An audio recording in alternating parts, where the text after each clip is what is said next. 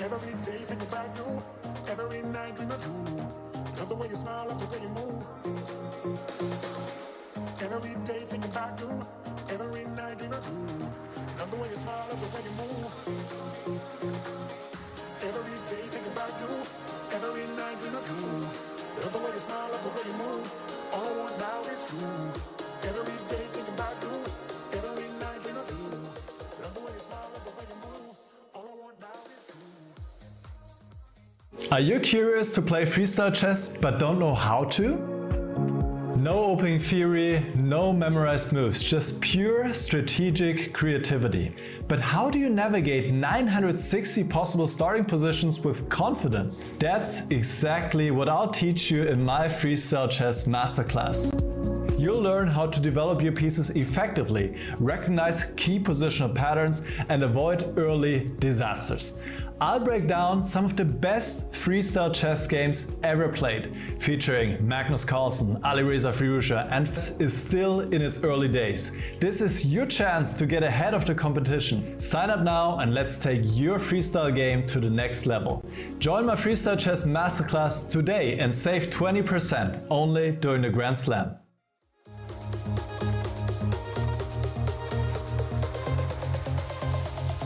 All I want now is you.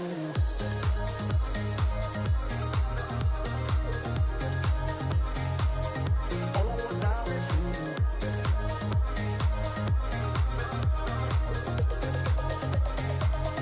All I want now is you. Every day think about you. Every night dream of you. Love the way you smile, love the way you move. All I want now is you. Every day think about you. Every night dream of you. Love the way you smile, love the way you move. All I want now is you.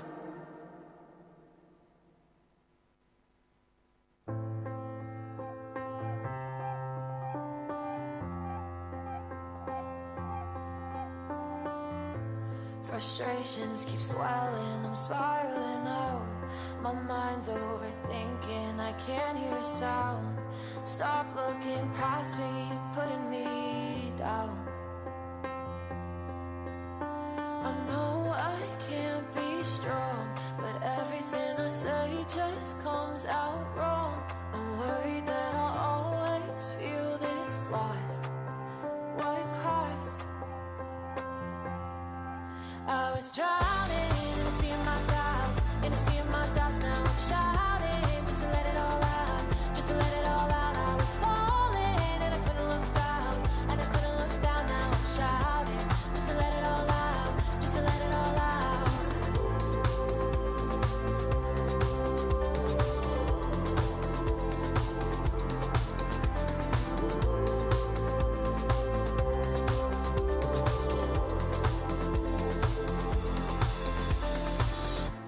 Resenting is easy, but anger gets old. Have trouble believing the things that I'm told, and I wish I could go back to the person I know. I know I can't be strong, but everything I say just comes out wrong. I'm worried that I'll always feel this lost. What cost?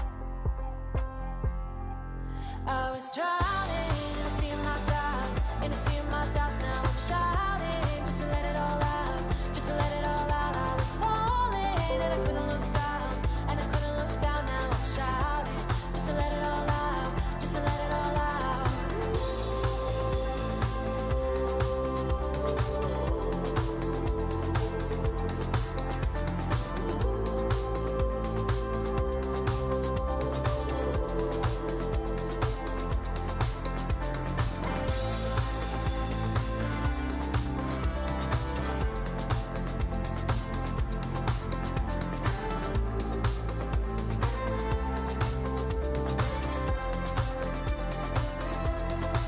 I was drowning, now I'm shouting. I was falling, now I'm shouting. I was drowning in a sea of my doubts, in a sea of my thoughts. Now I'm shouting just to let it all out, just to let it all out. I was falling and I couldn't look down, and I couldn't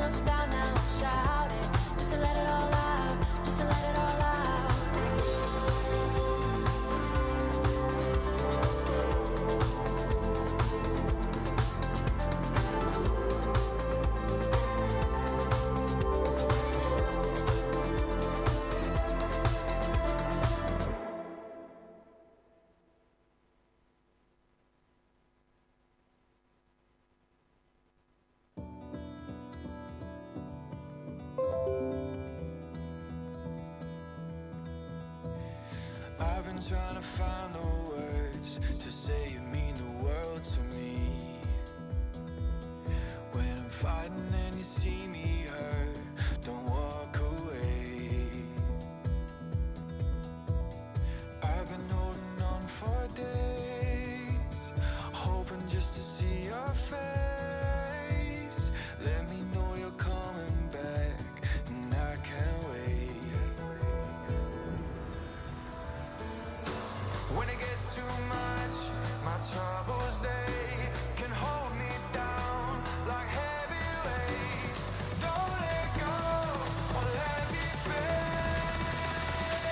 Just don't walk away.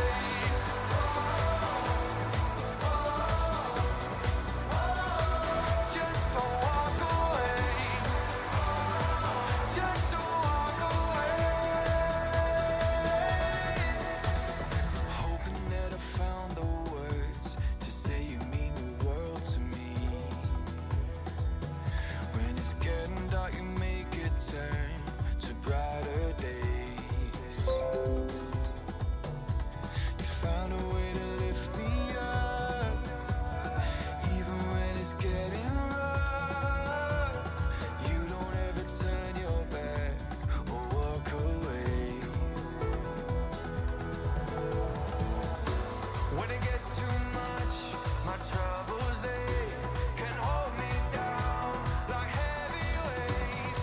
Don't let go or let me fade. Just don't walk away.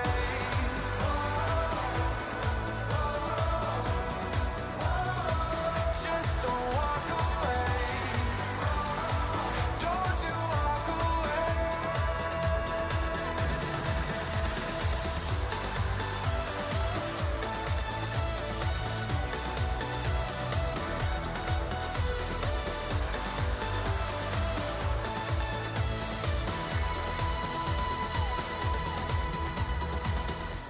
When it gets too much, my troubles, they can hold me down.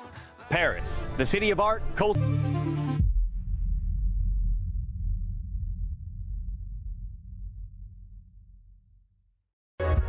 We like to call it freestyle chess. Before every game, a new starting position is drawn, challenging the players to rely on their creativity and intuition.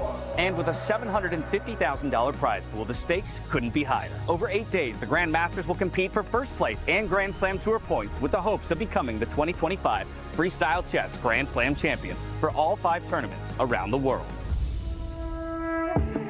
The first 2 days is the round-robin phase. Every Grandmaster plays each other once over. 11 rounds with a rapid time control. 10 minutes with a 10-second bonus per move. And if needed, 10 tiebreakers will decide the final standings. The top 8 Grandmasters advance to the knockout phase, 1 round every 2 days, with 1 game per day in a classical time control. 90 minutes plus 30 seconds per move. And to reward the best performers of the round-robin stage, the top 4 players choose their opponents from the bottom 4. Players who get eliminated don't go home. They continue fighting for rankings in a separate bracket. Every win still counts, in points and in dollars. And if matches end in a tie, get ready for an epic tiebreak. We begin with a rapid match, and if it's still tied, there'll be a blitz showdown with 5 minutes plus 2 seconds per move. And if there's still no decision, we will watch a final Armageddon standoff. This format ensures that only the most adaptable, resilient, and fearless chess player will triumph. No second chances, no shortcut, just pure chess brilliance. Who will rise above the rest and claim the $200,000 first prize? World, are you ready? The greatest chess talent from around the globe. 8 action-packed days. This is Freestyle Chess.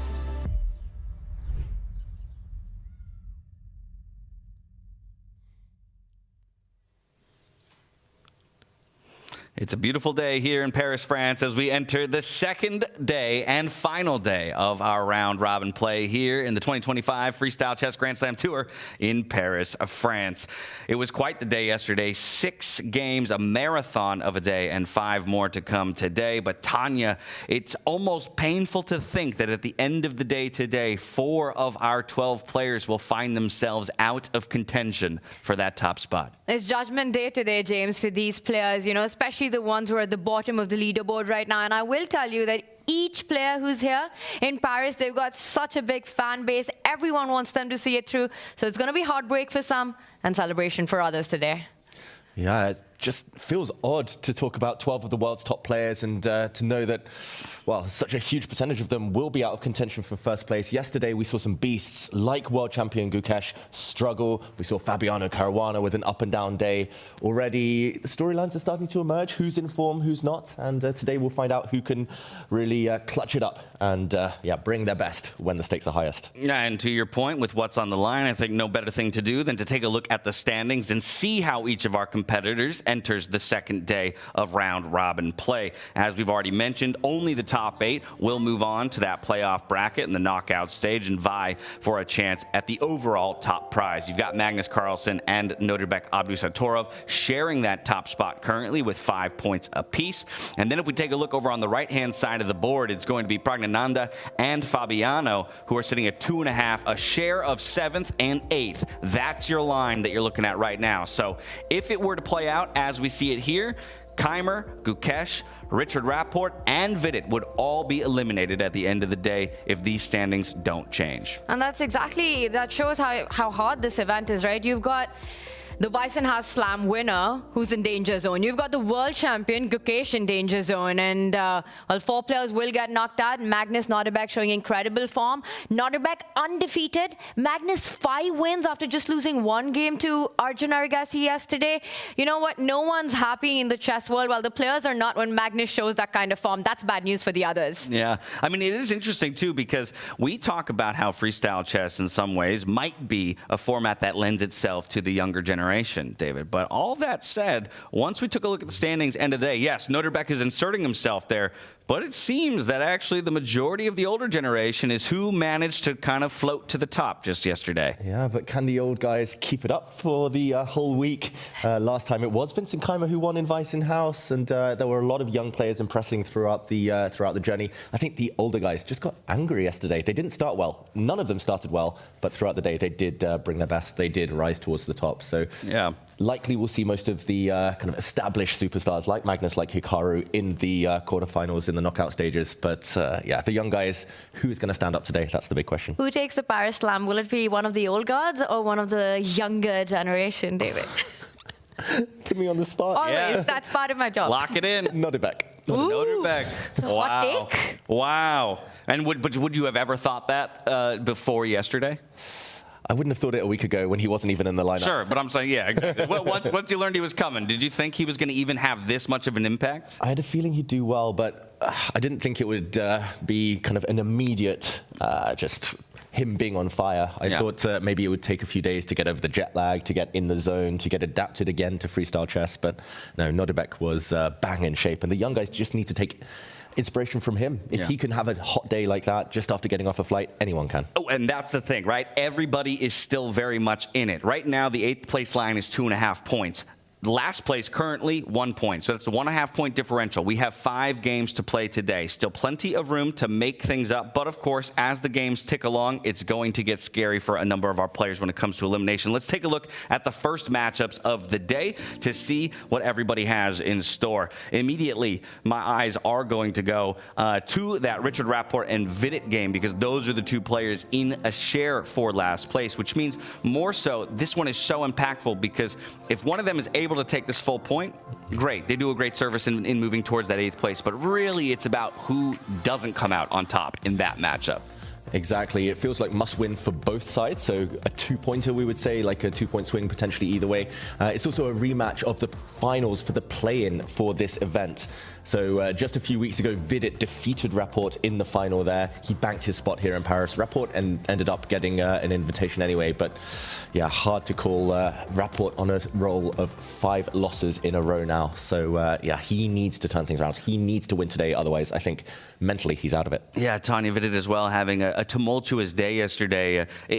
it almost looked like it was going to start out in a brilliant fashion, right? Had winning chances, and then things slip away with one move or another, and it seemed to cascade across the entire slate of games just yesterday. He has to leave that behind. And I did meet him at breakfast. He looks like he's in a good mood and ready to fight it out. I mean, his task is cut up, right? He's got to get those early wins. He needs to go on a bit of a streak to have a shot to make it to the quarterfinals. He looked like he's in good spirits, so we'll find out. And the other player who I did meet at breakfast was Fabiano Caruana. He's got a big one ahead of him. He's playing Hikaru. He starts the day, with one of his biggest rivals in the chess world. And Fabi, what a day one he had, right? He starts with 3 losses, and that just shows the determination that these top guys have. They know with their back against the wall how to make a comeback. I mean, he could have gone on a 3-in-a-row win at the very end. He's still in the mix for things, and I think this one is a huge, huge game for Fabi. Yeah. Hikaru, somewhere in the middle of the leaderboard. Narrowly missing that third victory yesterday and landing at just 2.5. But it was such an impressive clawing back by Fabiano just yesterday. But as Tanya mentions, David, that is not an easy first matchup of the day. And when you're the one in danger, right, I wonder how the pressure is being felt by somebody who's sitting in that 8th, 9th kind of precipice, as opposed to Magnus, Noterbeck, who are sitting pretty with 5 points apiece and largely can enter today, I think, with confidence. That's right. The guys at the top, full of confidence, of course, and also, especially for freestyle chess, I would say, playing with a bit of freedom definitely helps. If you tense up, if you play too passively, it tends to backfire in this type of event. And for the likes of Fabiano, who's in the danger zone and he's kind of just hovering above those 4 relegation spots, he tends to be a big game player. So I'm expecting more from him, especially judging on how he ended yesterday. Yeah. If we just take more of a step back, kind of zoom out and reflect on yesterday, I'm curious how you guys are grappling with how few draws we had, how decisive. I mean, I know that this format lends itself to decisive games, but just in the comparison from day one of Waisenhaus to day one here, with more boards in play, we had fewer draws. That seems wild to me. Love it, right? 36 total games, 6 draws. And that never happens when you've got a field like what we do in Paris right now. It's not something the chess world is used to, but that's the beauty of this format of freestyle chess. You know, there is no opening preparation. Things can go wrong early on. You don't have the Berlin draws. You don't have the QGD draws to play out. And players love it. They have to fight it out from the very start. I mean, 30 decisive games, Magnus losing 1, winning 5, Noterbeck Abdusattorov undefeated so far, 4 decisive games. It's been an absolute bloodbath day one, and I'm expecting more of that today. Yeah, long may that continue. It was funny in the play-ins, the round robin, even in Waisenhaus, Gukesh got into the top 8 by drawing most of his games. Here, it's just a roller coaster, up, down. Yeah, it's fantastic to see. Who needs to ban the draw offer when they're playing like this? Found his first win of the entire circuit in this event just yesterday. We'll see if he can find more today, and he'll need them to claw his way back up into that top 8. And it's funny what you say, because I don't know how many of our viewers are aware that at a technical meeting, there was a discussion about banning the draw offer in the round robin stage. And I think it was Magnus who brought this point up. And it's all on the internet. Go check out Freestyle Chess on this. Great piece of content there.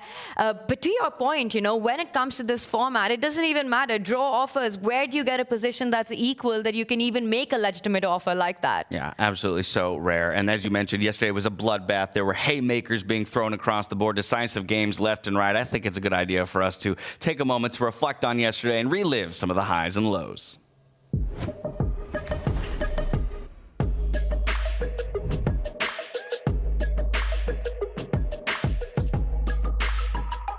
The first 6 rounds in Paris have delivered sharp fights, triumphant winners, and crushed fan favorites, as well as a leaderboard that's shifting by the minute. We had a late arrival in top form, a 10-minute game that lasted an hour, the heartbreaking loss of a newlywed, and there was the evergreen encounter, Magnus versus Hikaru. Hikaru was looking at the screen. He just wanted to avoid too much risk, maybe due to the Magnus effect. You know, I look at the screen, we talk about gloves are off, jackets are off right now, and these two are facing each other. It's been all pawns move, not a single piece has landed on the board just yet. Noterbeck Abdusattorov flew into Paris on short notice and started like he never left the airport. 3 wins out of the gate. But after 5 rounds, he was no longer alone at the top. Slow starting Magnus Carlsen caught fire. The Norwegian beat world champion Gukesh after converting a queen endgame like it was a warm-up puzzle. Not even Hikaru Nakamura could stop him.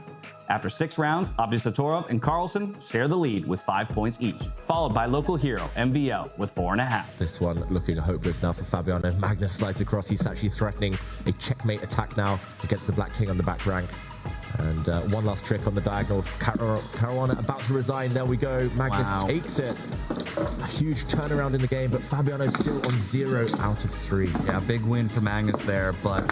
Fabiano Caruana had a nightmare start with 3 straight losses, but fought his way back into the race. He nearly completed a full comeback with 3 wins in a row, but couldn't overcome Jan Nepomniachtchi's miracle endgame save in round 6. Down the leaderboard, the pressure is on. Richard Rapport, a fan favorite known for his creative chaos, sits at just 1 out of 6. Same for Vitek Kudrafi, whose honeymoon took a painful turn.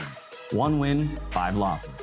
Neither is out yet, but they'll need nothing less than a crushing performance on day 2 to reach the quarterfinals. And we need to talk about Vincent Keimer. The Weisenhaus champion has had a rough ride so far, especially after losing a promising game to Arjun Erigaisi in round 6. Keimer keeps falling behind on the clock and struggles to finish off good positions. Still, with 2 points, he's very much in the race for the knockout phase. Through 6 rounds, the leaderboard is tight. The field remains stacked, and with 5 more rounds to go in the group stage, it's all about momentum. The knockout spots are limited. Who will take them? Stay tuned to find out.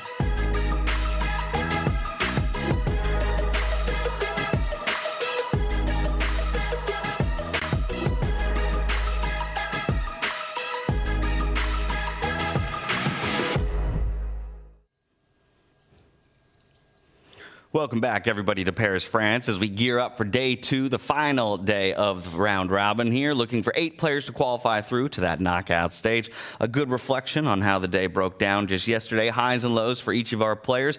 As you said, though, Tanya, I think for a lot of them, it's about that full reset, right? Even those that had great performances yesterday, not to rest on your laurels, coming into this day, I think is going to be an important note for them as well.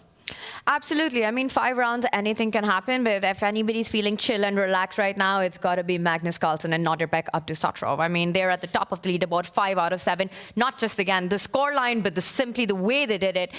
Impressive games. They're coming in form. But it really comes down to the bottom four, and I want our chat to get involved. What do you guys think? We've seen the players who are fighting for survival today. Who makes it to that top 8? What shift around? And who are you rooting for to see in the quarterfinals? Yeah. We've got the world champ down there who barely made it to the quarters last slam and then was knocked out by Fabiano. And I think while chat gets involved there too, there's a name on the screen right now, David, that we've actually been remiss not to talk about too much. Granted, he is back on that end of the spectrum alongside Magnus and Nodirbek, but only a half point out of first. MVL has shown up in a big way in his hometown. Yeah, MVL was my MVP yesterday, and very impressive play. He was a bit of an unknown quality coming in. He hadn't played much freestyle chess compared to just relative to the rest of the field, actually, and his style normally is based on very strong openings. It's normally quite defensive, so I was a bit skeptical about his chances, but no, he came in on fire with a bang, inspired clearly by the hometown favorite, by the crowd here. Yeah. And back over to your question, Tanya, about the 4, that currently sit in kind of elimination position, looking to fight their way out of it. I mean, I think putting a spotlight on Gukesh is probably the easiest thing to do. You're wanting more out of the world champion. I think it's as simple as that. If you're holding that title, I'm always going to want to see you contest against the best. And right now, in this format, he has yet to show us that he can. Including in Weisenhaus as well. And, he was looking for his redemption here in Paris. He wants to prove that in this format, he is a force to reckon with. It didn't happen in the previous slam. In this one, he's struggling so far. I think everyone wants to see the world champion in the mix, go as far as he can. So today is a big day for Gukesh, but also our Weisenhaus champ, Vincent Keimer. Yeah, from one champion to another, right, David? I think that's a huge call out. It would be, I'd feel almost robbed in some way if Vincent wasn't in at least that playoff picture. Whether or not he takes the repeat title, I almost want to see someone have to really go through him to get it for themselves.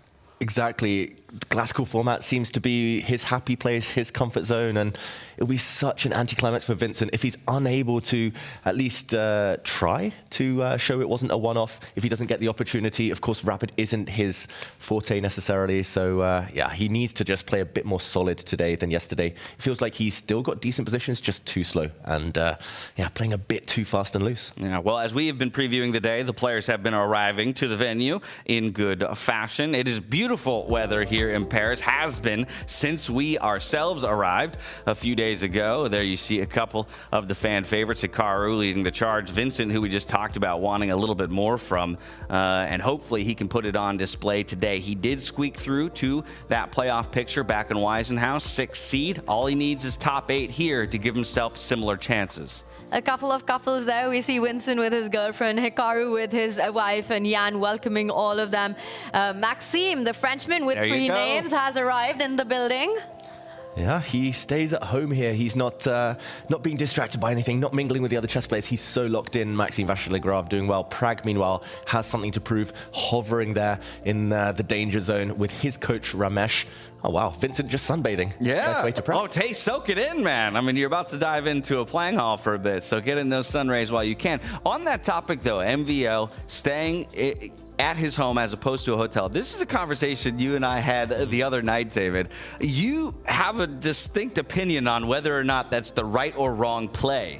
Yeah, from personal experience, staying at home isn't necessarily a good thing. It means you're kind of, well, just not in the zone necessarily. It takes something special to break yourself out of your routine. You might want to have lie-ins, you might want to do other stuff, but it's working for MVL so far. As we see Magnus enter the venue. Magnus, one of our players, taking share of top spot here as well. We saw taking in some of the sun as well. I think, it's interesting. I can totally see the logic around, falling into, like casual habits of being at home and how that might lull you into not having like your most competitive mindset. Clearly for MVL right now, it's working, sitting at 4.5 out of 6. Fabiano as well making his way into the venue. Obviously, we're going to have lots of eyes on him to see if he can continue what was the second half of his run just yesterday, scoring 2.5 out of 3 games to move himself just into a tie for 7th place. He's going to have to keep solid form throughout the day, though. Feels like he doesn't have the kind of margin for error that he had in day one. But the good news is he found his steam, He finished on a high. He found his momentum and he comes back fresh. He was with his good friend and second long-time trainer, Grandmaster Kristen Karelia there. Also interesting to watch, how you've got some of the players sitting, enjoying the sun, the beautiful weather in Paris. And I saw Arjun just race past straight into the hall. Prag with Ramesh also get inside as quickly as he can. So different players have a different approach at the start. All business, baby. Yeah, all business. Is Arjun the only player who's come here without a support team, without a second, a partner, a coach? We're gonna have to send investigative teams out. He's Put got me his on the friends spot. I don't around, have the though. answer. That's all right. I got people. I'll get them on it. And I was doing some maths last night. I was doing some equations, doing a bit of research, and I think 5 will be the magic number. 5 points from the 11 games, and you should be safe. But really? Yeah. But okay. That's like you're saying that lock. You feel like that'll be a lock. But that means Nordebek, Magnus are already in. They're on 5 out of... If they lose 5 games in a row today, they probably still make it. Ooh, wow. I think they're pretty damn safe. Yeah. I think it's the 2 at the top are far safer than the 2 at the bottom are out of it, if that makes sense, right? Because they're only 1.5 points behind. So like I said, everybody is still very much in getting to the playoff picture. It would be very hard to go from 5 points down 8 slots. But also Doctor Strange had to look at all the realities, the millions of them. And how many of them do we live? We survived, Okay, but I will say in none of those realities, Magnus and Nordebek lose 5 in a row. Yeah. I think that's a fair prediction, a fair one to say the least. Well, Fabiano, if we can just continue talking about him for a bit, because of both the performance that he put up yesterday, but also, because we want to put a major focus on what he'll be able to accomplish today. Coming into the tournament, we said consistency. He is the picture of consistency. I would say yesterday is not the picture of consistency, right? It is 2 very diametrically opposed, kind of streaks, if you will. So I guess I'm wondering, how, again, that's going to play on his mental, things like that. Is that just drop in the bucket and we expect him to go right back to how we think of him? Yeah, at least he was consistently bad in the first half, and then after lunch, consistently good. So Right. some type of consistency. I mean, he was very relaxed last night. He was playing games in the lobby of the hotel. It feels like he wants to continue how he left off the back half of yesterday. It does feel like he's super motivated. Of course, I mean, it's not just tens of thousands of dollars. It's the tour in general throughout this season. And for someone like him, I don't think he needs the motivation. It's just hard to guarantee any consistency in a field like this, though. Wait, you guys had an Avalon night last night? Yeah, I mean... Where was What, brother? Where was the invitation? Yeah. Sorry, guys. We have a very convenient WhatsApp chat between the three of between us all. We got to crash that party Yeah, tonight. the heck? We weren't hiding. We were just there in the lobby. I think that that's really something that we've seen Fabi do so many times at tournaments, right? I think it's his way to really just recover, get ready for the next day, get into a good mood, and he's a social guy. Yeah, absolutely. And a lovely conversation. From there, let's jump to Gukesh, the other person that I want to put a spotlight on. Like we said, he's a world champion. If you have that moniker, if you have that title, we're always going to want the most out of you. And, you know, hey, that is a really hard mantle to have to carry. That's a lot of weight on your shoulders, especially at the age that he is. But definitely in freestyle chess and definitely in these faster time controls, we just haven't seen him show us kind of those enough moments of brilliance that he gives me confidence he'll make it into the top 8. And we've seen how heavy the crown wears, you know, when Ding Liren became the world champion in the months that followed, the pressure that comes on when it comes to performance. For Gukesh, you know, he had a good run in Tata Steel. He finished runners-up, losing to Praggnanandhaa in that tie break. But freestyle chess is a format which I think he really wants to get better at. He hasn't devoted as much time in training. His trainer, Gajewski, has said it that their main focus has been on standard classical chess so far. But he's feeling inspired to do well and better. But he's got everything to prove, and he yet hasn't been able to really make his mark in freestyle chess. Yeah, getting another look at one of our lovely player cards produced in conjunction with Take. David, when it comes to these different categories here, I wonder from your perspective, where you feel he needs to make the most improvement, specifically for this style of game and format, right, as opposed to maybe standard classical chess. Yeah. What's holding him back? Yeah, here we see numbers that I've assigned to him just based on his performance last year. Of course, super strong. Calculation, I think nobody is in doubt that that is by far his strongest suit.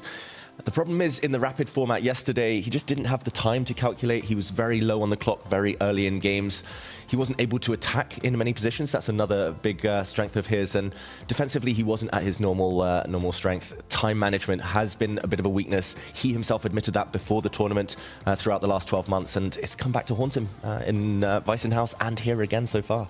Well, we'll look to see then if he can convince David to change some of those numbers following his performance here today. A lovely look at all of those stats, and we encourage you at home to share with us your opinions on whether or not those numbers should be moving up or down, the total, or any one of those individual categories as we explore all the different players and their different strengths and weaknesses throughout the tournament. And as you mentioned, for Gukesh's player card, a lot of it was based on 24, which was one of his biggest, probably his biggest year, you know, the best performances that he's had, winning the candidates, Olympiad, what we saw at the World Championship as well.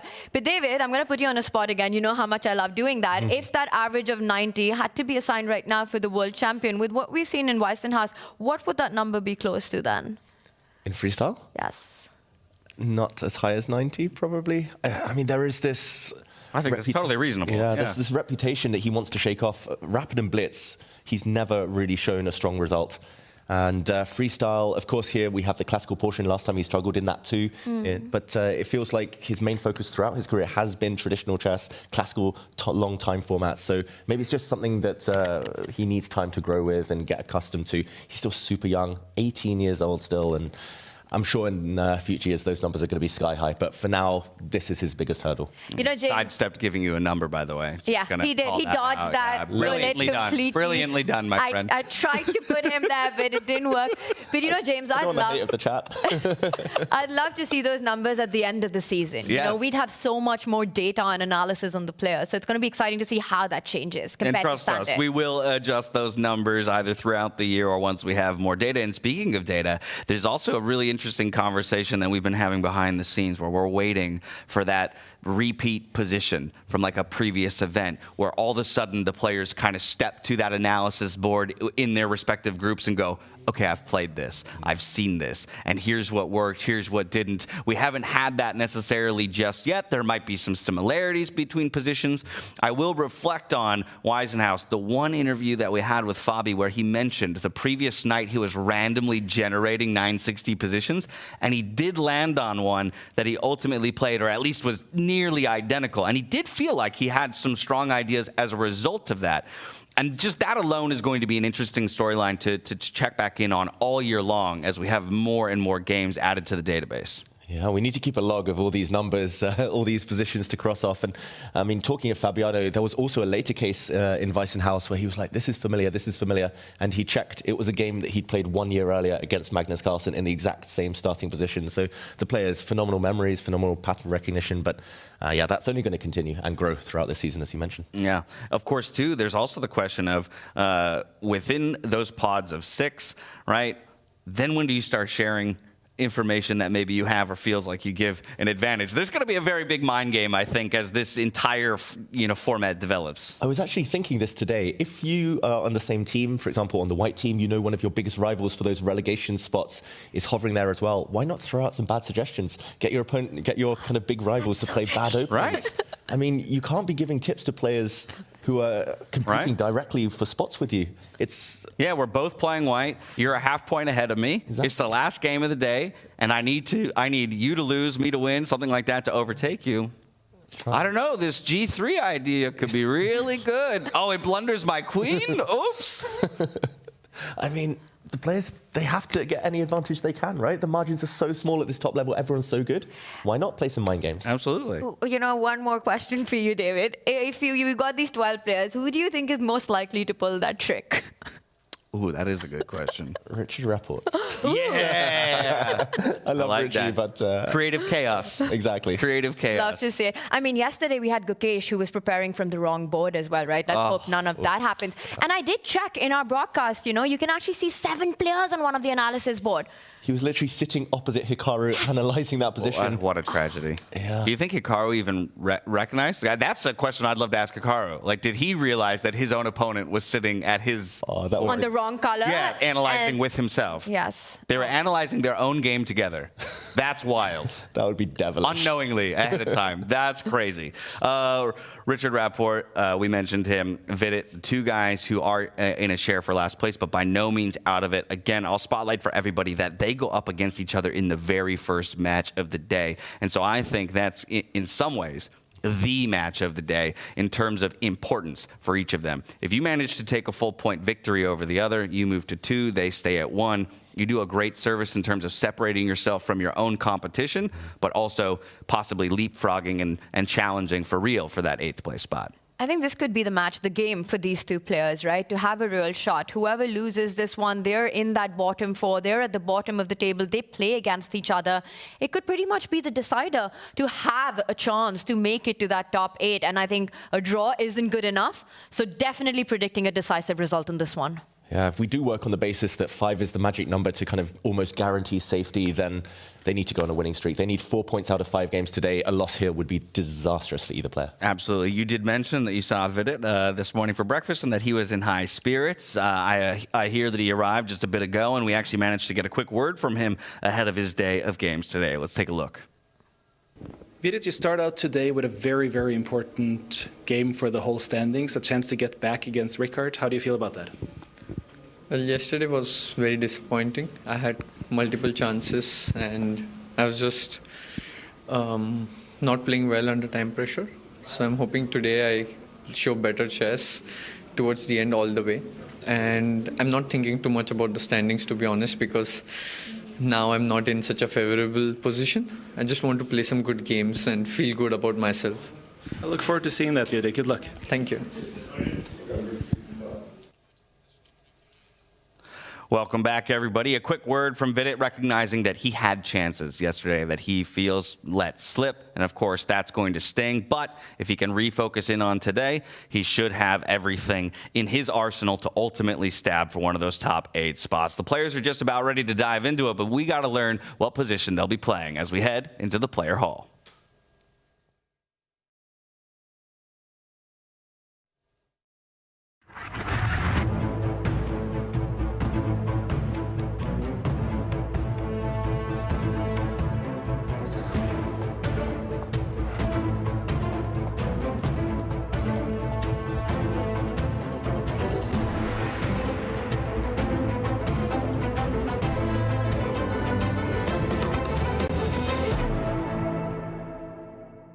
A lot of action awaits. Before we get to that, let's take a look at some highlights from yesterday.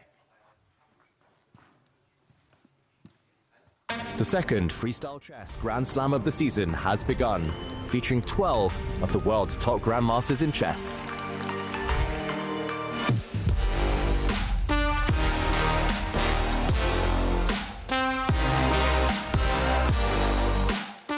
In Paris, the city of art, history, and now freestyle chess. The action takes place at the Pavillon Chesnay-Duroy, right in the heart of Paris's Bois de Vincennes, a venue with style and history. 6 new players have joined the field, fresh faces, full of ambition. But can they take down the season's stars? From Magnus Carlsen to Gukesh Dommaraju, from Caruana to Hikaru Nakamura, every name is a giant. Oh, I'm very, very happy to be here. I think it's very good for chess that more new people come into the sport, and there's a uniqueness about this tournament, and it's very nice to see a tournament being organized so professionally. The first 2 days is the round-robin phase. Every grandmaster plays each other once, over 11 rounds. All eyes are on Vincent Keimer, the 20-year-old who stunned the chess world in Weissenhaus. Can he do it again? I don't feel the pressure of having to win this event. Of course, I'm going to try, yeah? That's not the point. I'm going to give it my absolute everything to perform as good as possible and play good games and hopefully even win. But that's not something I expect.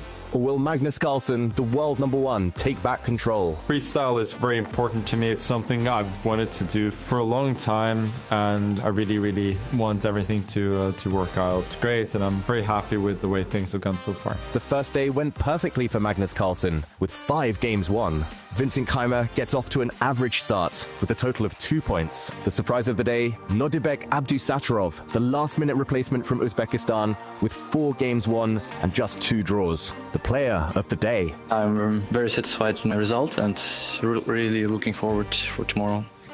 Chess is back. Bigger, bolder, and more unpredictable than ever. Paris 2025, day 1. The race is on. Stay tuned. So as we just saw, we witnessed a very, very exciting day of chess yesterday. Today, 5 more games of rapid await, and at the end of the day, the top 8 will qualify to the quarterfinals. So a very important day. I think everyone is ready now for the chess. So in order to draw the first position, I would like to welcome to the stage, please give her a warm round of applause, Kyla Zhao, the author of the chess novel May the Best Player Win.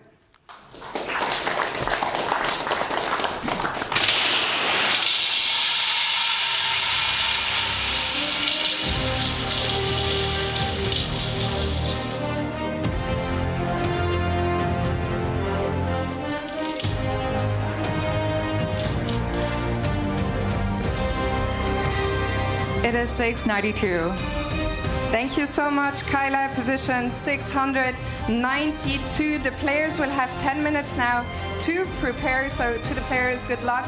And to our guests, please enjoy.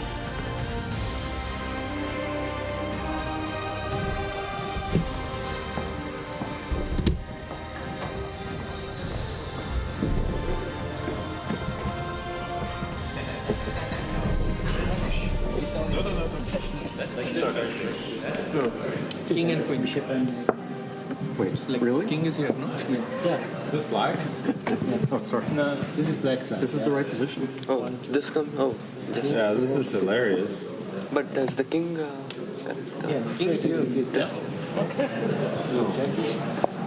Okay. This is just like what happens up here. White basically has like a perfect. This It's like a perfect Italian, yeah? Like it's the a perfect G3, C3. Italian Wait, is already. this just dubious for black?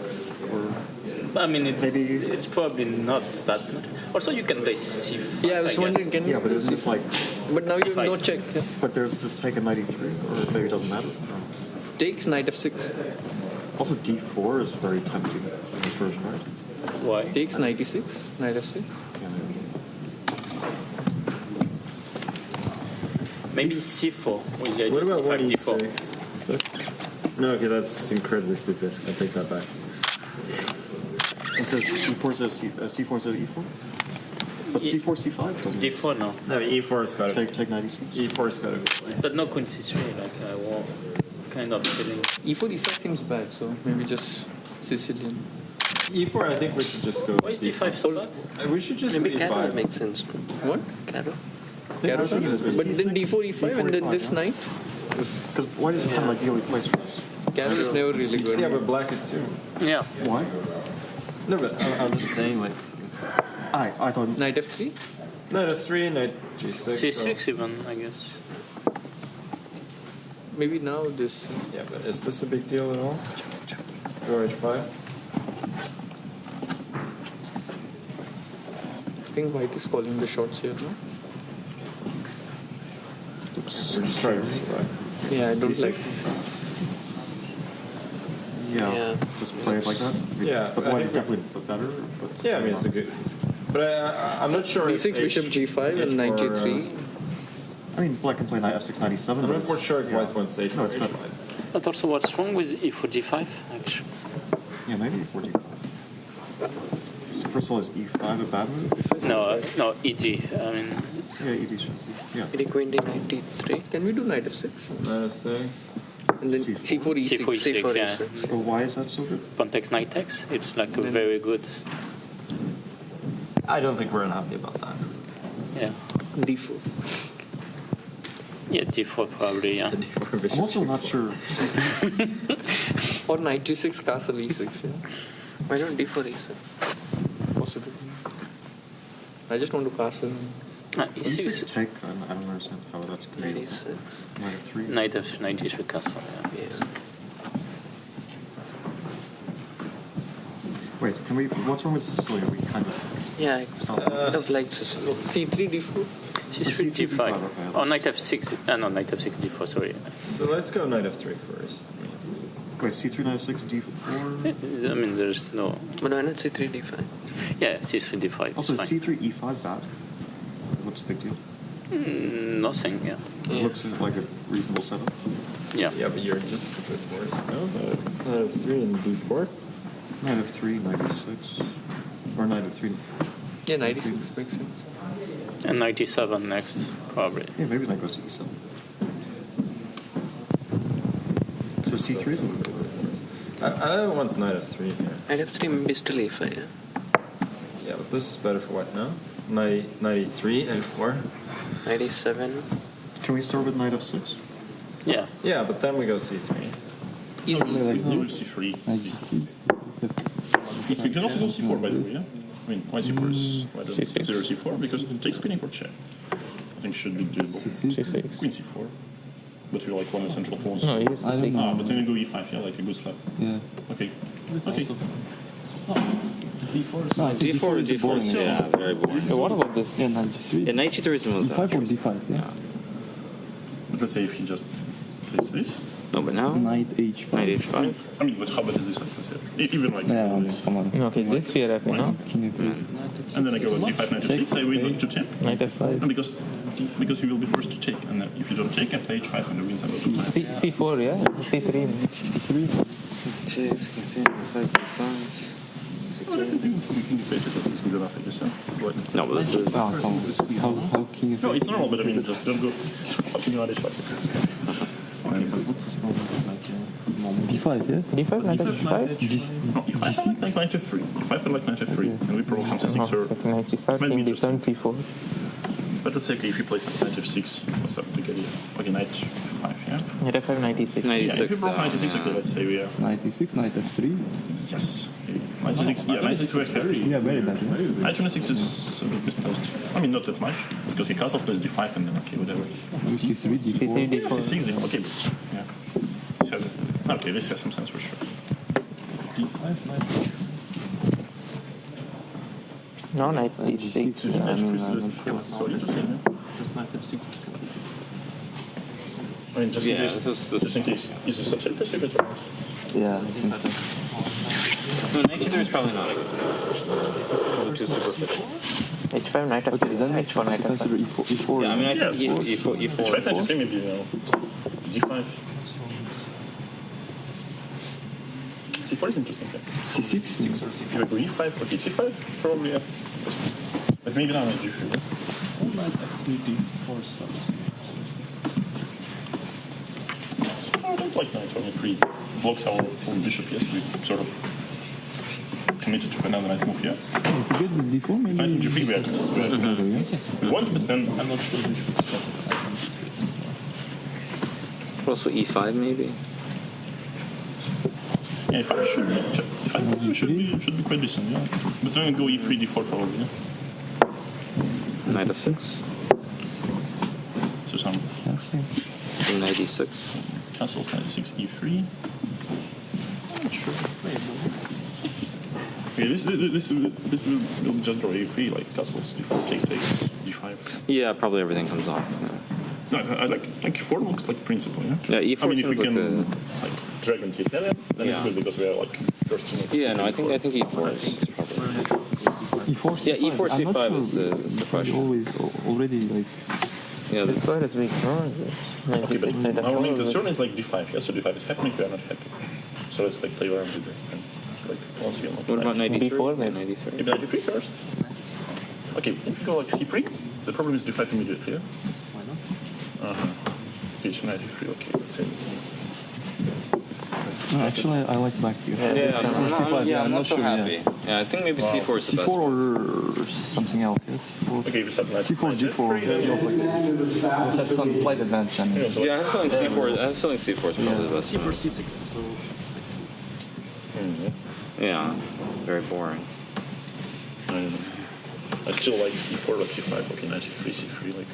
It's like you can try. Yes, okay, I will. That's what I will do. Okay, c4 is makes a lot of sense also, of course. This is just very boring, d4, d5. No, but d4, yeah, e4 we can set 4 a little bit for the knight. What about c5? Here we sort of throw in like knight h5. Knight e6 again? No, take the e4 and g4. Not much follow. Strange position. Yeah, I think so. What?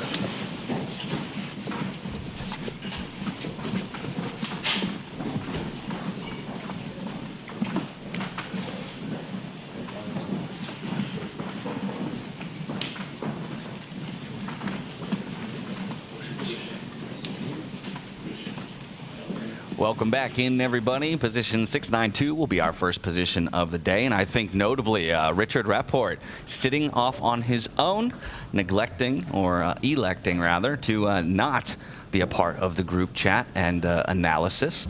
A very interesting position, though, this 692, because it is almost a standard chess position, and quite possibly, or nearly the closest we'll ever get, with just a bishop and a knight trading places on that back rank. Now you've got the players facing each other, the two big titans. And to your point, 5-1-8, our standard position, you know, it's so close to that. We've got first moves on the board. I also, David, spotted the fastest checkmate on the board. I think you could get to the king in just 3 moves if a player is not careful. Yeah, there is an undefended pawn which would fall with check, and that is on the g file. So the second from right file there. But in the meantime, we didn't guess openings today. I would have guessed one of these because it's what the players with the white pieces were discussing. Hikaru and his white team, let's say, they were discussing exactly this start to the game. It's great to bring up, and it's a good reminder that as the week rolls on, we will be challenging you at home to show off your prediction prowess in predicting the first moves of all 6 boards. It'll be the first move for white and the first move for black. This would have been maybe one of the starting positions where it would have been easiest, David, because of its similarities to standard chess and because it seemed like most of the players were in solid agreement just in those analysis discussions as we saw them break apart. But as we take a look at all 6 boards already, there's some differences. The one big difference that stands out to me, I mean, most players have gone for that bishop pawn moving 2 steps forward as white, but we see one of our marquee matchups for the standing, right? Richard Rapport versus Vidit. It's a repeat of the play-ins where Vidit dominated his match against Richard, taking the first win, the second one in a winning position, conceding to a draw because it was good enough to make it to Paris, and almost a Scandinavian type structure. And I think the point is that this is so close to the standard 5-1-8 that we see players follow general principles, move those central pawns ahead.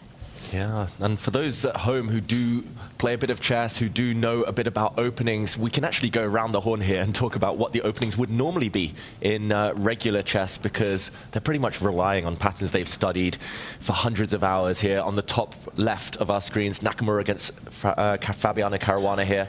We would normally call that a Slav defense, rock solid, totally symmetrical. Pragg against Gukesh, normally we would call that the English opening. And most of the 6 players with white have chosen to push their C pawn forward first. Vincent Keymer against Magnus Carlsen, the same, also an English opening. Same for Abdou Sattarov against Arjun Erigaisi, the Scandinavian, as you mentioned there, Tanya, Rapport against Vidit.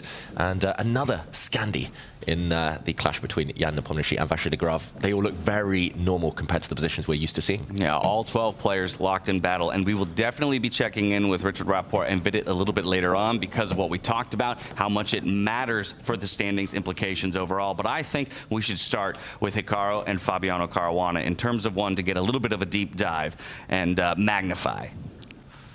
Yeah, and total symmetry so far. There has been one set of pawns exchanged on this board, but right now both sides are choosing to park their knights in front of their kings. Both sides have also castled their kings.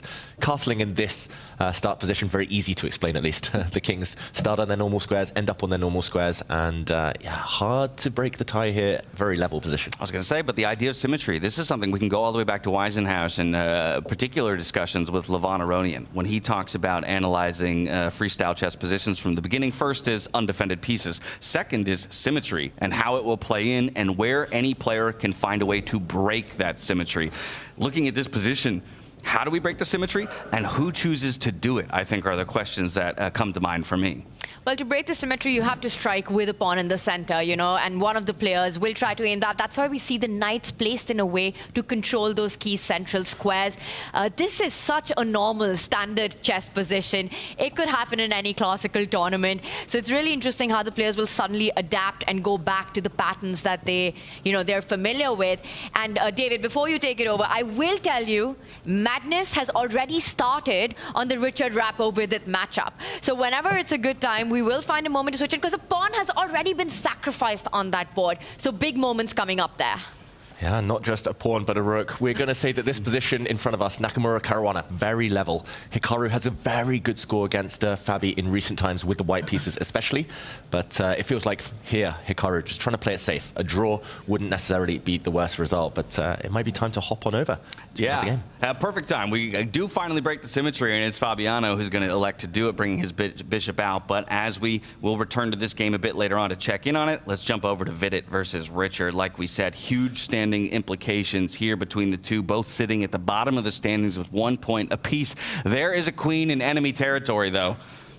Yeah, look at this. There is a queen which has grabbed a pawn. Traditionally, we often call this the poisoned pawn in regular chess. The pawn on the b2 square where the queen currently sits has been snapped up. We have to do an action replay because not just a pawn, but a rook has been hanging in the corner. A rook has been up for grabs in the last couple of moves. Let's backtrack the whole way to the start. We saw the central pawn pushes, we saw some captures, and the black queen coming out very early. Again, Scandinavian defense in normal chess. Here, slightly different, of course. The queen is hit, so we don't normally recommend this to beginners. Bringing your queen out often loses a lot of time in the opening, but Vidit, maybe feeling this is a must-win game, is taking big risks here. The queen gives the white check, but this check gets blocked. The queen hit now, the queen slides back.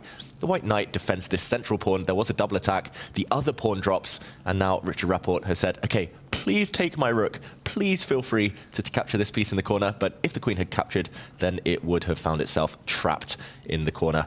So pawn forward here, met by a knight move, and this is the current position. Again, this rook is kind of hanging in the air, could be captured, but probably won't be captured for fear of losing Her Majesty there. Yeah, so by the computer's evaluation, a near equal game. But of course, it's up to the players to maneuver their way to that and/or a victory. I think for Vidit, we already heard him talk about on his way in here today, Tanya, how he felt yesterday. He had many winning chances. Unfortunately, he let those chances slip. I wonder if this single material advantage early on is something that he can take some confidence in and hopefully, actually bring all the way across the finish line. I mean, the opening that we've had, it promises that it's going to be an absolute bloodbath on this board. It's going to be a firefight. It will be a decisive game. A pawn has been sacrificed. The queen is out early. And look at Vidit's time management right now. He spoke in that earlier interview that has been a challenge for him on day one. So he wants to keep as much time on the clock. He's barely taken any of that. And while, yes, he's played this provocative chess of getting his queen out, it could very well backfire on the board, playing so quickly. Because Richard, he can now think about developing the other bishop, start chasing that queen, not giving Vidit enough time to actually finish his development in a good way, really lock down on those queenside pieces. I'm looking at ideas of getting that bishop down, bishop up one step ahead, rook sliding on and asking big questions to Vidit. Yes, he's taken about 30 seconds, but I'm expecting bigger things because this position is wild from the start. It's wild from the start. Now Vidit, having gone to all those lengths to grab a pawn with his queen, having spent several moves now with that piece, he's giving a pawn back. He's just pushed this pawn forward. And the big question to my eyes, what if this pawn is captured? I think the answer is now that the black bishop would come to the center, and now this rook really is trapped in the corner. The black queen will safely be able to capture it due to the backup of that dark squared piece. So the bishop is the one riding to the rescue.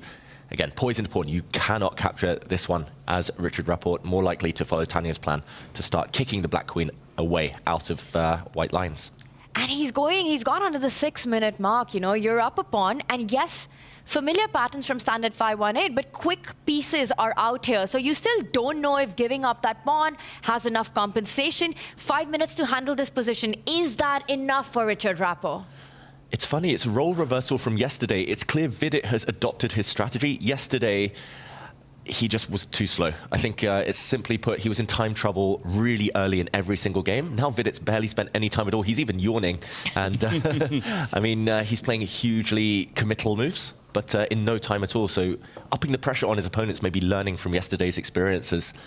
For Richard Rapport, he played too quickly. He actually had several very promising positions, but just blitzed out blunders and was punished. So it feels like Richard consciously made a decision to slow down. Yeah. Vidit wanted to speed up.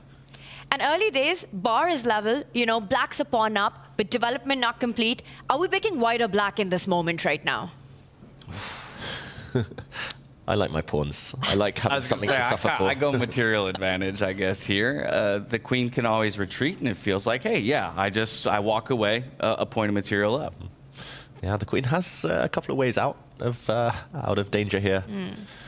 Clock advantage to boot as well, which, really comes into a big play. And I want to get our chat involved. Let's get a poll up right now for our chat. These two players fighting for survival today. Who wins this game? It's a game for all three results, with draw being the least likely with how it started. Richard does eventually make a committal move at the center, pushes the pawn, and now your idea of the bishop anyway coming forward and trapping, doubling down on that rook. Yeah. What has Richard got in mind for that response? This is a real sacrifice. The bishop can now come out and help the queen target this rook in the corner. I'm really surprised. He could have, for example, pushed his bishop forward first, evicted the queen, and then pushed his pawn forward in the center. Right. Richard Rapport, I guess if the bishop does come out, maybe he's intending to capture this knight, and once there is a recapture, then save his rook. But you've done some serious damage to your position here. Wait, I just realized that you've also blundered a pawn in this corner because you've opened up the enemy rook. and this pawn would fall with check, and that would actually just be game over. This would be a checkmating attack on the open line here in the corner. So this is a pure sacrifice. If the black bishop does come out, this spells danger. Could be about to watch the entire position collapse here for Richard Rapport. Wait, do you think he missed that concept, that once you take that knight, you're adding an additional threat on the board? His eyes just widened, Richard, and he suddenly looked away and frowning. I think it might be it. David, you know, at first sight, you missed it. Yep. It's very possible with the clock running low, and there we have it. With it's going for it. He's going for Richard's rook. Wow. Drastic measures need to be taken right now by Richard Rapport to save this material in the corner. One pawn down is fine. Like, one pawn is nothing in chess, especially if you gain some time in return, gain time against the enemy queen. But losing a rook, even if you get a bishop in return, in a position like this where black doesn't actually have any weaknesses, that could be terminal. Yeah, now we're talking about insurmountable in a number of ways. And so, yeah, this game is heating up, to say the least. Another thing I will call out is, just as I have the perspective of all 6 boards at once, we talk about all the time in freestyle how unlikely it is to see players castle. More castling happening across all 6 boards here, just because of, again, the similarities to a standard chess position. And so I just think that's a fun little thing to call out here. Elects not to take the knight. Clever move here, Tanya. A fun little resource here by Richard. I mean, this is tricky stuff now, because it's so tempting for Vidit to grab that rook, but with this last move, actually, he's setting up a trap. If Vidit falls for it, takes that rook, I think the tables just turn around, because there's a sneaky check on the board now. Yeah, let's show what happens if he does take the rook. This is just analysis.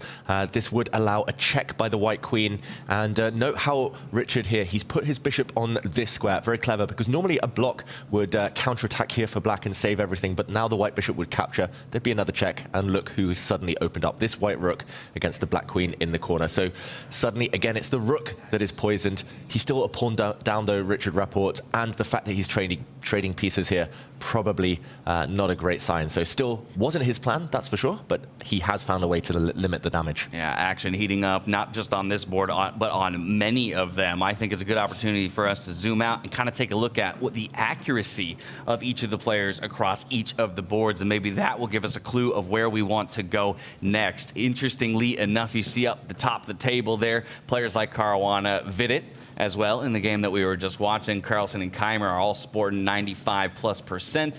And then down at the bottom, unfortunately, Richard Rapport falling below that 90%.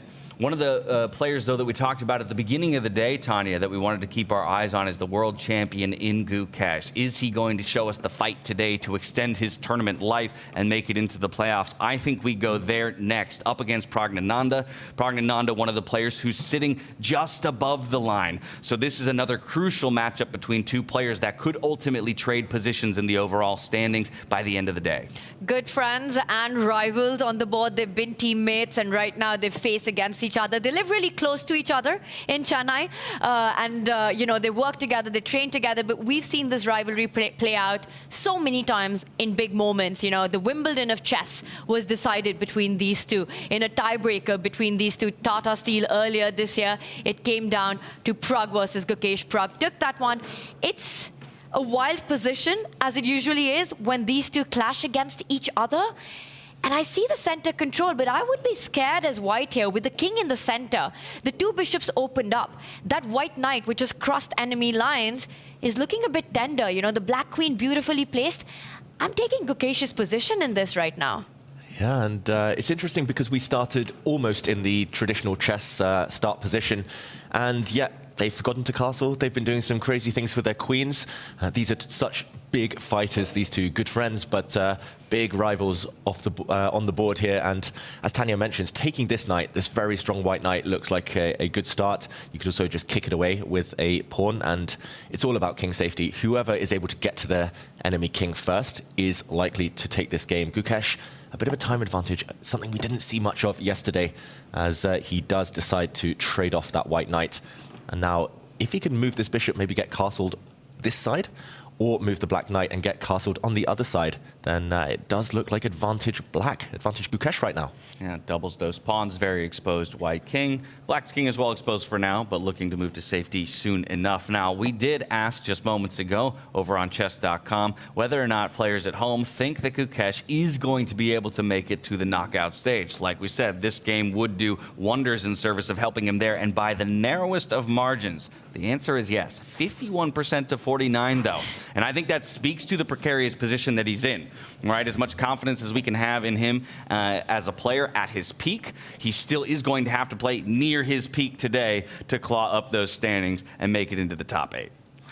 Yeah, 1 point adrift of safety, and not necessarily in his own hands now, his fate, but a win here would start the comeback and yeah, would make him feel on a high. Right now, it's a check. He has a big decision, Gukesh. He can, I was going to say, block the check with a queen trade, or he can move his king out of the way. He moves his king out of the way. Big threat now on the board, Tanya, threatening to skewer the white queen and king. Yeah, and that's such a bold decision to make, right? Because you could have just traded off the queens and tried to go into a safe endgame right there. So Gukesh making his intentions clear. He knows his task is cut up for him, where he has to go all out for those points. You know, 51%, you said, to make it to the knockouts. He needs to start strong today.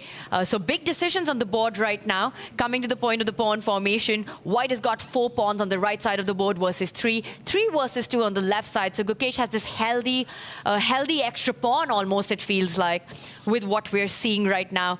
Pragg, he castles immediately, you know, getting his king to safety right now as we wait for our board to get updated right now. We've had a few more moves. Yeah, had some moves, and it still looks like this game could go either way right now. Yeah, perhaps some technical difficulties, but hey, we'll talk you through it as best we can. Luckily, I've got 2 of the brightest minds in chess sitting next to me to help us paint mental pictures for you all as this game continues to play out. Like you said, we did have that castling happen over on the white side of the board, and the king has slid over to a little bit of safety on the black side, but electing to do it without a castling move. Yeah, he's going to castle by hand, as we say. The Black King is going to slide to safety behind its own pieces, and then he will soon connect his rooks. Tanya, who do you prefer right now? It's got to be Black right now, right? Gukesh looks like he's got this beautiful pawn formation, super healthy. The rooks are coming to the central lines. Will start targeting the white queen there, which needs to stay connected to the king side pawns, which is not going to be an easy task, and a very creative way for Gukesh to find safety for his own king.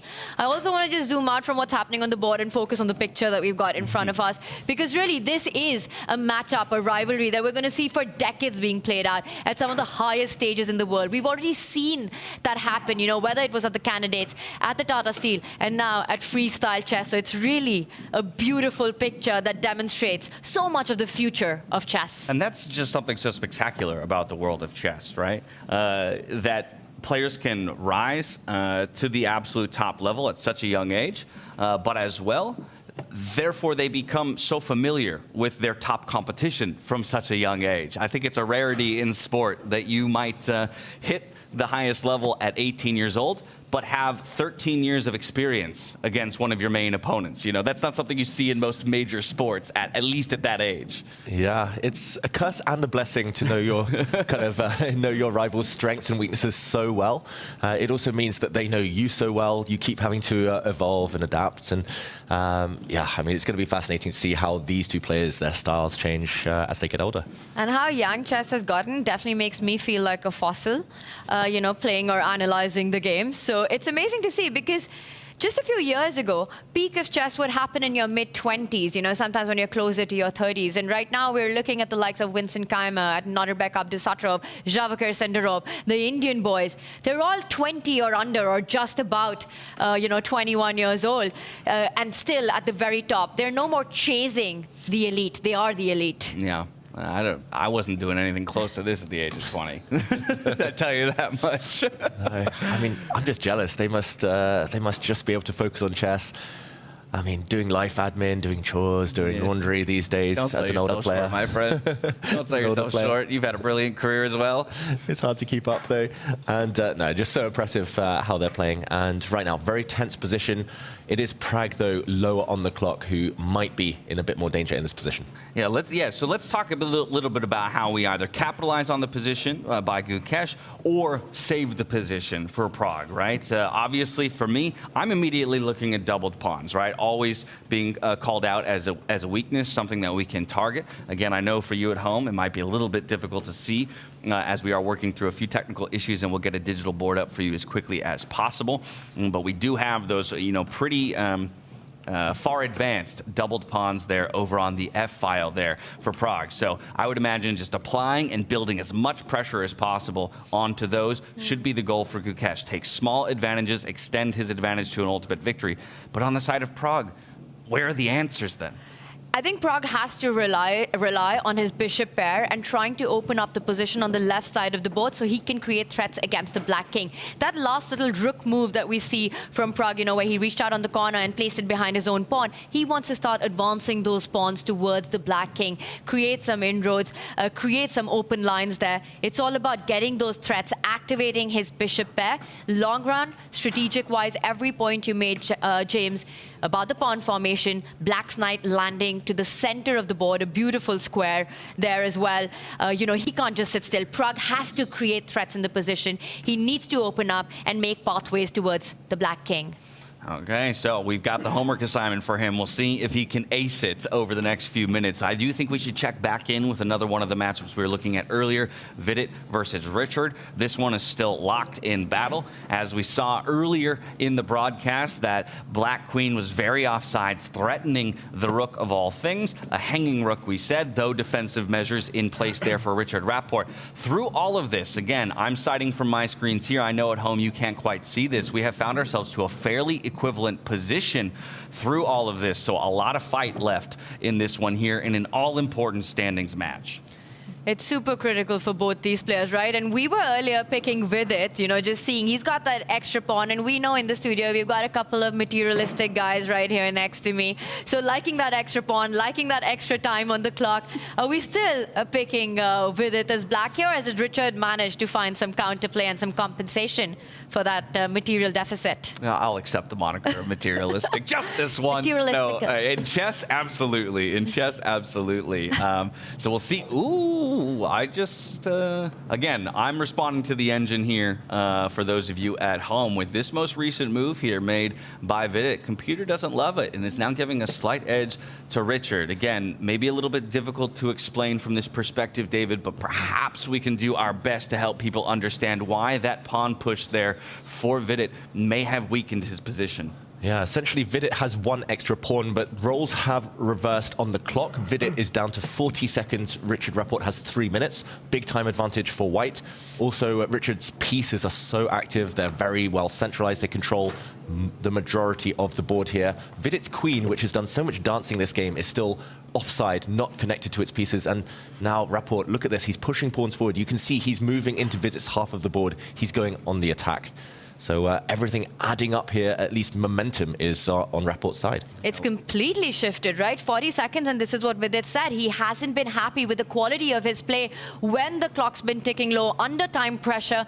And now suddenly it's not only time pressure, it's board pressure as well. Rapport right now is down a pawn, but he's managed to create a lot of intense counterplay, and Vidit is on the defense. If Vidit loses this one, I don't see him making it to the knockouts. Yeah, those two the connected white pawns are just applying so much pressure, clamping down on the black position for the time being. And so things are looking good for Richard Rapport in this moment. The question is, can he ultimately convert this to a decisive victory? It'd be a brilliant start to his second day of the round robin. And I think as well, this might be a good time for me to just update the viewers at home, because we've had a couple of results take place across the 6 boards. The first of which actually came very early on. We talked about them only minutes into the game itself. Fabiano versus Hikaru. They went very quickly to a draw by repetition, kind of returning to those known patterns and things in a similar looking starting position to a standard game of chess.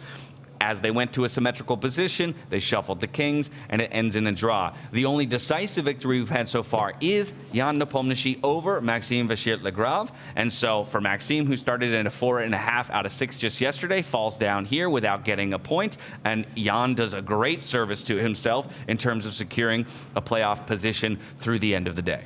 Is there a way to get a camera angle where we can follow the clocks at least? Because Vidit is literally playing a difficult situation, difficult position on seconds. While we get our board ready, it would be great if you're able to do that. Yeah, I mean, at the very least, I can update the fans at home around that. So I'll be your verbal call out there. 30 seconds on the clock. We've got Richard Rapport with 2:10 on the clock. It's 10:10, so don't forget that they do add 10 seconds per move, and back we go. We appreciate your patience as we worked out those technical issues, and now we're right back into the games with a little bit more clarity. Yeah, and look at this, a checkmate threat almost on the board. Richard there touched his queen, brought it back, and didn't complete his move. So it looked like he was about to move his queen forward. He's committed to moving that queen, and now he is threatening checkmate. He gives up his knight. Maybe he'd forgotten about this, but now he pushes his pawn forward. Look at Richard Rapport. He leans back, shakes his head in disgust. He's just given away a knight, but he still has the bulk of his advantage. Here, Vidit needs to find an only move, otherwise he's knocked out on the spot, and it's a very difficult one. He needs to bring the black rook across the board. The black rook sitting in the middle of the file there on the 5th line. He needs to bring it the whole way across to sit next to the black queen, otherwise he's done. But it looks like he's about to get checkmated. This is so hard to find. And he's got 9 seconds to find that move. And he doesn't! He brings his knight back, but not. He had to make sure that Richard didn't have the time to make this last move that he just has, because now with its positions busted, there's a checkmating threat on the board. I don't see a way of surviving it with 5 seconds on the clock. No, now he slides That's the a rook checkmate. over, but That's over. Yeah, not to the position he needs. And just like that, Richard Rapport will take a decisive victory early in the day, shaking his own head somewhat in disbelief. I think both players will be replaying this one in their minds. Wow, and a heartbreak for Vidit, who sits there looking away in silence. It might be a moment of silence for his time in the race for first place here. He still sits on 1 point, losing to his main rival down there at the bottom of the table. Exactly. We cannot overstate the importance of this match in particular for both of these players, and you can feel it, the intensity of the moment, the realization here for Vidit that was a big opportunity that unfortunately slipped away from him. He knew it. He knew the gravity of this game, how important it was, and he felt that he got that advantage with the black pieces. He was up on the clock, he was up on the material, and he had all the chances. And then finishing it in style for Richard Rapport, who keeps his hopes alive, sacrifices a queen to deliver checkmate. A beautiful finish, and you can see how painful this is for Vidit as the realization sets in that his path to the knockouts, it doesn't exist anymore. Now, we'll wait till the rest of the results come in from this round and get a look at the standings to really evaluate what Vidit's chances still are in this round robin. But from here, I want to go over to Abdusattorov versus Arjun Erigaisi, because for what a hot start Nodirbek had just yesterday and sharing first place coming into the day, he finds himself very much on the back foot here against Arjun Erigaisi, who kind of has been, one of the big talks of the freestyle chess town most recently. Yeah, Arjun started yesterday on a hot streak, defeating Fabiano Caruana and Magnus Carlsen. It looks like he's going to start this day as well on a high, a fast starter. And he's just opened up a line now towards Nodirbek's king. Not just that, but we should always do a count and anytime we join a new position, and currently black has a rook for white's knight, so a material advantage and a potential attack brewing against Nodirbek's king. Nodirbek also down on time. Tanya, everything stacking up against the Uzbek right now. But how tricky is Nodirbek, at also finding ways to create these counterplays? The one thing that Arjun needs to watch out for is a potential queen and bishop battery that Nodirbek can set up and start targeting some key spots next to Arjun's king. Line it up and you're starting to threaten the checkmates on the board. And look at that. He immediately brings his queen to an attack, but also a defense of that key square. Yeah, a blitz of moves. We do have Nodirbek picking up a pawn there while defending the pawn in front of his own king. So kind of a great straight W's of that night. But yeah, we've got complete pressure coming down the right side of the board with that stacked rook and queen and another rook in tow soon to join the fray. I guess my question is, how do we get our light squared bishop more involved as the player in black? It does feel like we're playing almost down a piece currently. Yeah, what bishop? That's a big pawn right now. You know, it's got its own pawn in front of it, and you still need some moves to make it active. And the problem is, the moment you do that, you lose a key central pawn in a lot of these positions. Arjun, he's up on the clock as well. Nordebek's gone down below 20 seconds. Nordebek undefeated in the tournament so far. And this has been perhaps the most difficult position he's had to defend. Key word there, or key words so far. Staring down the barrel of a possible loss here, his first one of the tournament to Arjun Erigaisi. Computer doesn't love his most recent move, but it doesn't look like he's got great options regardless there, David. Yeah, and this position about to heat up. Tanya, some crazy tactics potentially on the board. Some crazy tactics. I'm also looking at Arjun's heart rate. How do you in this position have a heart rate of 70 when the board is on fire? Wow, and now there's a huge threat on the board. The white knight jumping forward, the white rook sliding across to go for the black king. Could be terminal. Arjun needs to be careful. Suddenly counter-attacking threats, a knight jumping. Okay, he moves his queen out of the way, giving the black king an escape square if necessary. The black rook now covers any knight checks. There would have been sacrifices and attack, but he holds everything together, Arjun. And this is really the position with the clock situation, you know, the nerves and everything, that anything can happen. Yes, objectively, Arjun's winning, but it's these one-move threats against the black king that he needs to always watch out for. But I love the way he's placed his majors on the board, targeting white's king, close to his own king. Arjun keeping everything. Checkmate in one was threatened, defended. All right, moves are continuing to be blitzed out here. Just 26 seconds on the clock there for Abdusattorov. Arjun working with 1 minute for himself. Of course, again, it's plus 10 seconds per move each of these players make. And I think it's an important note that while the engine very much tells us that Arjun is in the lead, it doesn't feel that simple if you're one of the two sitting in those player seats right now. And look at this. You were talking about the bishop. That bishop is coming into play now. Arjun's rerouting it to a very deadly diagonal. He wants to line up his queen and bishop and start threatening a big check on the board. And that would be game over if it's allowed to happen. Yeah, so Abdusattorov lines his queen up with the black king here on the long diagonal, just in case he's trying to pin down the black queen as a defender on this line.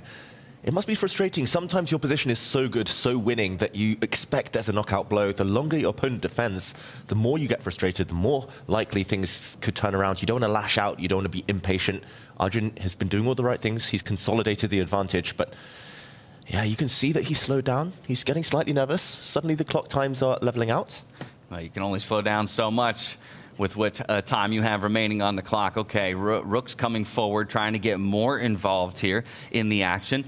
At what point do we feel permission to take that pawn that bishop was previously defending? Or is that just too much of wasted time, allowing your opponent to become more aggressive, trying to attack your king? Well, now all the pawns are defended on the board. You know, Arjun's rooks are taking care of all of that. The question is, at what points do these two players look like humans and not superhumans? What is that heart rate? What is that position? How are they able to be so incredibly calm right now? They're making such fast moves. They look stressed on the camera, but internally, I mean, those are just normal resting heart rates. This is crazy. Well, we got that bishop queen battery that we were looking for there, lined up on the light squares, trying to target the king. So now going to need to find a way to defend against that. Of course, the king was also moved off of that dark square diagonal that the queen was previously threatening from the white position. So very difficult here for Nordebek, continuing to try and mount a defense and keep himself alive in this tournament. Queen infiltrates here. This just looks so scary for the white player. That's it. The rook comes in, huge threats on the board. Arjun's setting up mating ideas with sacrifices to follow. I don't see Nordebek surviving this one. This could very well be Nordebek's first defeat. It will be his first defeat here. Too many threats against the white king. The white king is caught. Too many attackers around it. There's so many threats. Can we disconnect the queen and the bishop by sliding the rook over, check on the king, something like that as a defensive maneuver? Yeah, the bishop does protect that square, though. That's what I'm saying. Almost give it up. Just trade off, and now at least the bishop's off the board. He resigns. There's nothing that will save Nordebek's position, and there it is. Arjun puts a stop to Nordebek's hot streak in Paris. What a big showing from Arjun Erigaisi. He's the winningest player in all of the Freestyle Fridays, taking 3 consecutive Friday bouts, and now he's showing us where that prowess, or should be respected, here in the Grand Slam in Paris, France. While that game concluded, we had one other conclusion. It was Gukesh able to take the victory over Praggnanandhaa over on his board. A huge victory for the world champion to push himself up to 2.5 points, and only one more board left in play. It's Sports Magnus Carlsen, the world #1, up against our previous tournament champion in Vincent Keymer. Looks like a fairly stable, quote-unquote, position. Time trouble here for Keymer, though, that he's going to have to work with. It's opposite color bishops, but Magnus Carlsen is down 2 pawns right now. He wants to keep everything under control, using his bishop and king, making sure that Vincent's pawns can't advance, but there have got to be winning chances. Magnus has to be incredibly careful, David. I don't think it's such an easy hold as the evaluation bar indicates. 100% agree. This is just pure torture for Magnus Carlsen. He's got 2 extra minutes, but 2 pawns down. It's only the opposite color bishops that save him. He's going to try to set up a light squared blockade. But yeah, there's going to be twists ahead. There's going to be turns. And this could be the type of position where the eval bar suddenly shoots through the roof just for a move or two. Magnus, for now, though, he's found a good defensive setup. The black bishop keeping the white king from joining the party. And he's at 50, the heart rate monitor. Vincent, close to 100. What is going on here? I mean, someone just got to check on these guys. Are they even human? By many people's standards, they would not be considered human. We call them super GMs for a reason as well, right? Yeah, they're superhuman at the very least. Okay, possibly looking for a way to unlock the white king to get more involved by at least moving one of those pawns up onto a dark square. You might ultimately have to sacrifice that one doubled pawn to the light squared bishop, but I think that's a small price to pay if you can actually get your king more active here in the endgame. Yeah, he's trying to release his king, the white king, which is a bit sidelined Vincent Keymer. The downside to putting pawns all on the same color as your bishop is that now black gets even more light squared control. So the black bishop, for example, has some nice pretty squares to sit on where it will never, ever be challenged. I think here it's just about the king. It's whether Vincent can activate his king. Maybe we'll see a journey all the way across to the other side of the board, the white king going pawn hunting long term. But whether he can break through, create a second pass pawn, that is the key. He's got 1 pass pawn, Vincent Keymer, in the center of the board. He needs a second to win this game. Also, having 2 double pawns doesn't help Vincent's cause, right? Makes it that much harder. For example, if Vincent King did march up all the way and was even able to win that flank pawn, that doesn't help you actually create a passer. So my question to you, David, is this already some kind of a fortress that Magnus has built? You know, a player who famously said he doesn't believe in fortresses. Yeah, it feels like he's close now. He brings his king back. What is his solution? The white king stepping forward. Is he going to grab a pawn now, Magnus Carlsen? There's a little trade here. More pawns off the board. He's still 2 pawns up. But look at this from Magnus. The black bishop stops white from trading off any more pawns. Pass pawns mean that there are no rival pawns in front. And for now, the 2 versus 1 majority Vincent has on the right side of the board, for example, totally blocked by the black bishop. This does feel scary, though, to me at least, for black. Correct me if I'm wrong. Are both players fighting for winning chances here, or is it really only one side and the other is playing for a draw? Yeah, Magnus playing for the draw. Okay. 100%.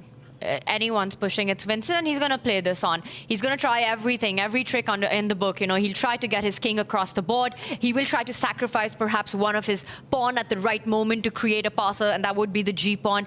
But it's kind of difficult to imagine all these ideas working out successfully. I would think, David, step 1 would be to try to win that pawn that's on the left side of the board. Get your king, march all the way across, and then at the right moment, tie down black's bishop, you know, the light squared bishop, to defend the queenside pawn.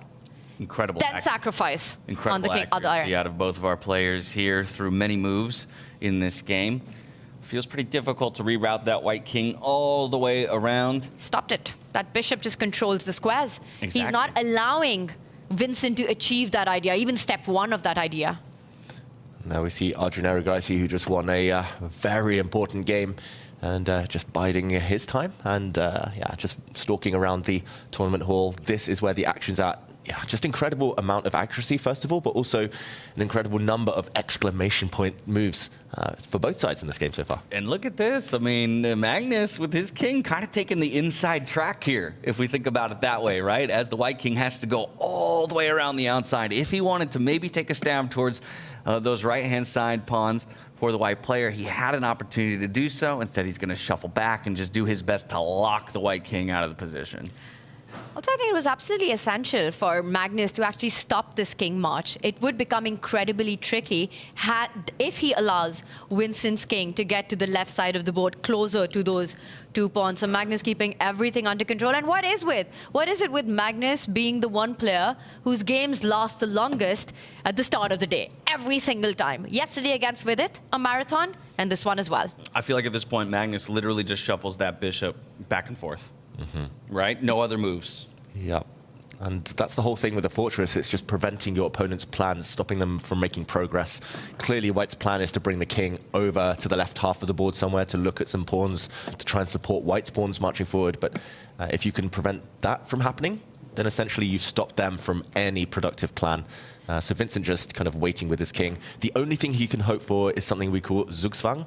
That is a German word, appropriate for Vincent Keimer, but it basically means where your opponent has to give way. The opponent has to make a move that is detrimental to their own position, but it just feels like Black has too many waiting moves with his bishop. Yeah. There are 2 plans that Magnus has to stop, right? One is the king march, and the other is that pawn sacrifice, to give up the pawn that's on the G file right now for White, to create its best friend that's just next to it as a passer. So as long as at the right time, Magnus is able to shuffle his bishop to the right square, stopping these 2 ideas, he's got the draw. Yeah, he's just keeping this square covered. The white king has gone far, but it shall go no further. And it's very hard to imagine anything Vincent can do here to destabilize the black pieces. This is why opposite color bishops have such a drawish reputation. Often it's positions like this. You can be 2 pawns down, yet still hold the balance. Doesn't want to give it up just yet is Keimer. So he's going to continue to make different moves, avoiding any repetition as for now. But once again, now Carlsen will feel permission to slide his king over, just kind of threaten the idea that I as well could infiltrate to those backward pawns. He won't commit, but is at least showing that he could. And there it is, the handshake, as the players realize there's no more progress to be made in this one. It will be half a point apiece here. Magnus Carlsen up to 5.5. Entered the day as our tournament leader and continues to add to his scoreline. For Vincent Keimer, though, to escape a game against the world #1 with half a point after a tumultuous day 1, I think that's something you could still exit satisfied with, knowing that you have 4 more rounds to go to make your run into the top 8. Also, it's a draw on Vincent's terms, right? He's the one who's got those 2 extra pawns against the world #1. It was Magnus who was on the defense, and I completely agree with you. For Vincent, it's a great start. You know, you don't want things to go too wrong. He's in danger territory. A draw against Magnus, solid result. Absolutely. So there you have it. The day has been kicked off in fabulous fashion.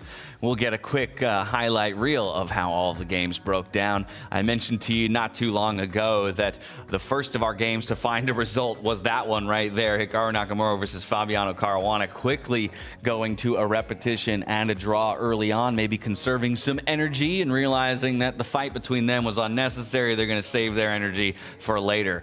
Of course, as well, Jan Nepomniachtchi taking a big win as well over MVL to just further secure his position. And then that matchup right there that you saw on your screens, Richard Rapport versus Vidit. This was massive. Unfortunately for Vidit, let that one slip away while he had fighting chances, and it might sting. But for Richard, it breathes new life into his tournament.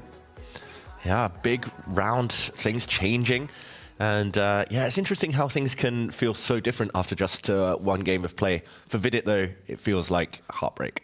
Absolute heartbreak. Again, mathematically, there's probably still an argument that you could make it through with 4 rounds. You win all 4, you get to that magic number of 5 that David was talking about earlier today. So again, nobody's technically out of it just yet, but the margin for error just keeps shrinking at almost an exponential rate here, Tanya. Yeah, maybe technically not, but practically yes. I mean, how do you score 4 back-to-back wins against the field, your own mind knowing the form that you're bringing in, having this kind of a start. And there we've got the standings with it still at the bottom of the board. And Gukesh actually leapfrogging there, finds himself in the top 8. Exactly. We do have a tie currently for a 3-way tie, 2.5 points apiece. It was Gukesh taking down Praggnanandhaa to get that tie as well. Vincent Keimer with his half a point moves up into that 3-way. Magnus still remains up top the table at 5.5. And then we have a tie for second as Jan Nepomniachtchi joins Noterbeck there on the podium positions for now. Arjun Erigaisi, a brilliant showing from him to move to 4.5 points. And so again, those who are in danger, it's still Vidit, Richard Rapport, Vincent Keimer, and then I would say all of those who are tied above them, including Pragg, Gukesh. Fabiano still just barely ahead of them with half a point himself. But again, I think a pretty solid start to his day considering how his day 1 went. I think the players between 6 to 8 right now, definitely not feeling safe at all. You know, even with 4 points, you've still got to get that another point or two going over there. But for Gukesh, yes, a huge win against Pragg. This was Magnus, brilliant display of just keeping everything under control. I think Vincent should be extremely happy about how the day has started as well. Anything can happen with 4 rounds to go. I'm expecting a lot of shuffle up there. I am so happy that you called out Gukesh, Vincent, because guess who's playing each other in the very next round? It's going to be Vincent and Gukesh, currently tied at 2.5 points apiece. Man, now they're staring Big down. one. Yeah, they're staring across each other to see who might be able to break that tie and really move into a solid position, top 8. And you know what's the other storyline to that matchup, James? World Championship. Vincent was the second to Gukesh for that match, so he knows him incredibly well. They've trained together for months leading up to that match, so really going to be quite a fun ride for all of us watching. For these two players, maybe not as much. So we wait on bated breath for that matchup in particular, but we want to hear from the players all throughout the day. And earlier we were able to catch up with Hikaru as he exited his first game of the day. Hikaru seems like a very pragmatical decision in the first game today. What was your reasoning? Well, I mean, in some ways chess players can be very smart. In some ways they can be very stupid. I don't think that's any secret out there. But one thing chess players are very good at is understanding the name of the game, meaning what the tournament strategy should be. And before the game, I mean, I basically came into today feeling that if I don't lose any games, let's just say I draw all the games, I'll finish in the top 8. That's the first thing. But secondarily, when we started looking at the opening, it was pretty funny because there was something of a disagreement. Basically, Nepo thought that e4, c5, the Sicilian line, was good for white, and Noterbeck, myself, and Pragg, we all thought that it was good for black. So then when I took that into consideration before the game, it didn't really make sense to be very aggressive because it could work out, but if it doesn't and I lose the game, it starts to become very, very tricky. And again, top 8 qualifier. We're top 4 is something that I would have to try much harder, but because of the tournament situation, it just didn't feel like the right moment to take chances. You're feeling good today about your chess? I mean, I think the thing is you try to put yourself in a position where you have good chances, and for me, the less games there are, the less chance to lose, the better it is. So that's 1 down, but there's still 4 more games, so we'll see how it goes. Good luck. Thank you. Thank you, Carl. Now, how about that, Tanya, referencing the group discussions, saying that their group in particular was quite split on one of the most talked about lines. Half the group thinking it's good for white, half the group thinking good for black. It's a part of this format of chess we don't talk about too much, how those group analysis can ultimately affect each other's games, right? You might question your own beliefs and your own intuition around the game. It's such a treat for everyone watching and for us as commentators to see that happen, but also such an insight from Hikaru how that affects the players, that at the end of it, you only have 10 minutes really to figure out a position that perhaps you've never seen in your life, you know, where every move is a high responsibility move in freestyle chess, especially the first 5 moves. And at the end of it, you need to make your own decisions, especially when the group is split, right? We've had some of the openings, David, where we've seen all the players play one move because they agreed that this is perhaps the best response. And then this was one of those positions which is such a balance between 5-1-8, a standard position, what we normally see, and a freestyle, small mix-up with a knight and bishop not at the right place, where suddenly the group gets split based on their preferences when it comes to classical standard chess. But it's also a nice insight into the top players and their priorities in chess, in openings. Hikaru, it's clear it's just about the tournament standings. It's about top 8. He doesn't care about getting top 4, getting kind of the choice of opponent in the next round. It's just about doing what's necessary. Some were prioritizing breaking the symmetry. Some were prioritizing getting a full-blooded fight. He's like, nope, I'm playing Fabiano. Fabiano's on a bit of a hot streak. A draw is a great result. I get an inch closer to towards safety, that magical 5 points or whatever it is. And yeah, he's just clearly prioritizing the sporting aspect rather than necessarily being objectively correct with his moves. I mean, you got to play the game within the game, right? Absolutely. We're here playing the game of chess, but you're also playing the game of making it to the playoffs. And as each round ticks on, I think we're going to see more and more players adjust their overall approach to the game and the result that they're going for, right? Obviously, if you're given winning chances, you might play through to them. But at the end of the day, if you only need half a point to secure your position, that might change the way that you approach the game, might change the way you open up a certain position. I think that's absolutely key what you're saying. You're playing the game and you're also playing your opponent, right? For Hikaru and Fabi to choose this moment, given the tournament standing, the points they are on, to choose a line or to choose a starting move that would create chaos on the board just doesn't make sense, especially for Hikaru, who's sort of in the mix of the things. The ball is in Fabi's court. He wants to take extra risk. Sure, come on, you know, it's game on then. But a draw in that big clash of the two big guns, I think for both of them, it makes a good start, a solid start to the day. And they'll choose their opponents, the tournament situation, when to go all out, when to make those risky decisions in those first few moves. Super important distinction I think you made, right, is that the onus is on the players who are further down the standings to take more risk, right? And that's where I would be, again, pointing back towards players who are right there on the bubble. Richard Rapport getting a big victory over Vidit, but still has a lot of work to do. He's going to have to continue to test his opponents, look to poke and prod and find advantages, because let's just pretend that every match from this point onward through the end of the day went to a draw. Okay, then the standings don't change and you're out of the playoff picture, and that's a scary position to be in. Yeah, I mean, for Richard Rapport, he is a very streaky player as well, so it's even more important for him to get those types of positions.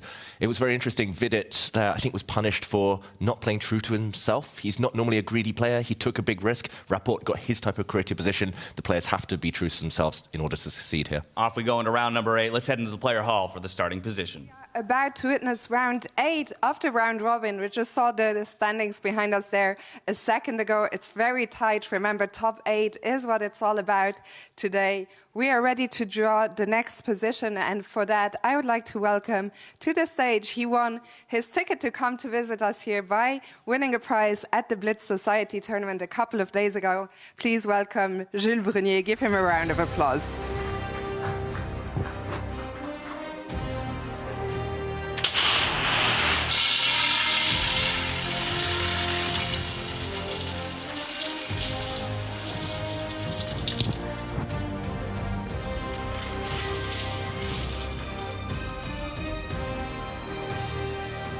Number is 636.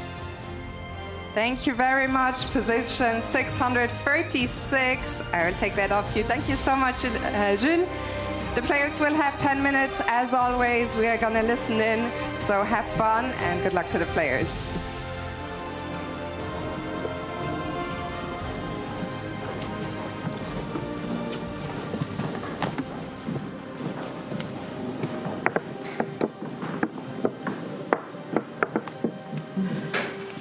Feels like an almost normal position. Yeah. No, but the rook was on F1, right? Is it? One was rook on F1, one was on A1. It's correct, okay. Is this correct? Correct, okay. Yeah. B7, G7 is also. B4 is a really critical move, though, right? Because maybe there's. Or maybe. So what, these are the two, B7 and G7 are weak, but you can't. I mean, F4, F5, Bishop D4 is already quite F4, F5. That makes sense. Bishop D4 or E4 is also. Not maybe. E4 queen H5. No, but this looks very critical. Yeah, but Bishop D4 is actually quite annoying. I mean, is this just really just good for white? I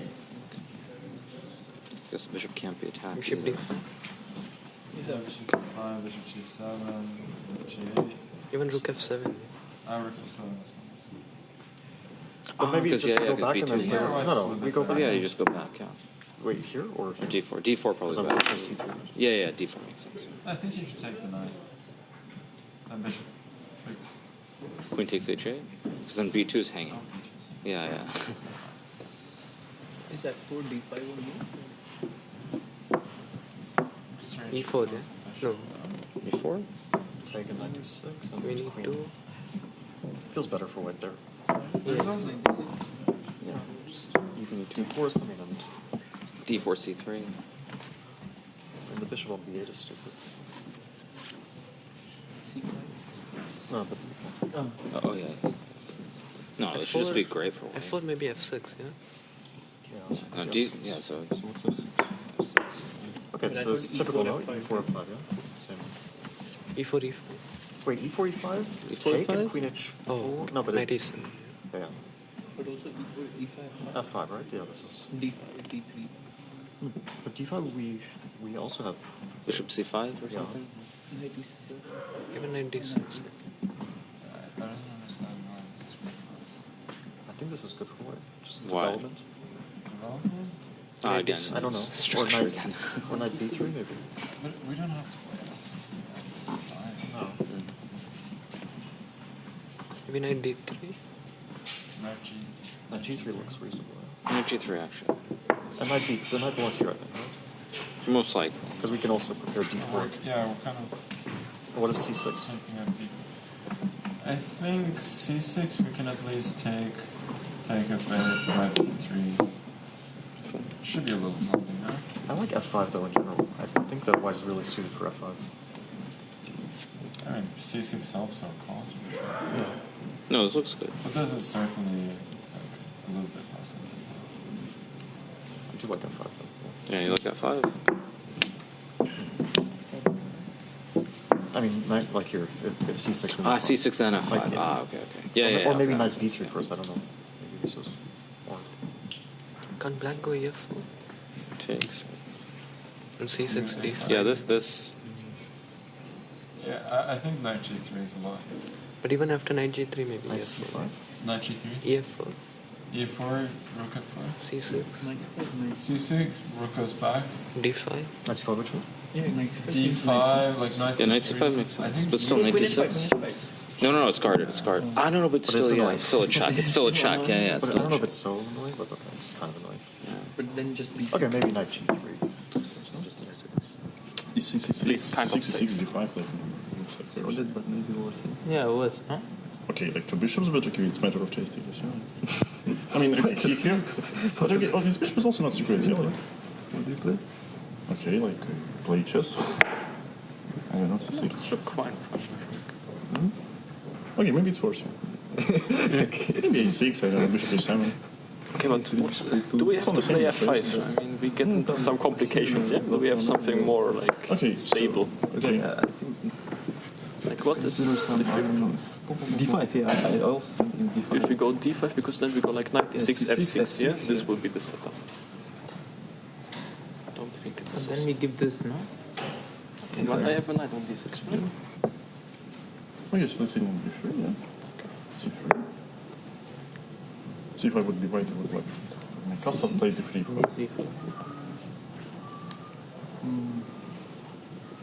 Knight C5 always, okay, just not knight G. Maybe knight G3 for E4, yeah? Bit strange. So now, this knight E4, E5, we will have a problem, yeah? Okay. What about F4, F6? Just... E4? Yeah, just, D5. yeah, but with this check we can take back here, like a normal person. You can? You have 97. Knight E7 always, yeah. It's not as dangerous. But I don't like the general idea, like, so like... Yeah. I mean, it's like... Knight D3. Because in this game, like, space advantages. We can also go like maybe A6 bishop A7, yeah, later. Yeah, maybe D6. D6 bishop A7. At D6 we're also like... How does it happen, like... F4, like... F4 is very and let's say natural if we are first. like... And we have like... no, I mean, okay, then E4, D4, yeah? No, I mean like...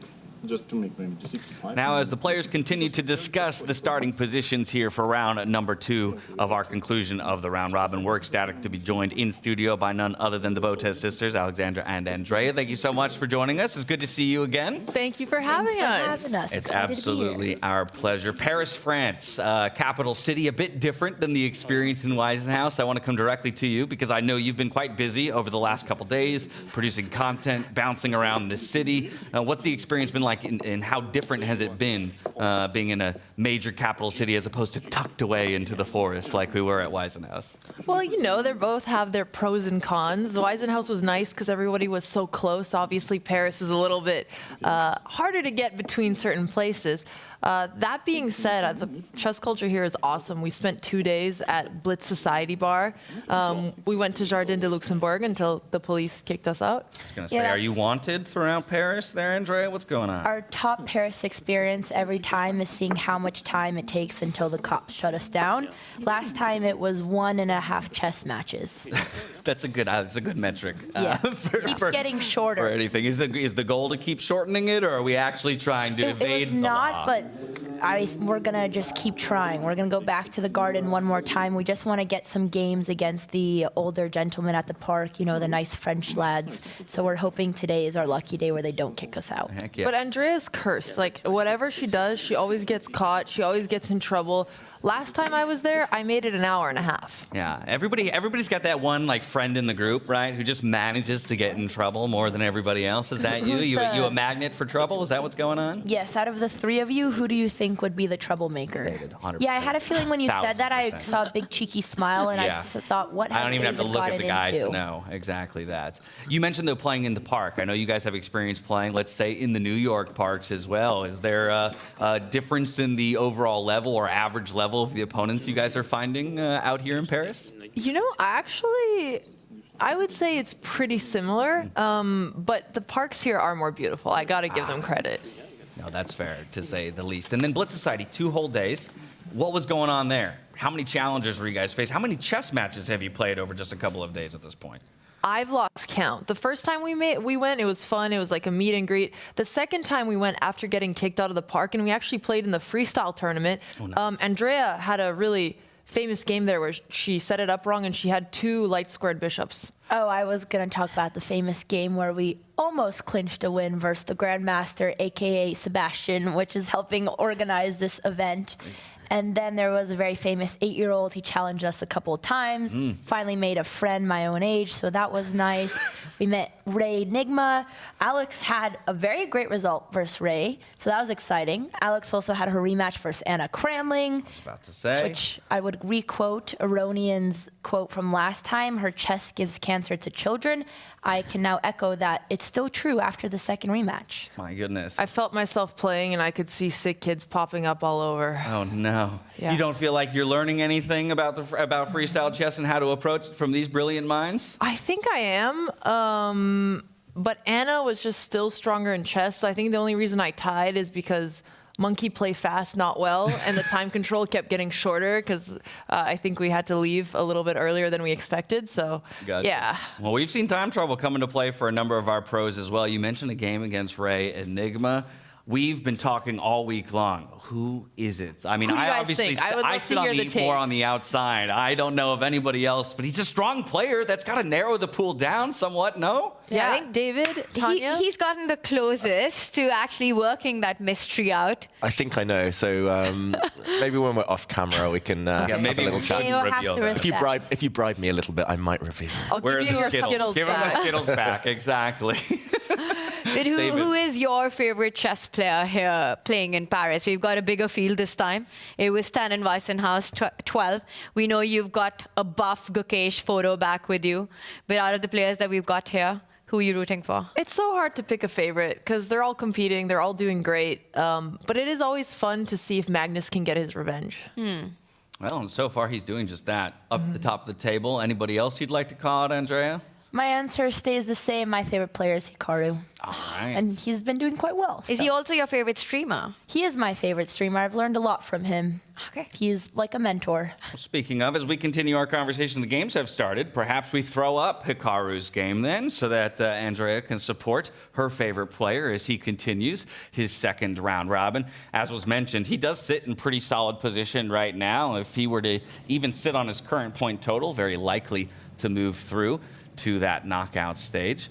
Are you guys with us through the end of the tournament, or what's on the docket schedule-wise for the Botez sisters? Today is actually our last day, so we're leaving tomorrow morning. No poker rematch? No poker rematch. I was hanging on to that. Okay. But well, promise me at a future event we run back some poker. Absolutely. Okay. Absolutely. And I want you to win in my honor. Okay, I'll do my best. I took just that one hand against Magnus and then promptly lost the rest of my winnings. So You we'll see won if I where can- it mattered. True fact, true fact. Yeah, I've had too many croissants at breakfast. I think if I have any more, the plane might go down when we return home. So tomorrow is just the soonest we can get out. Otherwise, it's just all downhill from here. Okay, fair enough. What about content-wise? I mean, obviously, you guys have been filming a lot. What can we expect to be released on the channels over the coming days, or any other projects that are around the corner you guys want to call out, spotlight? Well, one of the more creative videos we did this trip is we did a Who Knows Each Other Better. We did it with Vidit and Nidhi, and we also did it with Magnus and Ella. I'm not going to say who won in them, but we learned a lot about everyone. Okay. And more about ourselves. And I was about to say, if we were to put you to the test, who knows who better? Well, we were and I thought competing you would versus know the me better, married too. couple. I think my guesses were a little better, but Oh, hang on. Go watch the Wait, video. no. Don't spo- not- No. I'm going to spoil one. She said her guesses were better, so we did two questions. One was, who was your favorite American president, and who is your favorite Indian person? Because I don't know all of the Indian Alex presidents. wanted to throw this one. And Andrea's guess for my favorite Indian person was not even an Indian name. It was Tigran. Because she had two roommates. One was Arnav, one was Tigran, and No, I got one was Arnav not and Tigran. You literally mixed up. made this name up, and it's the most Armenian name ever. Yeah. But my favorite video Wait, that David looks concerned. I mean, if you're naming world champions, Tigran's a good guess, but... No, we weren't. I was going for her roommates. But my favorite video that we filmed while we were here is we got away with cheating versus Magnus, and he didn't know, and we pulled it off, but I still lost the game because I heard the moves wrong and played the wrong moves and blundered. But his reaction when I pulled out the AirPod was quite good. That's a disaster. It though. was a disaster. Cheating to a loss? That's Yeah, got to be well- a first in world history. It's going to take a special I talent felt to cheat and still better. lose. Yeah, I feel like I would have felt really bad if we actually would have won. I don't know what his reaction would have been, so I'm happy that I failed, but maybe we'll get him next time.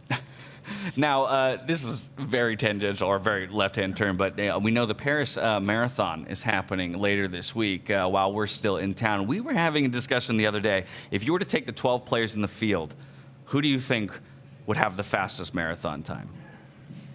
I've seen that all the players think Nordebek is the most athletic. I don't know if he does a lot of sports, but everyone has a lot of faith in him. So That was who Fabiano. We asked Fabiano that question, and he kind of went Everyone- towards Notre I Dame. don't know what training he's doing, but maybe that's why his chest is also so sharp. And we look at the heart rates a lot of times too, and he's usually at a pretty solid resting heart rate. We can kind of key back into the game, see how your boy Hikaru's doing in this one. Also sporting an 89 heart rate there as well, so maybe a marathon runner himself. David, help us understand what we're looking at here. Yeah, he's a runner, by the way, Hikaru. He's no Dash, but he does run a lot. Probably a better himself. runner than I am now. Yeah, just looks like a very level position right now. Neither side has really tried to impact the opponent's position. Both sides just sorting out their own business here. Maybe we'll see some castling. The kings and the rooks now, they've cleared the back rank. So we could see both sides castle. Maybe we'll start to see the two lines start to meet with some clashes in the center, some pawn pushes. But okay, very cagey stuff. Hikaru, it does feel like he's playing a lot safer now. He senses that the top 8 is in sight. You say cagey, and the moment you say that, Pragnananda tries to create some counterplay as well. You know, he wanted to target that knight, which has just preemptively moved back. It's going to be a lot about Hikaru getting that central space in. I also want to point out, I think this is one of those positions that's also pretty similar to our standard 5-1-8 once the kings get to safety. You know, once the players decide where to put the king, and the moment I say that, Prag's going all out with his pawns. He's the first to strike in the center, get that space. Yeah, he wants the space, he wants to activate pieces. I have a sneaky feeling if there's a capture, he might even bring his queen out. Not something we normally recommend to newer players. The queen often gets hit, but at least then he would gain some space. He'd clear that side of the board. The queen and this bishop need to get out of the way if the black king wants to castle on the right side. So, okay, very ambitious from Pragg, who needs to start winning if he wants to get safety in this event. And while you got Alex and Andrea here with us, should we do a round of prediction of results along with chat as well? We go game by game. Yeah, and, you know, it's a crucial round. Should we bring that up? Well, we'll start with this one. It's already on our screens. What are we thinking here? The computer says it's a dead even, but as we've seen all throughout the round robin, very few of our games have actually ended in a draw. What do you think, Pragg, Hikaru? I feel like I know where Andrea's going. Yeah, I feel like I can't answer this. Don't want to do any jinxing, you know?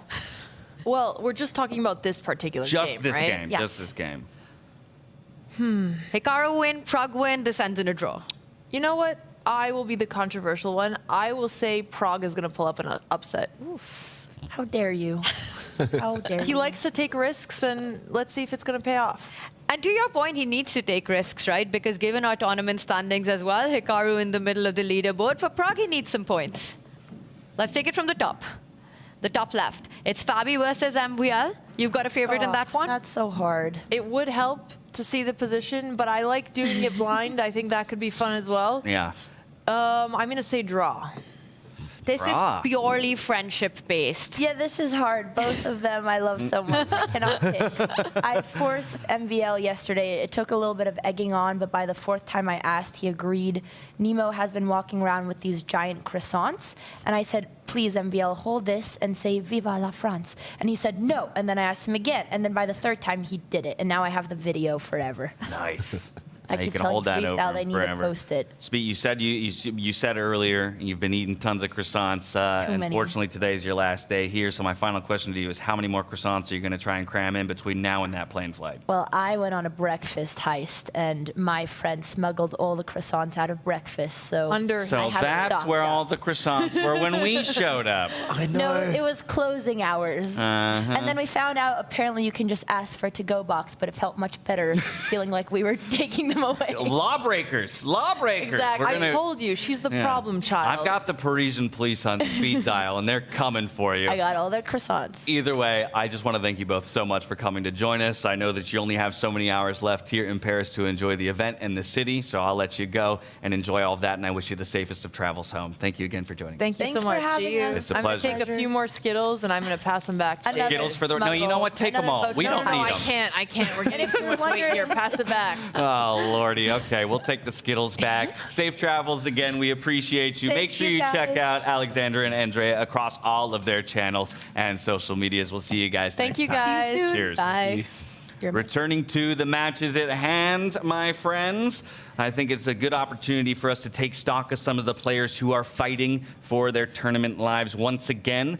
I think Gukesh, Vincent Keimer would be a matchup that I would be particularly curious he's my to key mentor. in on. These are two players who are currently tied in the standings at 2.5 points apiece, shared in that three-way tie right now for the final position in the playoff picture. So we're going to check in on that game where it does look like the world champion has found himself yet the slightest advantage, but still plenty of game to play. And to me, that's such a surprise because looking at the position, I mean, again, Gukesh has just gone all out with his pawns, right? With only the knight stepping one step ahead.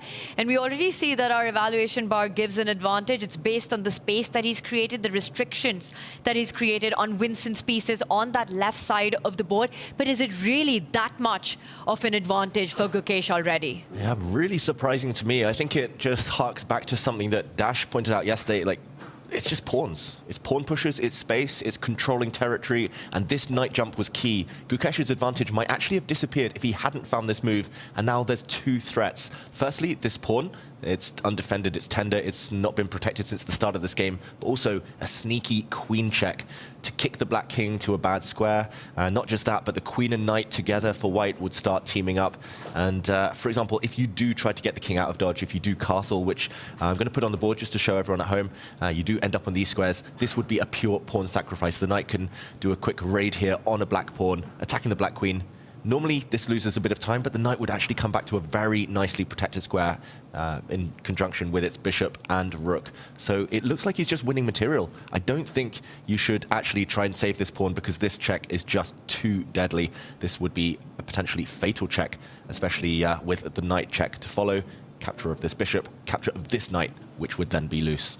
So danger actually for Vincent Keymer already in a huge match for the standings. And eating up a lot of his time, down to 4 minutes on the clock to the 7:08 of his opponent, right? This has been the story of his round robin so far, has been getting into a little bit of time trouble and not able to convert, and just standing on that bubble right now at 2.5 points for Gukesh. He's got a good position, but like we said, most of it through the effect of pawn moves. At some point, we have to get the rest of those pieces involved, Tanya, if we actually want to capitalize on our advantage. It's the pawn moves combined with the concrete aspect that we're looking at, that it's actually impossible for Vincent in a healthy way to hold on to material right now. You know, you don't want to step up with your rook defending the pawn, bringing it in the way of its own bishop there.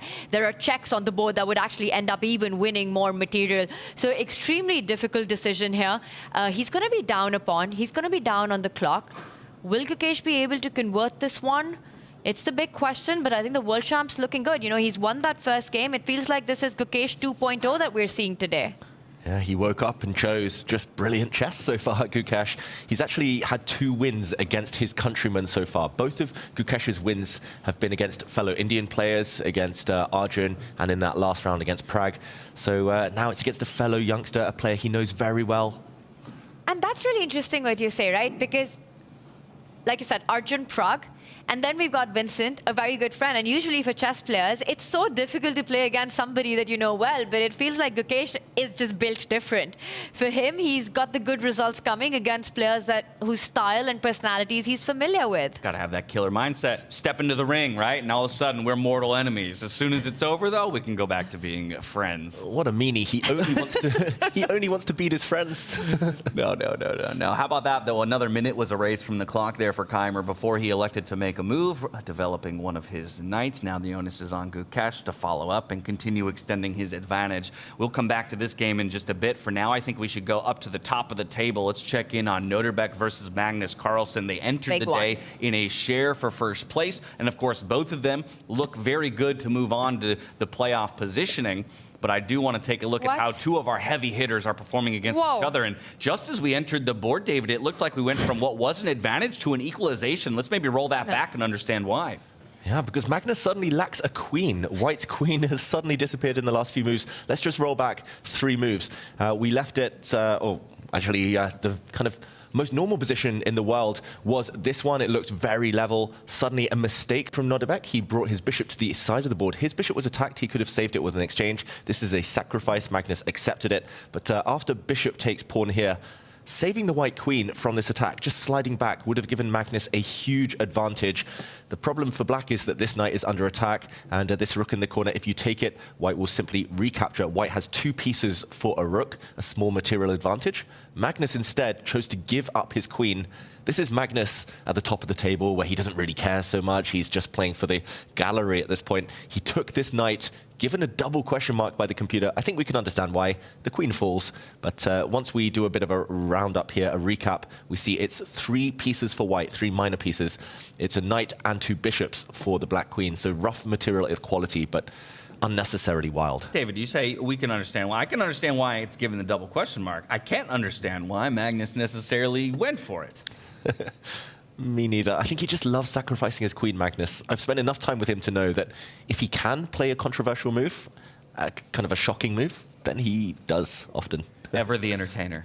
He really is, and I think he entertains himself most of all. You know, whenever he finds something that could be fun to play on, he knows he's safe in the qualifiers.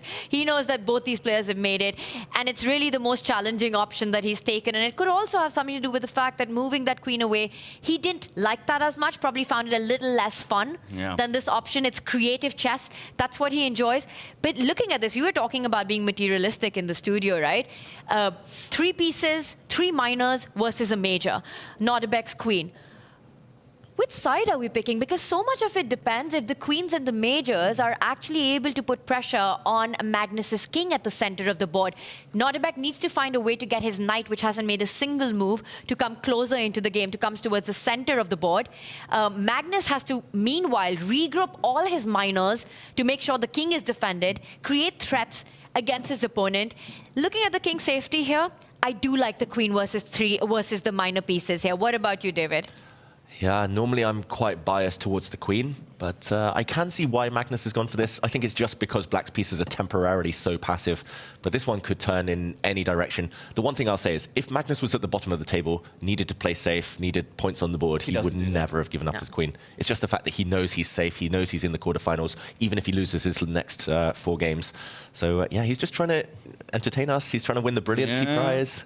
Well, and some of our fans in chat, though, they're going to be wishing that maybe they could have him take that move back. We asked in our Twitch chat who they believe will win the round 8 pairing, Magnus, Nordebek, or will it go to a draw. 49% of our audience thinks Magnus will take it. Well, after that queen sacrifice, maybe it is less likely. Here we have a couple of moves flying out onto the board. I did see an X showing up there at some point, so an indicated missed opportunity.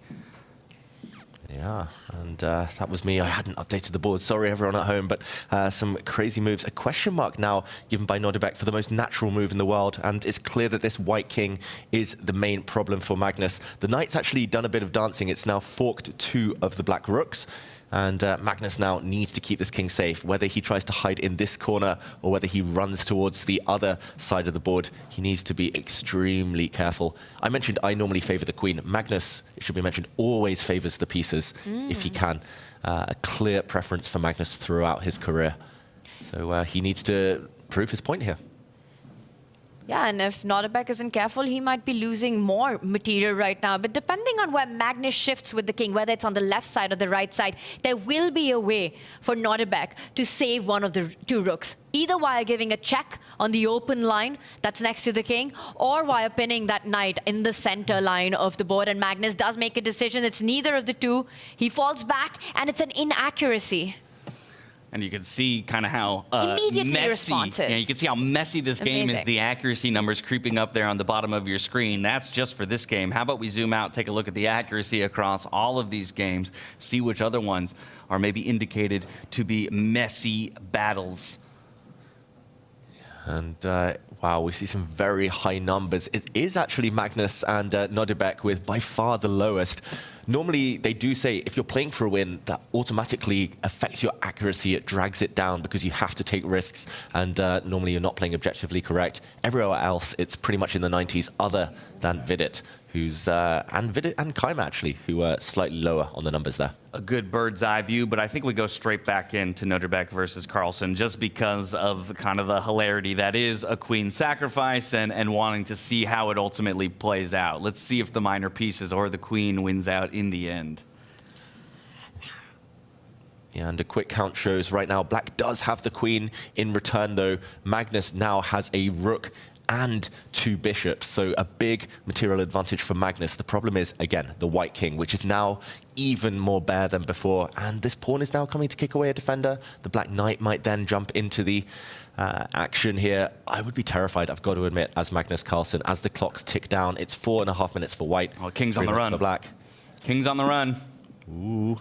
Oh, and Nordebek keeps pushing the pawns. Magnus's bishop lands on a key file where it can be protected by one of the pawns moving forward and just plants himself to a square, restricting Nordebek's rook. Not only blocking a central line, but taking away a key activity square on the open file next to black's king as well. So a really nice call there by Magnus.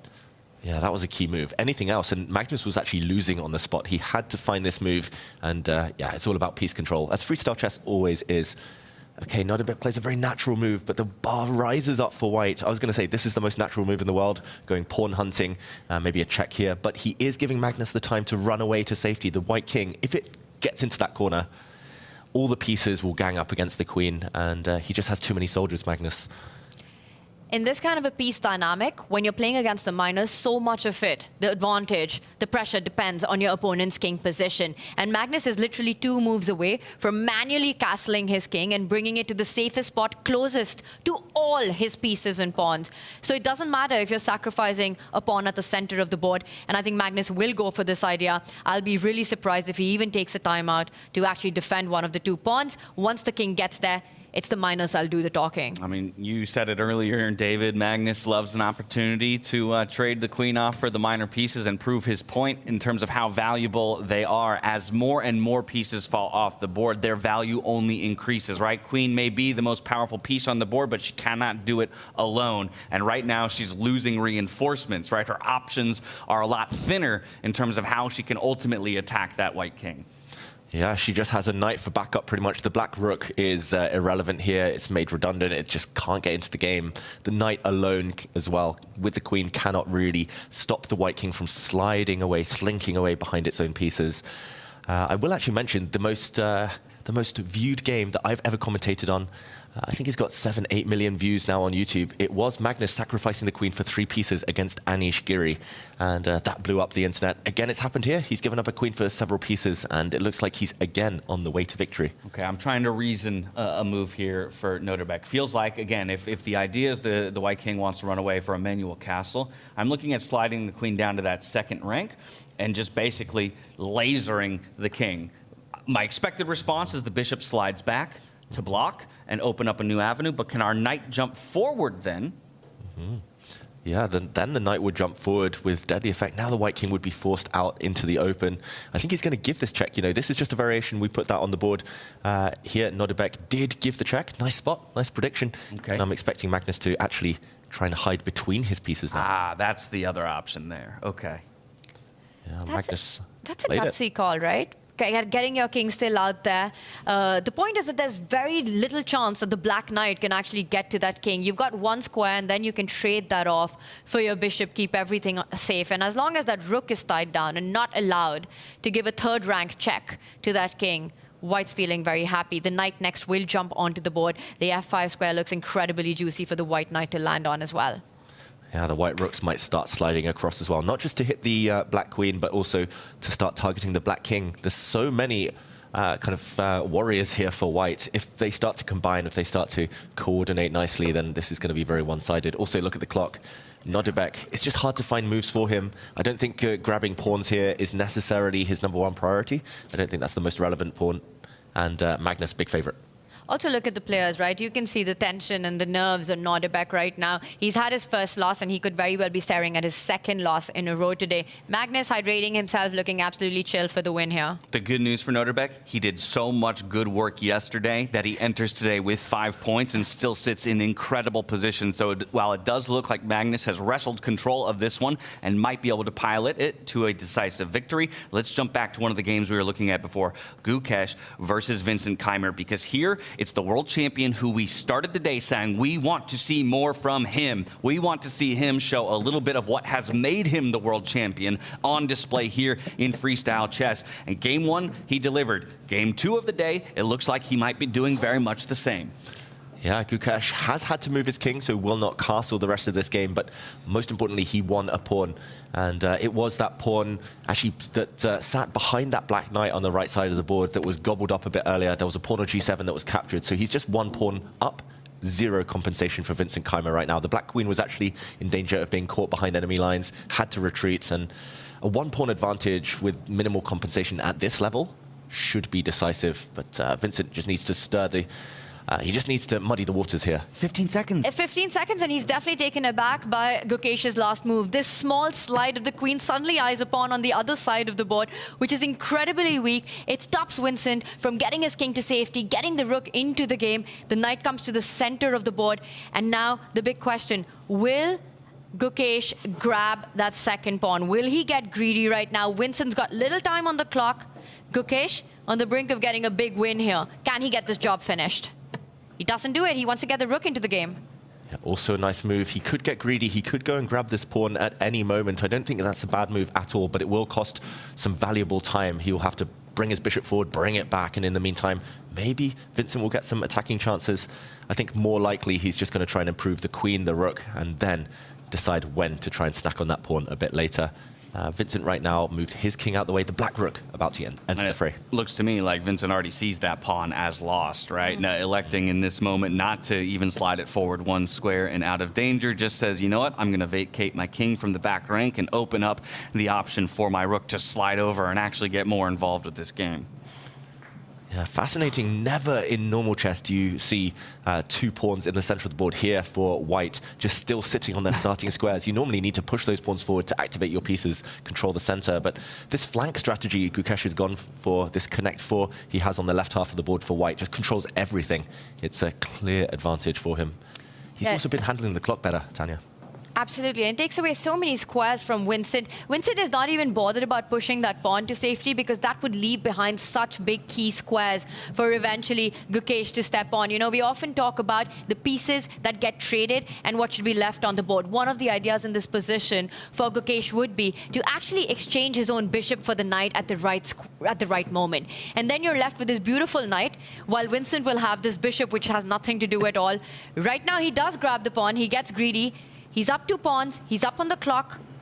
Where is Vincent creating counterplay on that open file? Can he double up the queen and the rook?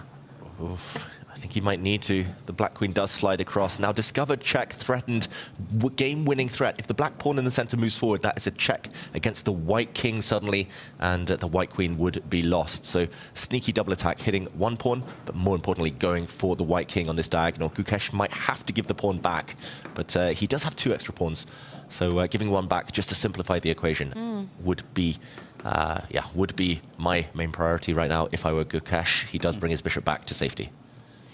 And I like this because, yes, if you pick up that extra pawn, you also end up trading queens, which would work to Gukesh's advantage, being up material. Vincent keeps the pressure on the board. I think that's a smart, practical decision. You want as many pieces to try to create as many threats as possible. The chances of tricking your opponent would be higher. And he comes back. Gukesh will not repeat. No. He will not go. At this point, we just slide the rook over to the open file, no? Yeah. Makes a lot of sense. Yeah. Brilliant move. You do have time to save your pawn if you want. There we go. He keeps his 2-pawn advantage. Keeps the queens on the board. He will want them off at some point, Gukesh, but no reason to rush with that. Black has no threats at all. There's no weaknesses in the white position. Everything defends each other. And the reason for that is we talk about knight being a great attacker, but here it's also a great defender to Gukesh's king. Right next to it, taking control of key penetrating squares, you know, just making sure none of Vincent's pieces actually land on those light squares. I believe it was in Weisenhouse. You told me that a king's best friend is his horse in defense. That's right, and a king and knight actually defend each other so well against an enemy queen. They can stop all checks, just a knight alone. It's a bit like the medieval times. The knight with a shield there, just blocking everything. And here we go, a trade of pawns. He's done to open up lines. The white rook has entered the action. Yeah, that brilliant white connect 4 that had served him so well throughout the game. He's the one who elects to break it finally, but it's to unlock the power of the rook. Absolutely, and it might be time now for Gukesh to shift focus on that king, you know, start threatening pins along the 7th rank. Now the bishop also with the idea of doubling down on Black's defensive resources there. Big pressure on Vincent Keymer right now. Big pressure. This is almost a hopeless position already for Vincent Keymer. Again, the clock has been his downfall in this game. He lost a pawn early.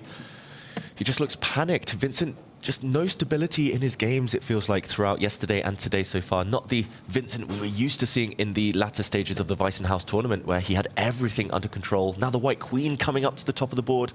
Deadly threat. This could tip Vincent over the edge. Yeah, it looks to be disastrous. He'll try his last few defensive maneuvers.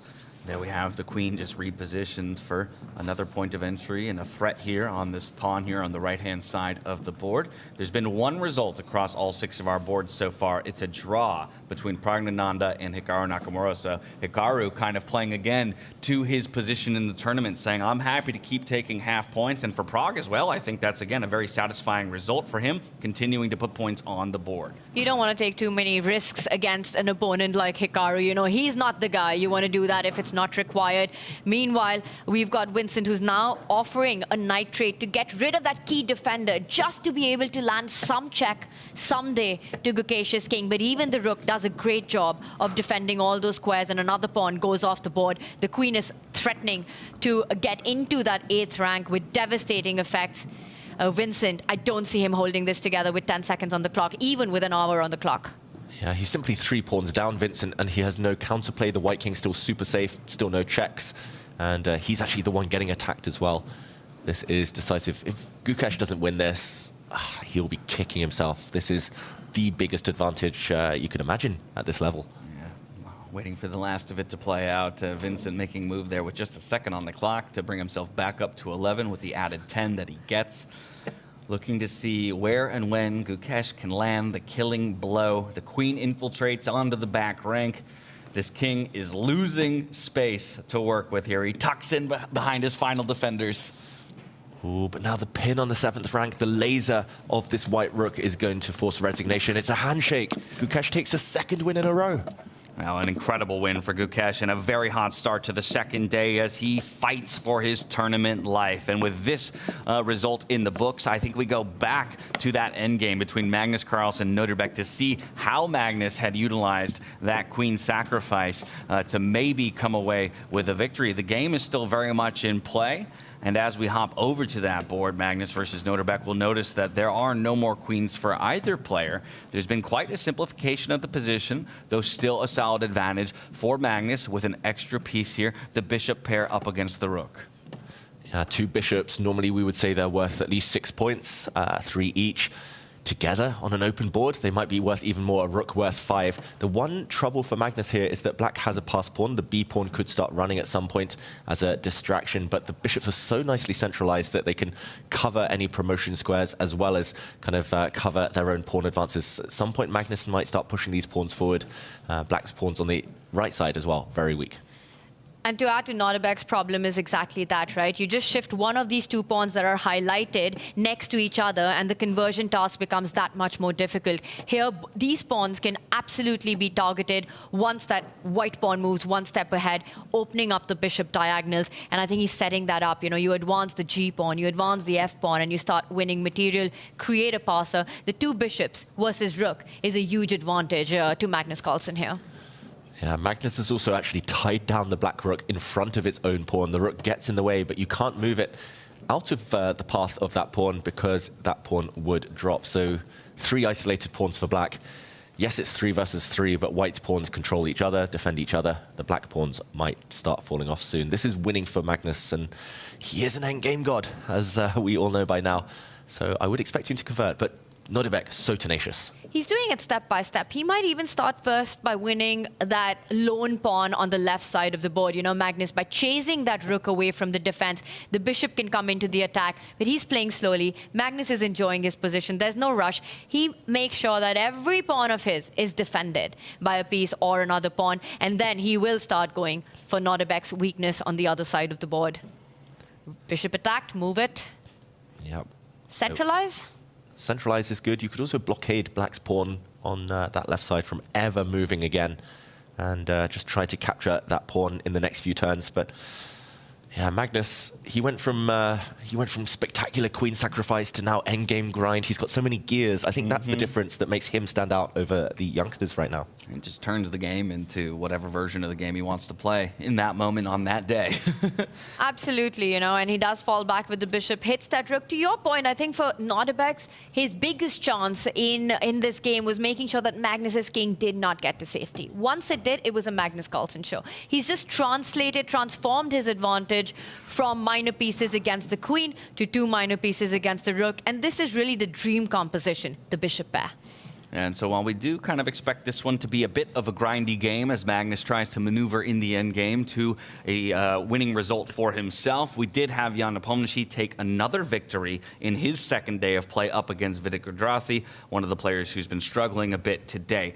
I do think it'd be wise for us, though, to hop on over to Richard Rapport versus Arjun Erigaisi, because this is one of our players who's looking to stab into that top 8 and looks like he might be well on his way to doing so. 2 points to his name currently, possibly soon to add another here, Tanya. Wow, and you know, Richie, he's got his task cut. He needs a lot of those wins. For Arjun, this one's got to hurt a lot, actually, at 4.5. But it's not over, because we see that there are 2 majors on the board, and the problem here is, yes, you're down material. You know, you do a quick count, you're down 2 pawns. But I want to highlight, for Arjun, his queen and rook are incredibly active pieces against Richie's king. And 3 seconds. Oh, he's panicking. Oh! Oof. That was a full panic move with 2 seconds on the clock. You could see it. Is he going to repeat? Richard Rapport I think he's just checking for time, right? Just trying to add time to his clock, perhaps, here, while also not looking for a draw. Or maybe he will settle for it. Whoa, he's 2 pawns up. He plays on. He moves his rook. Play on. He plays for the win. He added time to his clock. He's up to 48 seconds, I think that is, if my eyes don't deceive me. So gaining back a little bit of time, probably out of panic mode a little bit, does recognize that he has an advantage and wants to play on. Wow, we saw it on the camera. He froze for a second with only a few seconds left. I thought he was going to flag. I really did in that moment, because he was looking off the board. Like he was looking for an answer from somebody else almost. And this is the only way to keep the game going, right? Richie wants to create a bridge for the black king to slide it back and then slide it over to the other side so the rook can keep it protected. Arjun's relying on counterplay with his own rook and queen to save this game. Notice how Richard's queen defends a key pawn in the position, and the black rook has come to create a bridge for the king's safety. So really nice find by Richie. Yeah, he needed to repeat there to gain valuable time on the clock. That's a very professional decision. We actually see that throughout chess history from a lot of the top players. They repeat the position twice just to tease their opponents before playing on, kind of assert their psychological dominance, but also to gain time on the clock. I've done it countless times throughout my career. You just need a bit more thinking time often, and repeating the position is the way to do that. So yeah, nice to see Richard play on for the attempt to win at least. Still a lot of hard work to be done, because it's that same dilemma we saw earlier. A queen alone cannot deliver checkmate. Black's queen looks menacing, but cannot get the job done herself. At some point, he will need the help of the black rook. For now, though, the checks continue before he goes for that bridge building that Tanya talked about. The black king will start to run away at some point. First, repeating a few times. Ooh, second time we've seen this position, though. He needs to be careful, and now he goes back with his own king, but... oh, the bar doesn't like that one. Says it's a mistake. We're letting the queen in with check here on the back rank, or what is it? It's exactly that. You let the queen in with check, and then it slides over to the other side of the board, starting to target the black king from that position. Can he do that right now? Can he find a better square for his own queen here, Arjun? Because he needs to be careful. You know, Richard could give check, check, check, and win the rook, the white rook. Wow. With devastating effects. He actually found the only move. Centralization with queens is so key. We see it from Magnus Carlsen in queen endgames. Now this threatens a check next to the black king, followed by the white rook coming up to the top of the board. And like Tanya said, this queen in the center actually covers the checking squares for the black queen. There's no way for the black queen to pick off the undefended white rook anymore. Here, Richard, he's let it slip.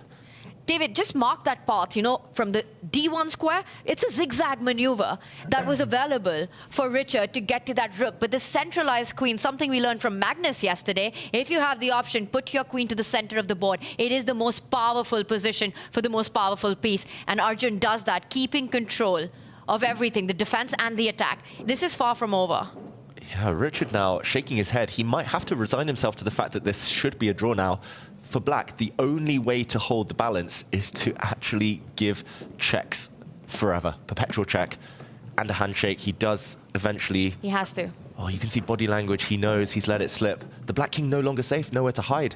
This check for the white queen, just too deadly a threat. Yeah, might utilize those checks just to, again, add time to the clock, give himself a little bit more time to think through any calculations. Figure out whether or not, yeah, this really is a drawn position, and there it is, the repetition. It will be half a point apiece. Richard Rapport moving up to 2.5 for Arjun Erigaisi, escaping on that one and adding a half a point to his scorecard as well. Magnus Carlsen, in that time, was also able to secure his victory and maneuver in the endgame. That leaves one board in play as well. That's Maxime Vachier-Lagrave up against Fabiano Caruana. We got the hometown favorite up against the guy who's trying to claw his way back and put up a performance much like... oh, well, as I say it, we jump to the board, and there you have a draw between these two as well. Yeah, and it's almost even a mirror image of the earlier game we saw between Vincent Keimer and Magnus Carlsen, opposite color bishops. It was a fortress, and neither side could make progress. This was the final position where they agreed a draw. The black bishop covers this white pawn from advancing. The black king covers the other pawn, and both sides have a blockade on their respective color complexes. So decent result for both sides. Caruana, as long as he keeps picking up points, he's getting closer and closer to safety. It also shows, right, how the players are actually adapting to the tournament situation. I mean, yesterday out of 36 games, we only had 6 draws. Today, we are going into game 3. We've had 2 rounds so far, and we've already seen quite a few draws, I think. 5 draws already, because the players were feeling safe.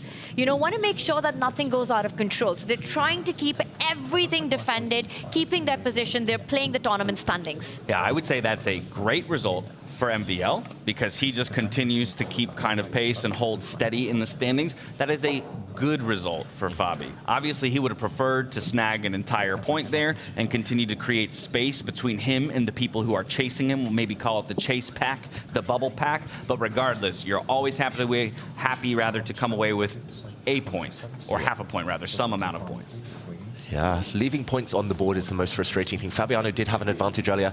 Richard Rapport, though, for him, not converting that advantage against Arjun Erigaisi might be fatal. He needed that momentum, very streaky player, and to not win a winning position, yeah, that can be so frustrating. Yeah, perhaps mentally damaging more than anything, but I will call out for people at home, if we take a look at the standings possibly, or rather reflect on the highlights of this round and look at the standings in just a bit, it is a very close battle for that 8th position. Currently, it is held as a tie between Fabiano and Gukesh, both at 3.5 points apiece. That's at the conclusion of this round in which you're seeing the highlights of all the action. Just outside of that top 8, Prague at 3 points. And then Vincent and Richard sharing a tie for 10th at 2.5. But that means 7th place is only 1 point away from 11th place. In terms of an overall differential, that could essentially change in this very next round. So, Fabi, Gukesh, 7th and 8th cannot be feeling good about their situation, at least not safe. You know, yes, they've made progress, especially Gukesh, but far from safe right now. Hikaru, though, has got to be feeling good about his chances. He's kept it solid in this tournament so far. Guys, with 3 rounds remaining, right, to reach that mark of qualifying where 4 players will get knocked out, what are the chances we actually get a playoff for that final 8th spot? It's looking pretty likely to me. I'm no statistician, so I'm scared to put a percentage chance on it, but maybe we throw up the overall standings graphic so people at home can throw out their ideas in chat and maybe let us know. Do they think there will be a playoff? And if so, between how many players, right? We have a possibility of anywhere from a 2 to 5-way tie, quite possibly by the end of the day. I say we get a playoff today. At least one. Yes, because it's so close. I mean, a half-point difference, you know, with 3.5, 3 and 2.5, players tied for that last spot, huge probability. I will say that magic number of 5 is looking pretty good right now, David. What can I say? I did my research. I was looking at the stats. I think for Hikaru, he's now 1.5 points above the danger zone. A draw should be enough. Just 1 draw from the remaining 3 games. 1 point would pretty much guarantee it. 5.5 is definitely safe. But yeah, for the players lower down there, Praggnanandhaa will need 2 wins at least out of his last 3 games. I think 5, you guarantee at least a playoff, if not safety. So yeah, still anything could happen. Tanya, do you think we'll see a repeat of the Tata Steel Masters playoff for the championship? Could be Gukesh and Praggnanandhaa playing off for their lives in this tournament and at the end of the day. We're very close to getting that, right? They're just right there, neck to neck in their battle for qualification. And Fabi also feeling the heat right now with 3.5 points. You know, it doesn't matter how many wins or draws it took you to get that. You need to have at least a half-point difference to survive, to not take it to playoffs. And none of these players want to face that. You know, and they want to be safe right now. So it's going to be interesting to see. I think this next round, and we should have the pairing soon to see who's playing who, because it's a big one. Oh, yeah. No, we'll talk about those in just a moment. We think 5 will secure you a playoff position. It is not necessarily guaranteed. I tell you one person, though, who is pretty solid in their position. That would be our number 1 on the leaderboard, Magnus Carlsen, with 6.5 points to his name. We had a moment to speak to him just after his victory in this last round. Let's take a look. Magnus, that was a fun game to watch. Yeah, it was fun to play as well. How would you summarize it? I mean, you end up with a queen sacrifice at one point, and what was the thought process? I'd missed the previous move that he'd made, and I thought I was doing quite well, and after I missed that, it seemed hard for me to coordinate my pieces properly.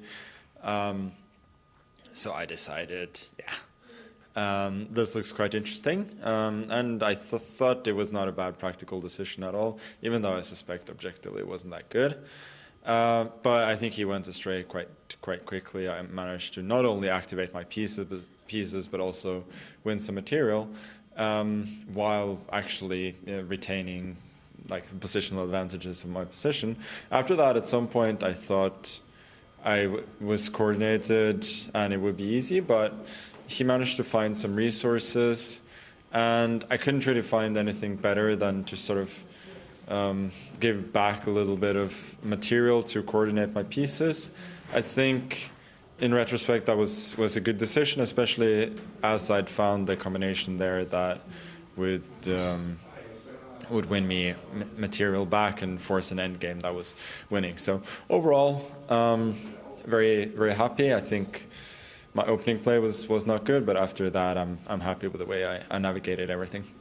You look more awake and a little sharper today. Do you feel the same way? Yeah, I feel a lot better today. Good luck. Thank you. Well, I very much know he's considered the world's best for a reason, but it'll never cease to amaze me the accuracy of analysis that these players have immediately coming off of a game, saying, I had missed my opponent's previous move, I saw something interesting. Objectively, it probably wasn't good, referencing the fact that the evaluation bar went promptly like this, but still feeling practically like it gave him good chances to win, and he played exactly to that analysis. Yeah, so spot on. He's doing that interview blind, by the way. He hasn't checked with the computer, but he knows, not objectively correct. And it's always that fine balance. It's always the practical side that is actually the hardest to gauge in chess. Easy for us to say, oh, he gave up his queen. That's not correct. But to judge that his position was actually easier to play than the opponent's, especially in this rapid time format. So impressive, Tanya. It's also classic Magnus, right? He sees this possibility to make things fun, to make things challenging and interesting. He doesn't find a direct repetition to it. He thinks he's still got chances. He'll always, we've seen him so many times take that path. Well, Magnus looking good in this tournament so far. The discussion for us becomes more about the players who are fighting for those final playoff positions. I'm just going to preview a couple of the matches that we have in store for our next round. The three, I think, that come to mind, of course, are going to be Nodirbek Abdusattorov up against Gukesh. Nodirbek, a bit of a struggle today. Of course, he sits very pretty with his current point total, but that means Gukesh might have another option to continue his incredible run today here, Tanya, in taking down maybe a vulnerable Nodirbek on day two in terms of his level of play. I mean, a player who's had 2 losses back-to-back versus a player who's come back with 2 wins. I mean, that's a huge one, right? And for Nodirbek, he wants to stop the bleeding. He wants to make sure that he can come back because, yes, you make it through. Even if you make it through to the knockouts, you want to do it in a confident way. Not after having a disastrous day. He's had 2 tough games. Nodirbek's up for a fight. And there's so much history, David, between these 2 players, starting from the 22 Chennai Olympiad. We're always in for a ride when they face each other. Exactly. In 2022, in the Olympiad in India, it was Nodirbek who broke local hearts by defeating Gukesh, turning things round from a hopelessly lost position, and he led Uzbekistan to Olympic gold. And here we see some of the stats that I have curated here. I do believe that calculation and attack are by far his strongest suits. I back that. Maybe I could have been more generous with defense and a few others, but yeah, he's a beast either way. Also, you could have been more generous with the photo that you've used for Nodirbek. That wasn't me, but I take on board the feedback. Well, hold up. On these statistics, and particularly this matchup, from memory, Gukesh's highest stat is calculation as well, right? Yeah. So I'm just curious your opinion of how these 2 players ultimately stylistically match up, if one player kind of outdoes the other just by a point or 2 in their best category. Yeah, I do think that Abdusattorov maybe is a decent all-round player, maybe a slightly better all-round player in the rapid time format. Very good on the clock. He very rarely makes these one-move blunders, but yeah, of course, Gukesh's calculation in classical chess really shines through. It's really interesting. What I'd love to see is a sort of a head-to-head stat of these player cards that we have. If I remember correctly, the average score for Gukesh was 90. is where it was at with the 24 performance that you had taken into account, and 85. I do believe that number is a bit low. I see your point, though, David, that strategically, I think he's an incredibly universal player, relies a lot on calculation. It's always a fight. For me, Nordebek, Gukesh, strength-wise, very close to each other. So 85 versus 90, not sure about that. It was based on 2024. Gukesh won the candidates, won Olympic gold, won the World Championship. It was hard not to give him 90, but yeah, and shout out if you'd to like to flame David on his scoring, this is your opportunity to do so. Feel free to hop in chat. Let us know which of those stats do you think should be shifted based on the performances of these players throughout this entire circuit. That's just one of the matches that we're going to be keeping our eyes on here in this next round. Another one that I think we have to call out is going to be Fabiano Caruana up against Praggnanandhaa. Again, two of the players that currently are in position to move through. Or I say that actually, Pragg is just on the outside. He's number 9 at 3 points exactly. Fabiano has a tie for 7th along with Gukesh at 3.5. So this is a huge opportunity for Pragg to swing an advantage in his favor and leapfrog over Fabi in the standings if he gets a decisive victory, moving up to 4 points. Yeah, that's a big one for Praggnanandhaa, right? He's playing against Fabi, a player who's sort of been shaky in this tournament so far. We are so used to seeing a consistent Fabiano Caruana, never in danger of qualification, always going the long run in freestyle chess. But here, he's not found his rhythm just yet. So it could be the moment for Pragg to strike. Whatever I know of him, he's going to take the chances if they do come. So much of it depends on the position we have. And you gave 84 to Pragg. Explain yourself, David Howell. I do believe 2024 wasn't his best year. 25, he did start off strong, winning the Tata Steel Masters. Last year, in the candidates, he wasn't quite his best. He did admit himself, he lost actually a few ELO points throughout that 12 months. Still fantastic calculator, of course, given the time. I think strategically, I should have been a bit higher. I think I should have given him in the 90s. Strategy is his strong point, I believe. But overall, just very consistent, very universal player. And for those of you perceptive viewers out there, he's not actually 0 years old. He is not an ethereal deity floating around in the ether while he achieved the GM title at the age of 12. He definitely has aged a bit since then. We'll see, though, if he can take down one of the older generation here in Fabiano Caruana. And again, leapfrog up into that 7th place position at 4 points. Final matchup I'm going to call out just real quickly is going to be Vincent Keymer, our defending champion, up against Hikaru Nakamura. Hikaru sits pretty right now with 4.5 points, but still very much in danger overall, and Vincent is the kind of guy who might be able to get it done. With that said, we're just about to find out what position these players will be doing battle with, so let's head into the player hall for the lottery. Welcome back. So after 8 rounds, we have a sole leader in Magnus Carlsen. Meanwhile, the fight for the top 8 places rages on. We are ready now for the next draw. And in order to help me, I would like to welcome France's first ever Grandmaster, as well as the owner of this magazine, Europe Échecs, which I'm sure you all know. Please give him a warm round of applause, Bachar Quatli.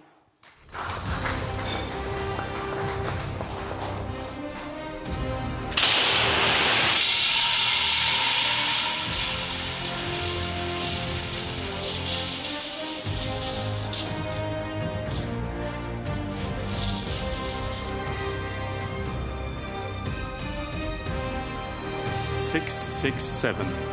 And you just told me that Europe Échecs is 66 years old, so that is a funny coincidence. 6, yeah, which is to, yeah. Thank you very much, Bachar. The players will have 10 minutes to prepare. We're gonna listen in. Have fun.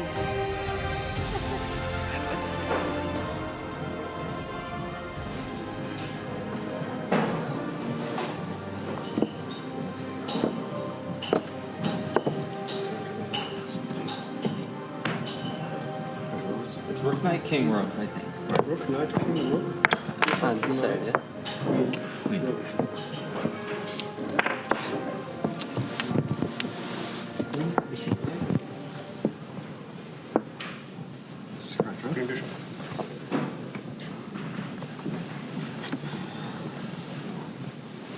Okay, so obviously G4 is G4 F4. G4 F4 D4 probably, right? It's probably 3 moves. D4 doesn't hit. No, I'm not saying it's a good move. I'm just thinking it makes sense. G4. G4 to me looks like the most. G4, G4 G5? F4. Okay, so say F5. This will start. Because you can always play G3 or G4 later.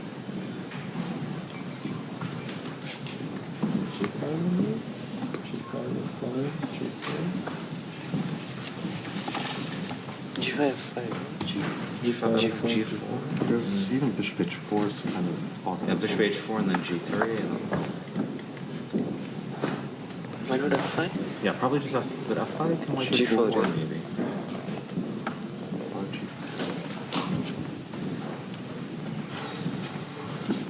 G6. So G6, G4? Yeah. It might be dangerous. Looks kind of ugly. Oh wait, maybe. Maybe we should play F5. Yeah, F5, G4, G6, G5, Queen G7. Queen G7. Okay. Yeah. So we can start with G6. Yeah. But maybe F5 makes more sense. But G6, No, but E4? G6, E4. Yeah, E4. Yeah. But I mean, white kind of has to play G4, right? Or even G4, G5 we can play, no? With the same idea. But at the end, there's probably a bishop h4. Like knight c3, yeah. takes, and takes, and bishop h4 maybe. Maybe not. Looks dangerous. Yeah. Knight's also coming to D5 there. Yeah, this looks quite good. But isn't it this? So G4 forced. G6. No, why not just G takes f5? G7, Knight c3, take, and bishop h4. But there's knight G6. Bishop h4, knight G6. Knight g6, yeah, okay. Okay, so There's knight e3 there. instead of bishop h4. Ah, yeah. Maybe a bit impressive, right? Maybe not a big deal. Bishop g6, bishop h4. Rook e8. Knight d5, knight c6. Knight b5, knight e6. Is there no other alternative? I mean, it's still a bit there for it, huh? Might be better for white for the start. I mean, there's either G5. Can you go d5? Can you play d5? G4. G6? Something like this. I don't know if it's any good. Yeah, it's not important. I mean, but probably, yeah, you have to go here, so otherwise e4. G4 is not correct. And then G6. And then G5. Or G5. G5 also maybe. G5 or 5 again is the question. But at least I have this. But it's very difficult to get it out still. Yeah, maybe G6.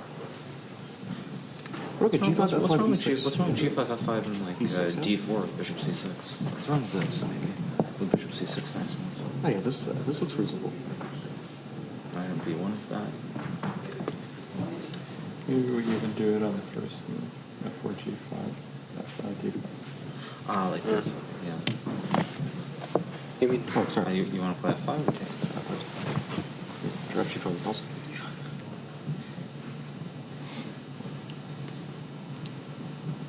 D4? I mean, white should probably go D4, I assume. But maybe G4, yeah. Still bishop. I mean, bishop h4 is not a big deal, right? Knight c6. Even I don't know bishop f6. Ah, even that one. Yeah, maybe that's good too. But scared of that structure though, because the knight is. Yeah, that's I think maybe that's not so good. good. But why don't we start with d5 at least to see what its intentions are? This is our plan. But I mean, white has to play G4, G3. There's nothing else that makes sense, right? But g3 is not as Yeah. dangerous, right? G7 is Shouldn't more be. dangerous. That means also for G4 we can start D5. Yeah, also. Yeah. Ah, G5 is hanging. I didn't see. Knight on E6 in general is Yeah, we're falling 3 years. absolutely awful. Okay, so then just here we go.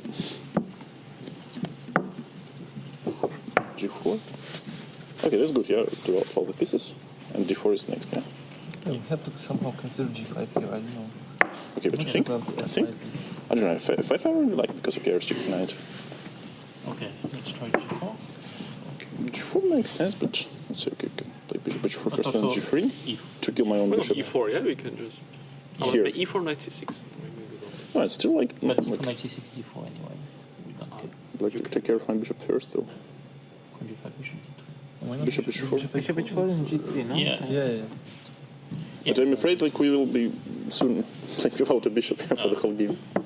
If we can't win on a7. Yeah. Then G3, attack on a7 twice, yeah. And we're forcing like F6. But F6 kills our bishop forever. He plays bishop 7, bishop h6. Yeah, I mean, you can just take and go G6, yeah. Yeah. It's not that big of a deal, maybe. Yeah, or maybe 6 first. Yeah. Why do we need to take it? Yeah, like, I mean, we can take it later. If we white. No, like, I mean, seriously, like, something like this. Almost like. But it's like, whatever, like, we'll be superior in the center, no? Okay, maybe it's more important, no? Right? Like d4, e4 in okay, but maybe the problem is d4, I don't know. What's this? Really like winning. No, this is like completely winning white, no? I don't know. Maybe not.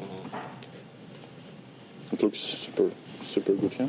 It looks playable, but we can do all these things after taking the pawn. Like his castle. Yeah, I mean, okay, it's a matter of fate, of course. Yeah, let's just take the not.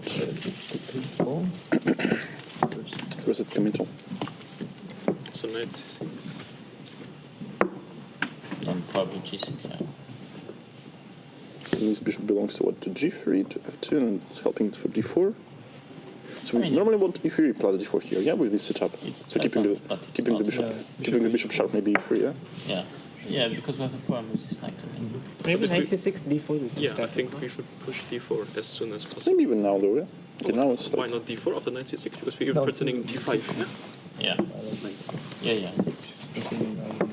So g5 was the problem once again, yeah? What did we go to g5? No. G5? And then g4? I mean, bishop h4 I don't like.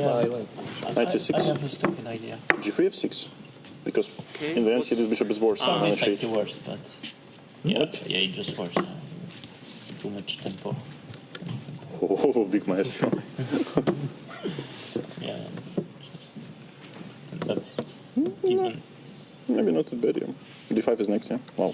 Gentlemen, round 9. Some spoiled all. No, we take on g7 and go knight e3 and then bishop h4 and knight d5. This is huge. So yes, bishop g6. Yeah, that's good, yeah. Chop knight e3, yeah. Yeah. Yeah, okay, that's good, yeah. Looks very good. Okay. Hope something works.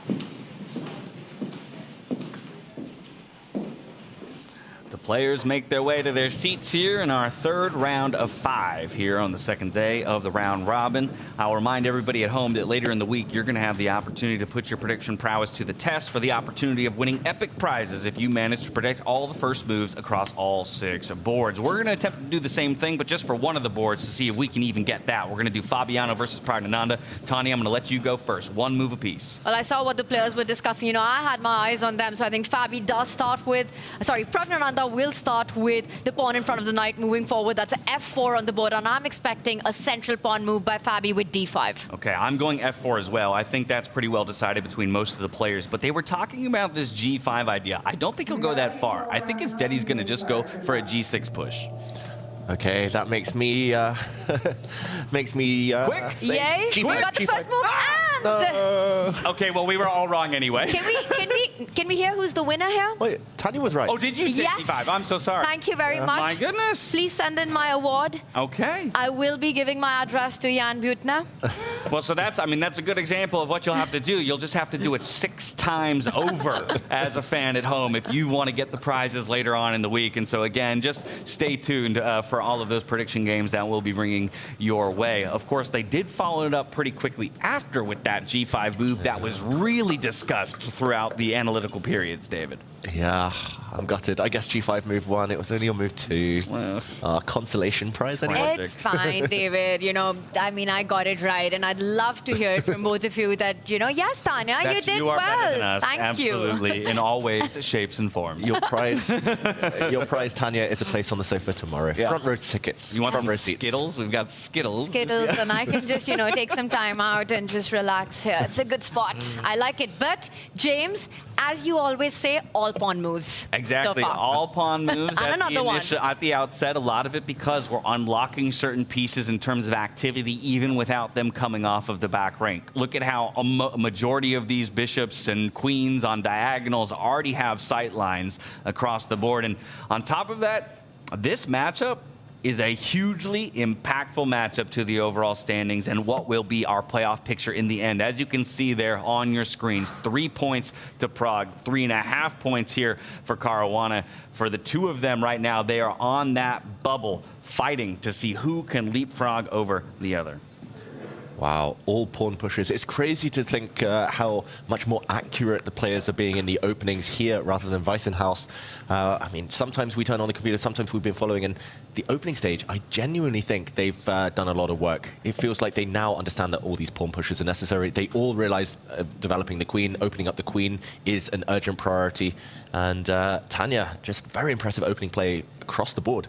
One of the takeaways that we've had with patterns is, right, when you've got long-range pieces like the queen and the bishop on the corner, we often see the top players, these guys who are in Paris, employ the first few moves that open up those diagonals. I just quickly want to point out that Fabi, who's advanced that central pawn, it might look like, hey, wait a second, you're blocking your own bishop, but notice how that pawn has taken away key squares from Praggnanandha's knights to actually have jumped to the center of the board. It's taken so much space and making it look very good for Fabi in the center. And now, not just that, I also just want to mention for everybody at home, since I have the advantage of seeing all 6 boards, every single board started with the exact same initial 2 moves per player, which is a kind of a rarity. James? Right? A lot of times we see some consensus, but then a deviation somewhere. Here, it is full consensus across James, the you've board. been talking about how our audience needs to focus on the analysis the players have been doing. I don't think you did that, because that's exactly what the players were talking about. Needs to be the first move. You know, you got to watch them carefully, man, if you got to win this competition. I'm going to have to up my perception score. In our defense, we only spent the first 5 minutes with the black team, then we moved away to the white team, and G5 on move 1 was what the players were looking at the first 5 minutes. Remind me who got it right? Either way, though, just to highlight on this board, every single one of the 6 that landed a black pawn in the center on the d4 square, every single board of the 6 as well, a white pawn landed on f5, also backed up by the g pawn. Some exchanges already on some of the other boards, but this pawn structure cropping up. It's one I've never, ever seen before in normal chess. But this is freestyle, and the players are certainly freestyling. I've got to say, early days, I love what Prag's doing. He's got a bishop on a long diagonal. This light square bishop are probably about to be traded off, but also on a nice long diagonal. And the white knight is about to hop forward, create some real threats near the black king. Already, Fabi has to be careful, and the black queen as well. Far more caged, far more boxed in than its counterpart. All of these small things feel like they make white's position easier to handle. David mentions light squared bishop maybe about to be traded off. Let's talk about trades and who wants to make them, right? I think that's a concept that sometimes can be difficult to understand. So when you say about to be traded off, your expectation is who wants to get this bishop off the board? Who does the trade advantage more? I would say it's a good decision by Fabi to get rid of this bishop that's played so beautifully to start targeting those pawns on the left side of the board. You know, it was also a minor piece that was coming in the way of his own queen and rook. So a nice way to develop. He does bring out the other knight. The big question is, how long will he stand off the trade, or will he do it in Prag's terms, allowing the queen to take its spot on that long diagonal? But to answer your question, I think the trade favors Fabiano Caruana, rather than letting those light squared bishops stay alive. Yeah, fully agree. But the question of when to take and who will blink first, I think we'll see these bishops stand where they are for quite a while longer. If white, for example, captures the black bishop, then the black knight hops out with gain of time. You've essentially given your opponent a move to develop for free. And likewise, as Tanya mentioned, if black ever captures this bishop, for example, if white just moves a pawn, if black ever captures this bishop, the white queen's suddenly on a far more potent diagonal. So it's a case of the bishops are going to be exchanged anyway. It's just who blinks first. You want to capture it on your terms. Right, don't improve your opponent's position for them. At least don't make it easy, right? And I want to point out one difference that exists, because Fabi also has its counterpart on that top right square, you know, that bishop. But because of that pawn move, it's not a piece that you immediately need to be traded off the board, which is why for Pragg it's absolutely fine to keep his own bishop on the diagonal. And look at that, the bishop and the knight combined to put pressure on a key pawn in front of the king, needed to be defended, and now Fabi voluntarily offers a trade of the bishop on the longest diagonal. Wow, well, the bishop's about to leave. It might just be queens and knights dancing around this board. I think he needed to. Essentially, that black bishop in the corner was the problem piece, was staring at its own pawn. Fabiano, good decision there. And having a space in the center, this pawn, this black pawn, it could be a big weakness. It could actually be captured in the next few moves, but it could also be just a thorn in the white side. And who would you take here, Tanya, if you had to pick a side? You know, it's so hard to answer, especially when you've got the evaluation bar staring at you. But I will say that I do like that central pawn that Fabi has. You know, it does make it a little bit more difficult for Pragg to actually get the pieces out. Also gives Fabi a bit more space in the center. So I'm going to actually disagree with our evaluation bar and say that if I had to pick a color, yes, it's too early, but I kind of like what Fabi's done in his position so far. Ooh, rook lift. Wasn't expecting that rook to move anytime soon. Actually, neither side is likely to castle in this game because both sides already have a king next to a rook. They already have the castle formation, so finding a new avenue to attack, maybe the rook just defends the bishop. It's going to slide across. Very creative. Now, with such a consensus around at least the initial moves in this round, I'm very curious to zoom out and take a look at the accuracy of all 6 boards to see if there's any major deviations, of course, as we had seen most of them probably up in that 90%, I think, to be expected. Ooh, Arjun Erigaisi, I'm looking at an 82%. Perhaps we check in on that one a bit later. Before we do, though, we had mentioned Gukesh versus Noterbeck as a very important matchup, not necessarily because Noterbeck is in danger of falling out of the top standings, but more so because of the story of these 2 players on the day. Gukesh, 2 wins in a row. Noterbeck yet to get a point on the board here in the second day. This definitely feels like a vulnerable Abdusattorov that Gukesh might be able to take advantage of and really solidify his position in the standings. Yeah, Gukesh has started his comeback in this tournament, you know, with his wins today. And he's facing an opponent he has so much history with. Both of them love playing against each other. There was one tournament where I actually interviewed Noterbeck and asked him out of the whole field who he's most excited to play. And he said Gukesh, and I asked him why. He said, I know his style. I know what he does and what his weaknesses are. He didn't give on what they were. The whole world is trying to figure that out. Nobody knows, but apparently Noterbeck does. So always an interesting fight. Again, we see a standoff between the bishops. It's a key theme. You know, once more, David, is this the same game that we're watching? What's going on here? It's almost deja vu. Actually, Gukesh has played pretty much all the same moves as Black, as Fabiano did in his game. It's only Abdusattorov who's done something a bit different. It's the white knight sitting on this square rather than over on the b5 square, which we actually saw in the Pragg game.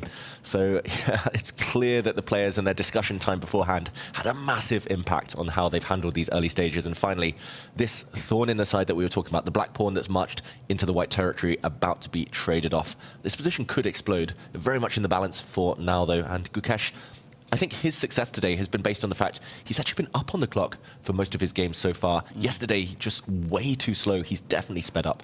One of the big strengths that I've noticed about Gukesh over the years is that he's able to recognize what's going wrong and fix those holes incredibly quickly. I think it's true for this younger generation. They're just really quick to adapt to things that they need to.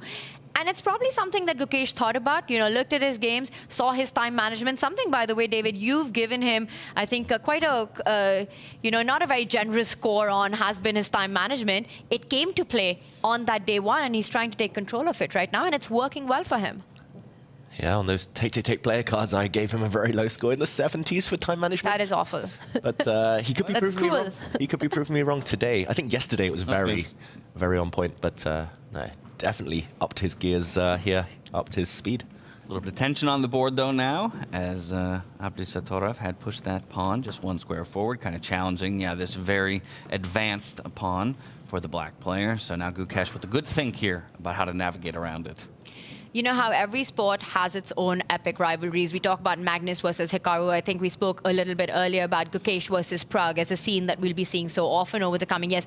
This picture, this matchup is also something that's going to define so much of the coming years at top-level elite chess. Noterbeck versus Gukesh. Their storyline has already started. The narrative has already started going back to 22 and all their clashes since. And it's only going to build with epic games, you know, and we've got one of them unfolding right in front of us.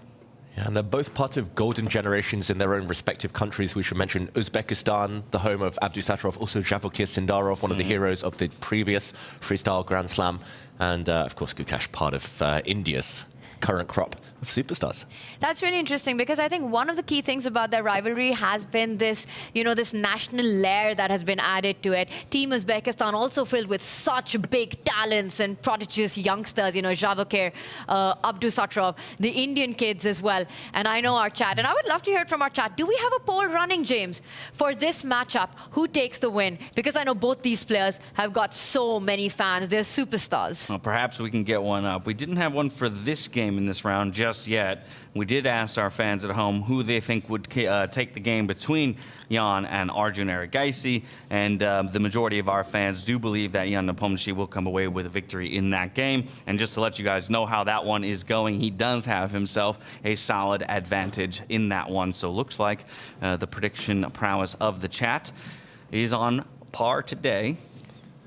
Yeah, meanwhile, this position in front of us, the last few moves, there have been some exchanges, the board starting to clear slightly, but the one big problem for black is a backward pawn. This means that the pawn in the center here cannot really move forward. The black e-pawn targeted. That pawn has just been sacrificed by Gukesh. He brings his rook up, another pattern we saw in a different game, the rook lift, developing the rook this way. And my big question, Tanya, is greed good in this position? It does cost a bit of time. The white queen will have to retreat to a bit of an awkward square, but should he get greedy? Should he grab this pawn before the opportunity passes?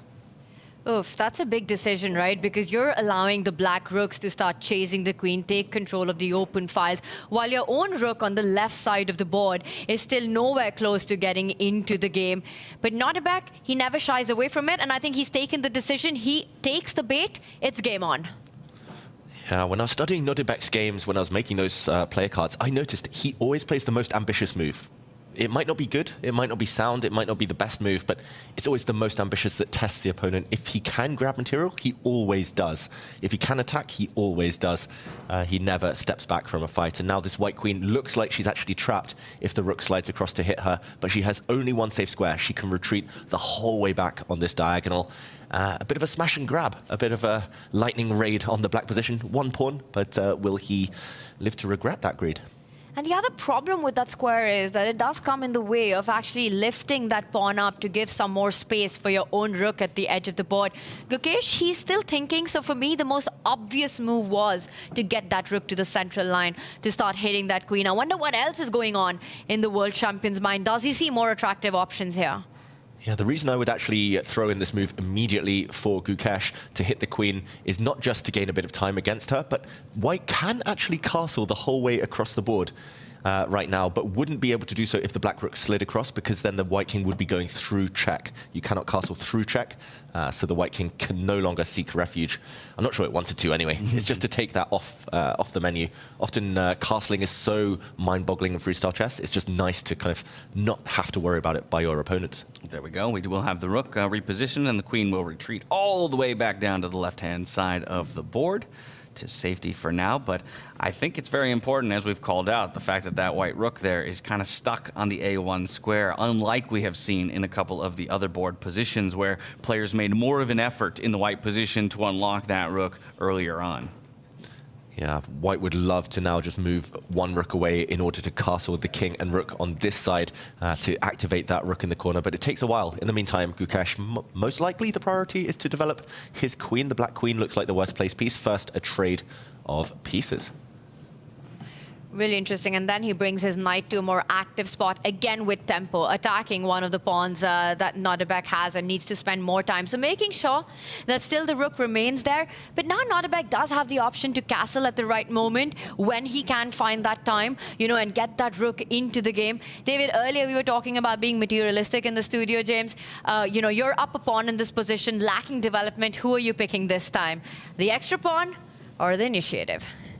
I'm going to stay materialistic here. And I think it's because both kings aren't, in a somewhat safe position. Like we say, there's still the option to castle here for white.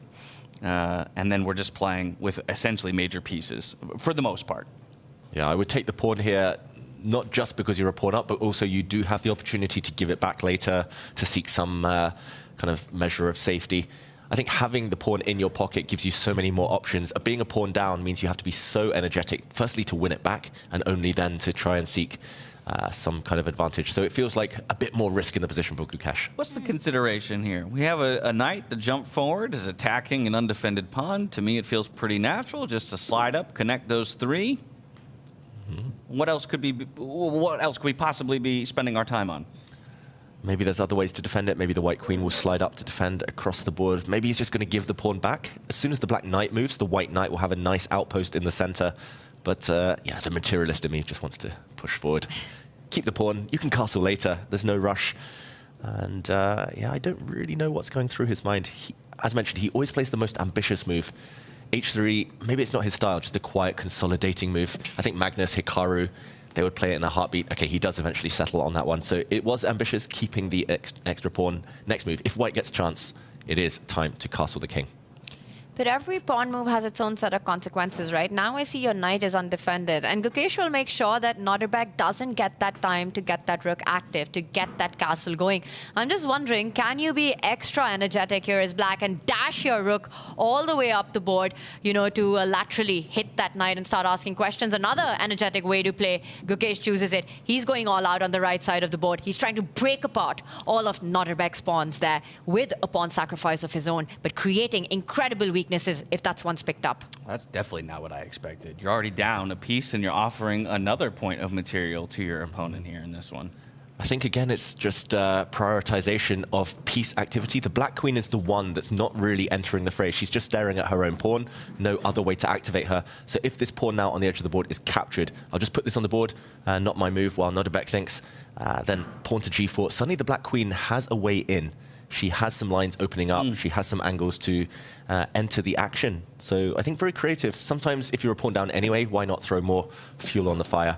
And we actually see the pawn, the second pawn offer rejected as Nordebek does castle. Finally, the rook is into the action. But this is a rejection of the pawn sacrifice and giving back the extra pawn you are up. I was going to say, strangely, too, the king stays on the same square. So that queen idea still exists, you know, if the players continue to explore trading that pawn off. But it will be traded in a different fashion.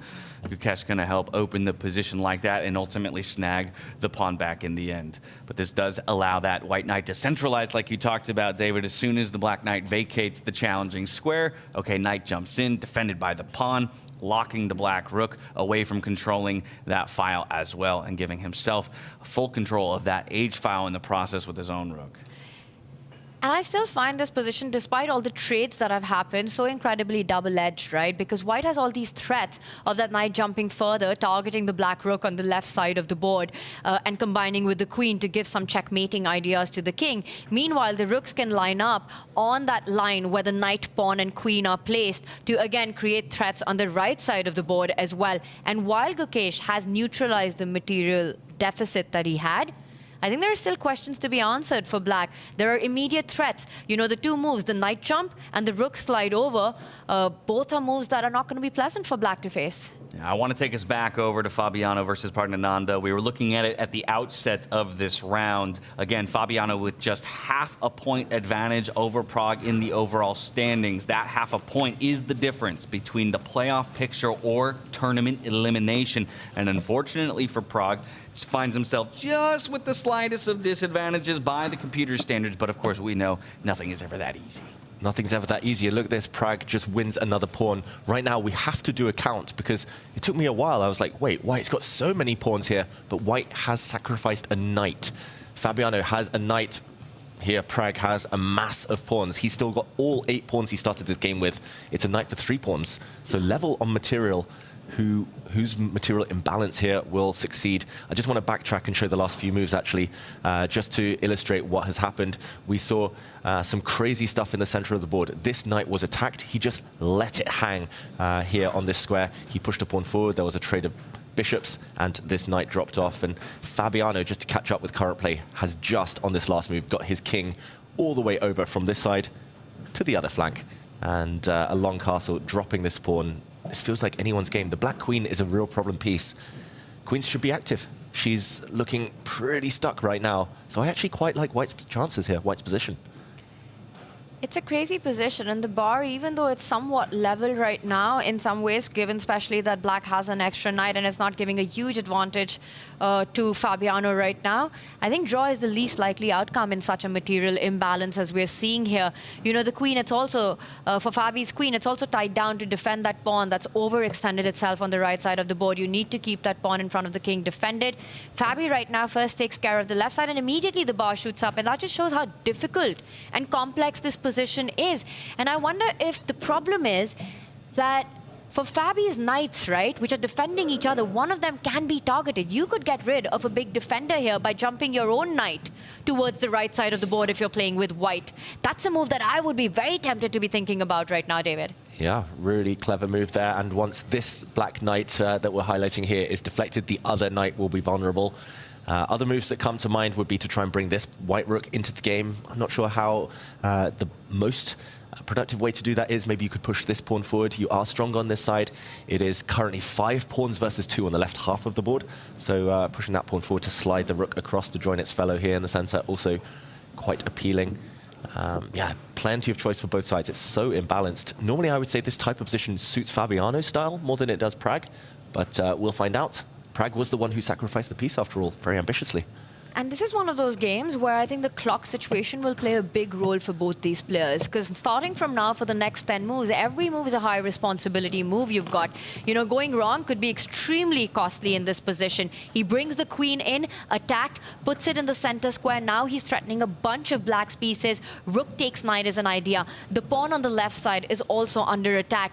And the problems for both these players are just starting. Both about the 2-minute mark. I mean, just look at the space control, right, that white has. I mean, driving a wedge straight through the center of the position here for black.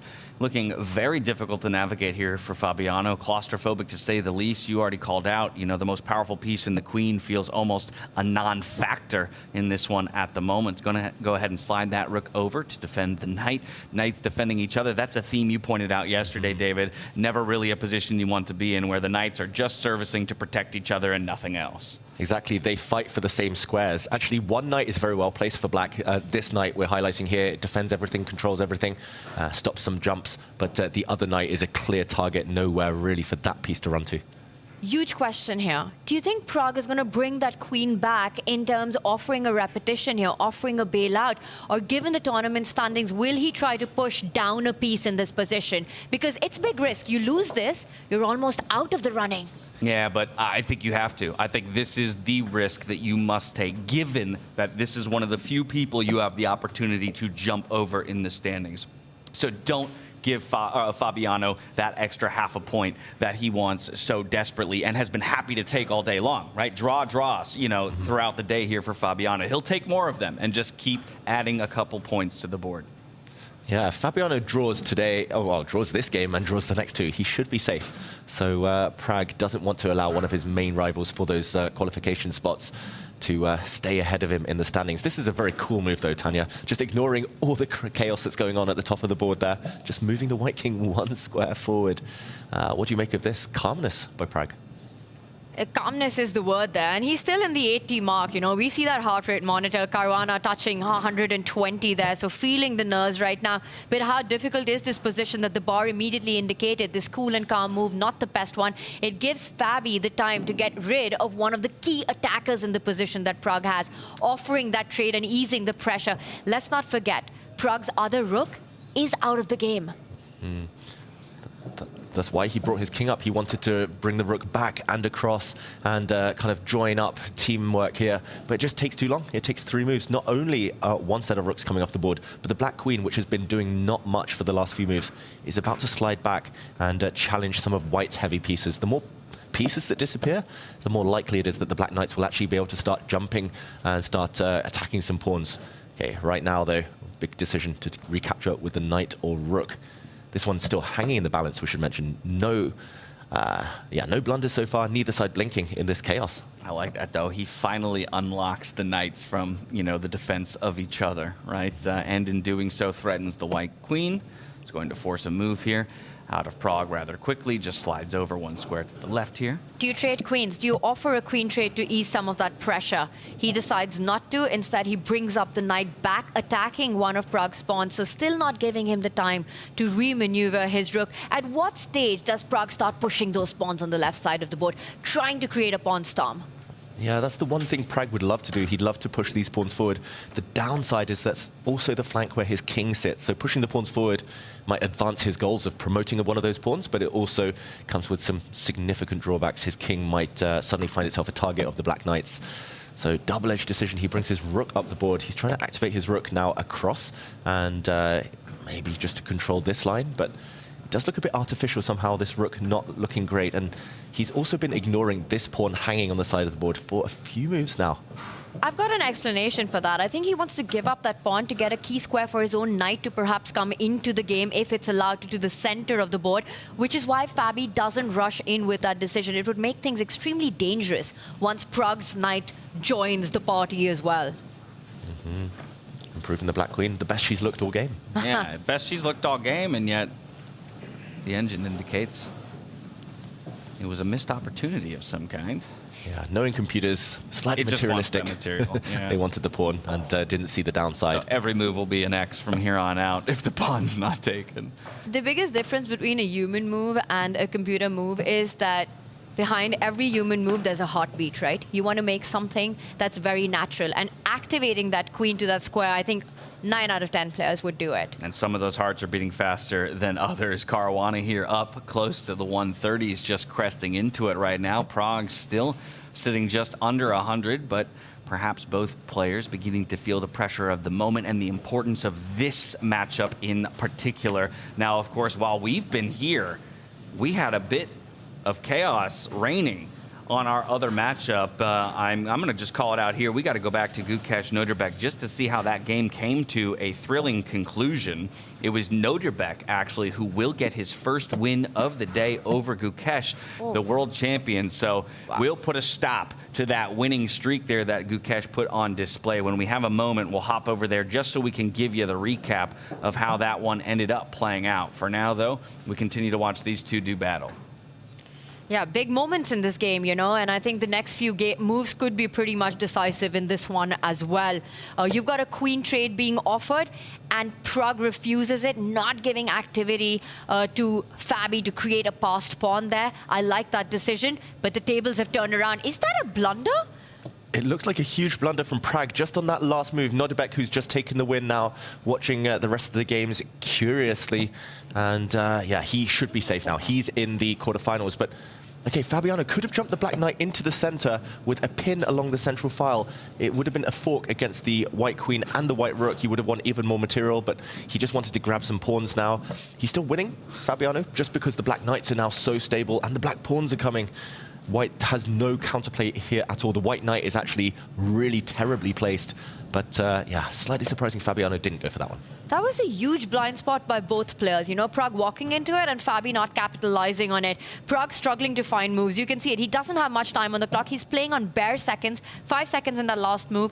And Fabi's idea is clear. So much easier. Push that pawn, win another pawn that's going to be hanging on pre once the knight retreats. Fabi knows he's winning. His heart rate just spiked up to 150. Dropped slightly, but he knows he's winning now. He's looking at solidifying, you know, his playoff positioning here. Obviously, 4.5 points isn't locking a spot, but it's doing a great service to himself if he can manage to take a full point over one of the players that is most likely to usurp him in his top 8 position. Still has to get it done. The computer likes his position quite a lot, and Pragg is running out of time to make decisions, to find a way to breathe new life into this position. That last move is a bit of a mystery to me, I won't lie, because there was a pawn that was hanging. Could have been picked up. For some reason, Fabi doesn't want material in this game. Yeah, it feels like Fabi, he's had so many opportunities to win some pawns. He just doesn't want to take them. He could have won a White Rook. He didn't want to take it, but I think it's just the nerves. The stakes are so high. A spot on the line here in the quarterfinals potentially, and he'll get so close now with a win, Fabiano. And okay, he pushes those pawns. It is 2 versus 1 on the right flank. He is trying to make a new queen. The White Rook is actually just kind of biting on granite here. It's just hitting stuff that's protected. The White King out in the open, a bit of a vulnerable piece there. Pragg just bringing his queen back where it came from. Yeah, it feels like it's all collapsing for the young Indian here. That rook that Pragg has is beautiful looking, in a beautiful post, but doing absolutely nothing to help him at all. And it's sort of been the storyline of this entire game, right? That rook's not played an active role, a proper role in it. And look at Fabi. He just goes on pushing the pawns. With the rook and the queen offside for Pragg, there's nothing holding the position on the right side of the board. He might just have another queen in the next few moves.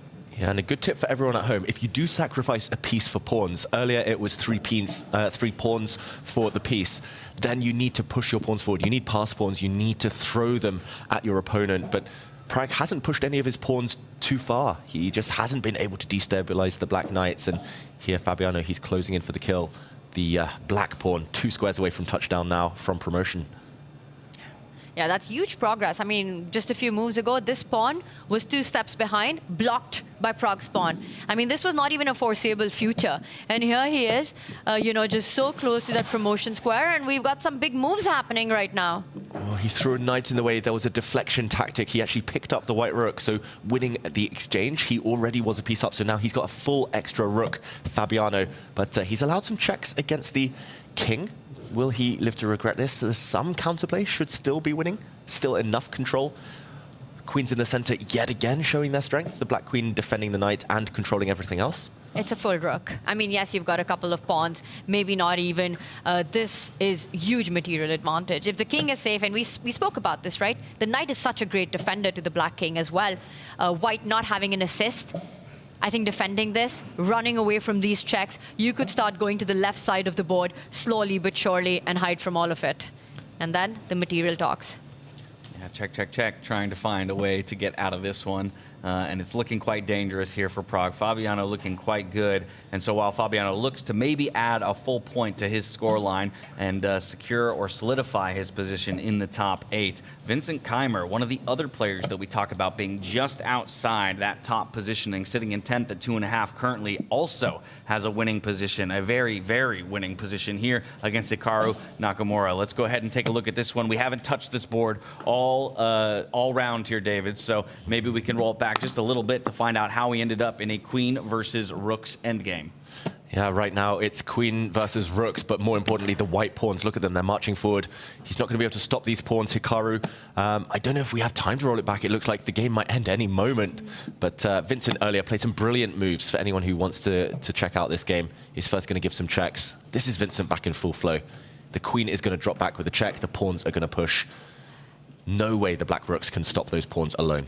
And Hikaru doing Hikaru things, right? He's so incredibly tricky and resourceful. He wants to make sure he puts maximum pressure on Vincent's clock. It's his only hope to try to trick him into a blunder right now. So look at the speed with which Hikaru had played the last few moves. He slows down now because Vincent sets up a little trick. He wants to move that pawn forward, bridge any attack that might come on the queen from the flank, and also give a check to that exposed king. A nice little touch there by Vincent Keymer. Look at that heart rate for Vincent Keymer. He can sense it. Blood in the water. He just needs to convert. And I'll just call out for people at home how important it is he gets this point here because Gukesh ended up falling down to Noterbeck.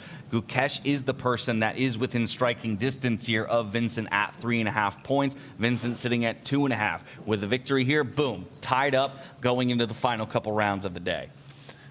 And Hikaru here shaking his head. He's under the 1 minute mark. I mean, he's the best defender in the world, I think.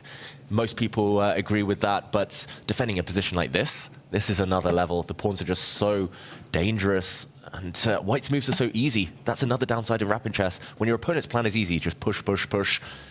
It's hard to keep up the speed. It's hard to find the most accurate defense. And the pawns on the left side of the board can also be picked up at leisure, right? If you're white here, you start picking all of it up one by one. You've got 3 pawns and a queen for 2 rooks. Vincent Keymer, he instead just wants to keep pushing the pawns. He attacks Hikaru's rook. Hikaru trying to play fast, but it's such a difficult position to even make that happen. And yeah, it looks like you can start pushing more pawns. You can start gobbling up these ones. I think, Tanya, I wouldn't be able to resist. I see a pawn, I take a pawn. And it's well established that the boys in this crew are extremely materialistic. They see a pawn, they take a pawn. In life and in chess. Oh, wow. He actually moves forward with his queen now, having given up one of his strong pawns, Vincent Keymer, but now it's unstoppable due to a pin along this diagonal on one black rook. this rook is immobilized, the other pawn is going to march forward. One rook is going to have to give itself up, and that should be game over. We could see a handshake any second. Unstoppable now, this pawn marching forward. Really convincing conversion here by Vincent. You know, he didn't let the nerves get to him, playing unsecured, Hikaru banging out his moves. He just kept his cool. He has a one-track mind, a tunnel vision, pushed those pawns, and now he's almost at the finish line. Yeah, Hikaru just going to do the calculations to make sure he sees everything we do, and does elect to make a move allowing that pawn to jump forward, not going to sacrifice the rook for it. Looks for a check instead to extend the life of this game, but maybe pretty soon we see a second queen on the board. He's going to give up the rook. He just wanted to pick up as many pawns on the way as possible, but I'm not expecting Hikaru to keep this going for much longer. Yes, he's going to put the rook to the center of the board right now. Vincent will pick that up. David, is this easy to convert? You make a queen, you give that up. Oh, and that's it. There it is. Oh, not yet. Oh, no. Not yet. Ah. Just a grimace, just one of Hikaru's many faces. I think he missed this last move, just attacking the black rook. You have to be a bit careful where you place it. It might be vulnerable, but either way, Vincent is biding his time before he does promote. We will see Hikaru fight on because one rook will defend this side of the board, and black still has a pawn which could start running on the other flank. This might go on longer than it should have done.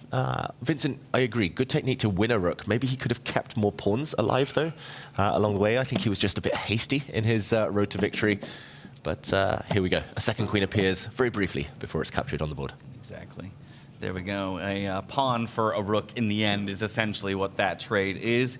Works well in the favor of Keimer. While we've been on this board, Fabiano did navigate his way to victory as we expected against Pragg with his very strong advantage. There's two other boards in play, Magnus Carlsen against Richard Rapport, where Magnus does have an advantage into the endgame, and Vidit Gurdrathi up against Maxime Vachier-Lagrave. By my computer's acknowledgements, it looks like Maxime is also in a winning position there. I think this is the one we stay on, though, even though it does look pretty certain as a victory here for Vincent just because of the standings implications. Yeah, the problem for Vincent is creating a passed pawn of his own. I'm slightly surprised Hikaru pushed forward his own pawn there because it was defended by the black rook. He could have tried to hold that formation, but essentially the black rook is unstable. In a fortress-type position where you just want to hold the line when you're material down, you need stable squares, protected squares. The black rook is only saved by its queen right now, and again, it's hanging by a thread for Hikaru Nakamura. The rook has had to move away from Get the king in. Get the king in. Get the king closer to the pawns. There we go. And now, won't you just... weaknesses. Yes, David. I mean, aren't you forced to lose one of them once the king steps back, keeping connection with that black pawn? The right side pawn is falling, the left side pawn is falling. Yeah, I guess the black rook will slide across one square, but it is creaking, the defensive formation. It's not going to be holding much longer. Vincent's doing everything right. Ooh, Hikaru just gave up a pawn. And that means a passer, the one that you wanted, right? This has to be an easy convert. Just start rolling up the board with that pawn that you're pointing out. Who's going to stop it? The king is the assist. Hikaru looks away. He's going to resign any second now. As soon as this pawn starts mobilizing, moving forward, unstoppable. It's got a clear path through. Unexpected easy conversion, but Vincent's still going to make sure he does, be diligent. Go through all the steps, make sure that you're not leaving anything to chance here. And now it starts the march. There it is. With a check as well. That pawn will begin. Of course, Hikaru, yeah, he's going to make him think twice as he starts to run a pawn of his own, and the handshake is extended. Vincent Keimer picking up a very important full point here to put himself up to 3.5 and keep himself very well in contention overall in this playoff picture. We've got one board left to jump to. We'll go there quickly here. Magnus Carlsen versus Richard Rapport. It looked like actually for a moment there was an opportunity for Richard Rapport to bring this one to a draw. And as we get here, in just a moment, we'll have David walk it back because you can see now Magnus well in favor to win this game. But just a few moves ago, there was maybe a way for Richard Rapport to add just a half a point to his scoreline. Yeah, just to put it on the board, we see on the cameras here the live position. Richard might resign actually any moment, but he had an opportunity just for one move. When the black knight came to the center, a big mistake by Magnus Carlsen. The white bishop could have come up to the top of the board and trapped the black bishop in the corner, forced an exchange. And while black is busy dealing with that, once the black bishop is gone, this White king would have marched up and gobbled up the remaining black pawn. Black would have not had enough material to save it. Instead, he retreated his bishop, missing the opportunity. And now we see the black knight completely cage the white king. And it's just a matter of time now before Magnus's king goes, grabs the white pawn, and this game is not long left. For this world. So perhaps a very serious missed opportunity there for Richard, because again, sitting at 2.5 points, very much akin to a number of our other players who are fighting for that all-important top 8. That could be one that you relive, that you're thinking back on if you don't end up stabbing into the top picture. Yeah, he's left so many points on the board, Richard. Yesterday, he had some winning positions, rushed it a bit and let those slip, lost many games. Today, beating Arjun Erigaisi, couldn't finish it off, only a draw. Today, should have held against Magnus, let it slip. So many missed opportunities, Richard. I think a matter of confidence. Don't take that bishop, though. That would be stalemate, Tanya. That's pretty. It reminds me of a stalemate that we just saw yesterday, you know, by Hikaru and Maxime. Sacrificing material, the white king has nowhere to go. So if the bishop's taken, no pawn moves left, and that is a stalemate. The game ends in a draw for those of you who might be new to the rule. You know, the pawn can't be moved. But Magnus doesn't need to pick up the bishop. He can just play slow.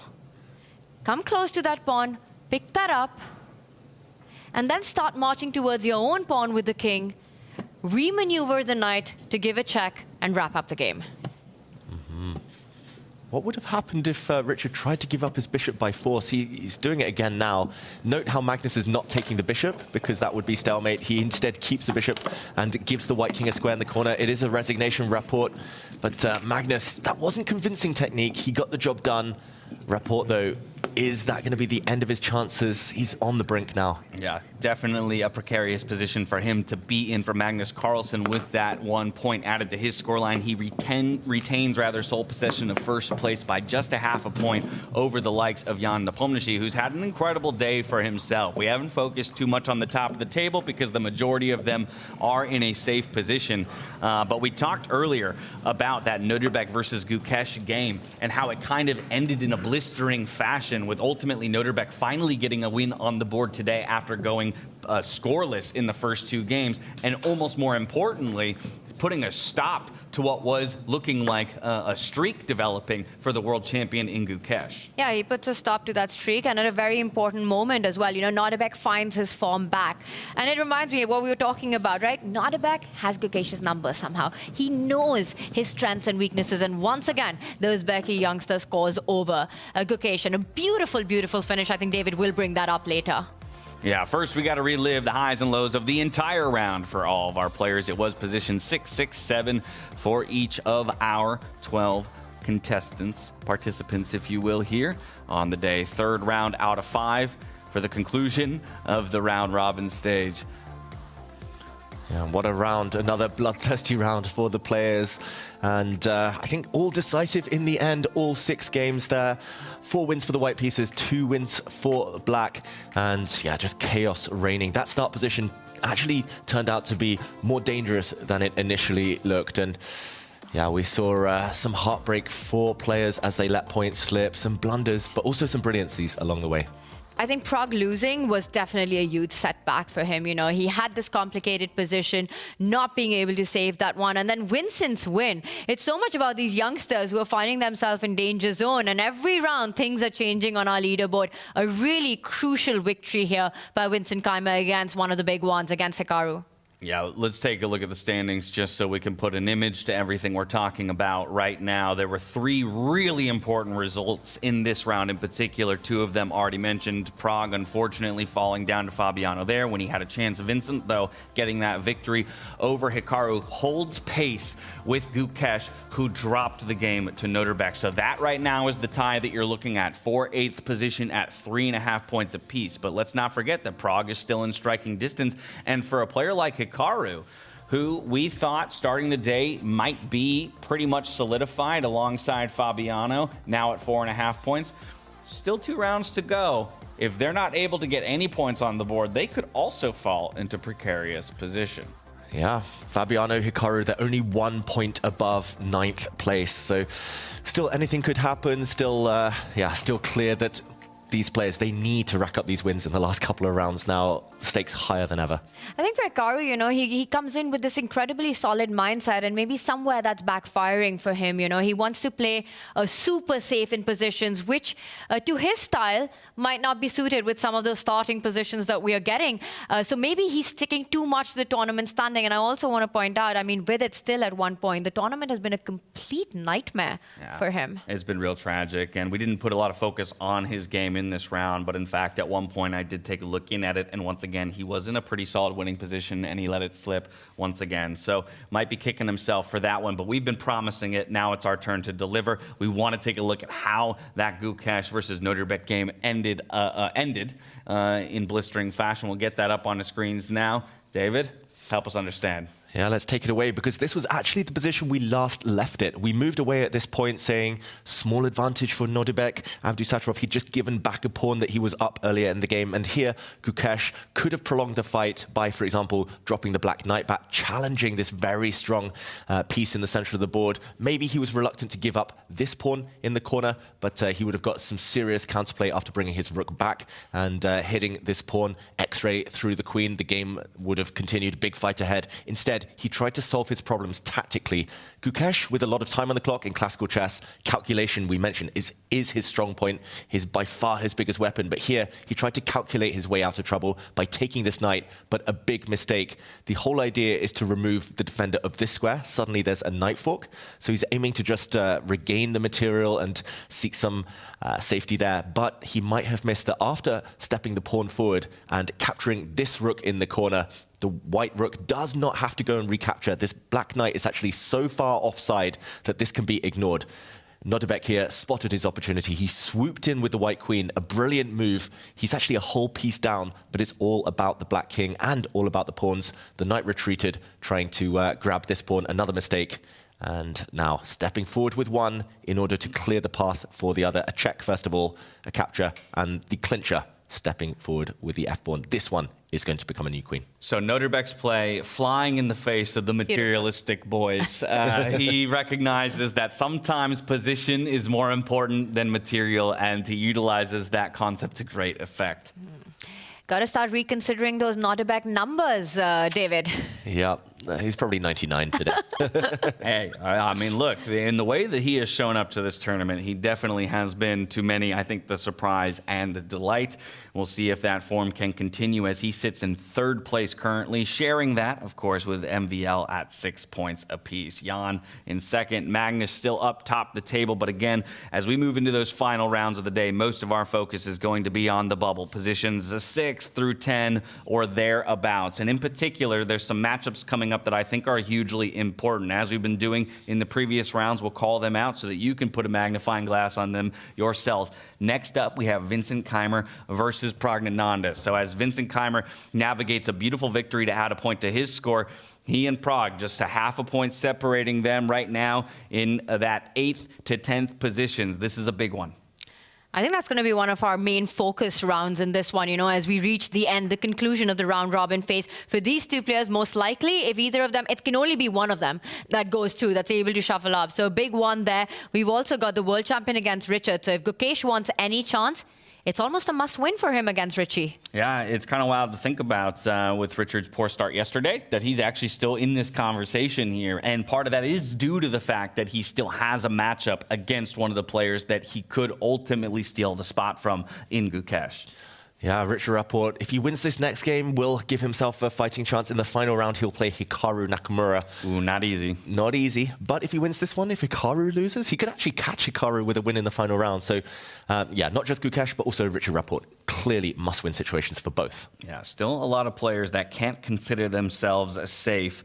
And so they've got to make sure they're bringing their absolute best to the table as they learn the next couple starting positions. Again, it becomes more now about playing the game within the game, right? What do I need to secure for myself in order to book that ticket through?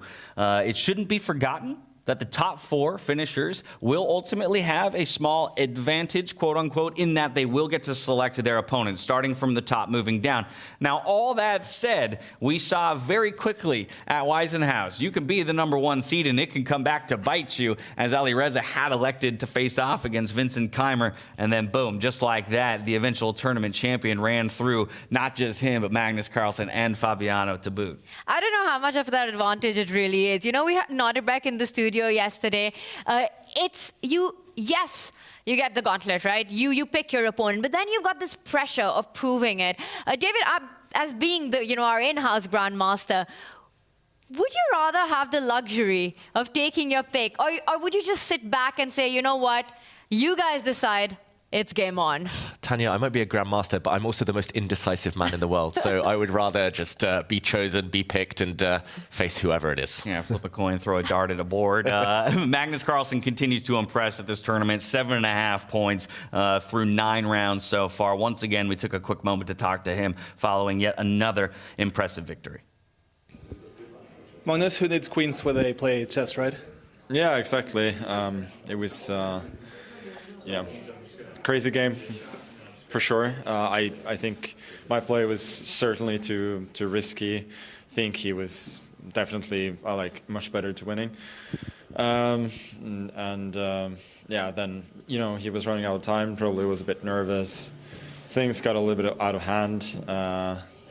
Things got a lot out of hand. Then I got down on time as well. And at some point, it felt like a draw would be, with repetition, would be a nice conclusion after a crazy game, but I thought, let's keep it going a little bit more. I didn't think that I was better, but I also didn't think that I was running serious risks of losing there. So it was not an objective decision, but it was not the craziest gamble either. And it's the kind of gamble you can make when you're doing well in a tournament, and it paid off. I got the joy of sacrificing a rook and a bishop simultaneously as well to queen and pawn, which is not something you do every day. So yeah, it was just a joy to play. It's funny because you speak about chess sometimes like us amateur players speak about chess, oh, it's so much fun, we got to sacrifice a queen. But do you still maintain that childish joy when you come into situations like that? Yeah, I think especially when you play freestyle where every game is so unique, then there is just a joy of trying something you haven't tried before, right? And I think that spirit gets us to sometimes take risks we wouldn't normally take, and to produce games that we normally wouldn't be close to producing. We're enjoying it, so thank you so much, and good luck in the next one. Thank you. Well, and thank you so much for that last question there, Sveta, because that's the closest I'll ever feel to Magnus Carlsen. Again, he is looking very secure in his top position, but of course we'll still have 2 rounds left to play. We're going to waste no time getting you to that 10th round. Off to the position lottery. Back, we have 2 rounds to go. The situation is very tense. Remember, only the top 8 will qualify to the quarterfinals. We are ready to draw the next position now, and for this one, we have a very special guest. He is a 2-time French champion. He was the second of Magnus Carlsen in every one of his matches, and of course, he was the winner of the 2012 Mind Games. Please give it up for Laurent Fressinet.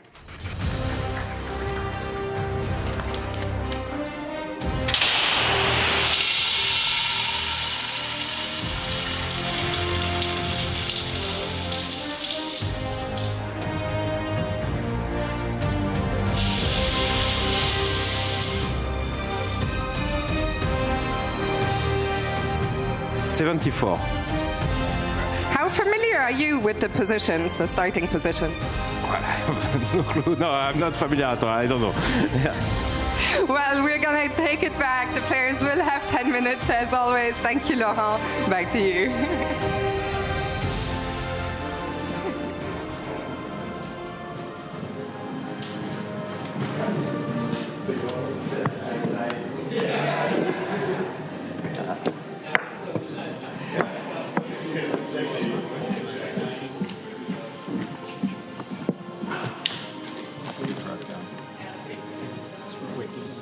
white side, right? Yeah, we're white side. So what? Okay, so A7, A7, A2. Not really. But I just need some guard. So F4, I assume, or this is not. We can't grab this pawn. C6. Or wait. I see. Yes, and it's not really him. Okay, so it's not actually him. Hey, we don't have to start with him. Right. Okay. No, but F5 makes sense. If Queen S7, Knight C6 is no good, then F5 makes a lot of sense. So E4 is also. Yeah. E4. E4, F3 comes in. Yeah, E4 makes sense. What about F4, F5, Knight C3? Yeah, of course it's a question. E4, F5, Knight C3. G4? G4? Maybe G4. Why is G4 so special if I play like G6 or something? It doesn't feel very special. Okay.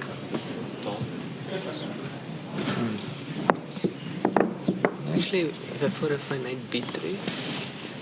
How do you actually You want to go Knight A5 or something? Or Knight C6. You can just castle. Yeah, probably not great. Castle first move. What about E4? Also D4 is reasonable.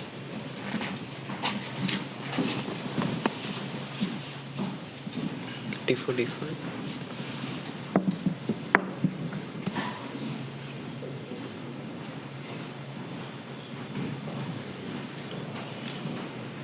Very dull. I mean D4, F5 is Yeah, D4, F5 also.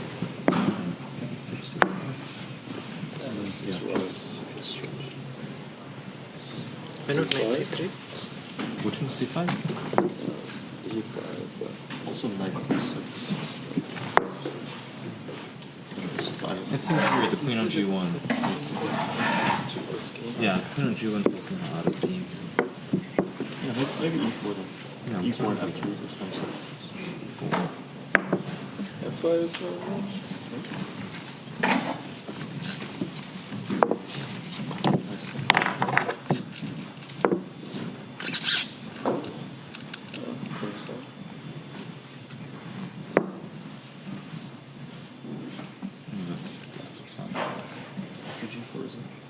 G4, G6? Maybe Knight B3 because Knight C3. Knight B3, Queen B2, Knight C3. I want to play this one. Knight B3, Knight B6. Yeah, Knight B6. Knight yeah. Knight C3. Yeah, so. Rook A1 or something? Rook A1. Bishop F7? Rook A2. You don't even get everything. Yeah, again, Knight B6 is. No, so let's take immediately and then go Bishop F7. Alright, Knight C3, Queen B2. Transposes, I guess. Yeah, I mean, I thought Queen B2 and then. Knight C3, Bishop C3. Rook A1, Queen B6. Or not necessarily Rook A1. And Also we need the develop. F3. Yeah, maybe just develop.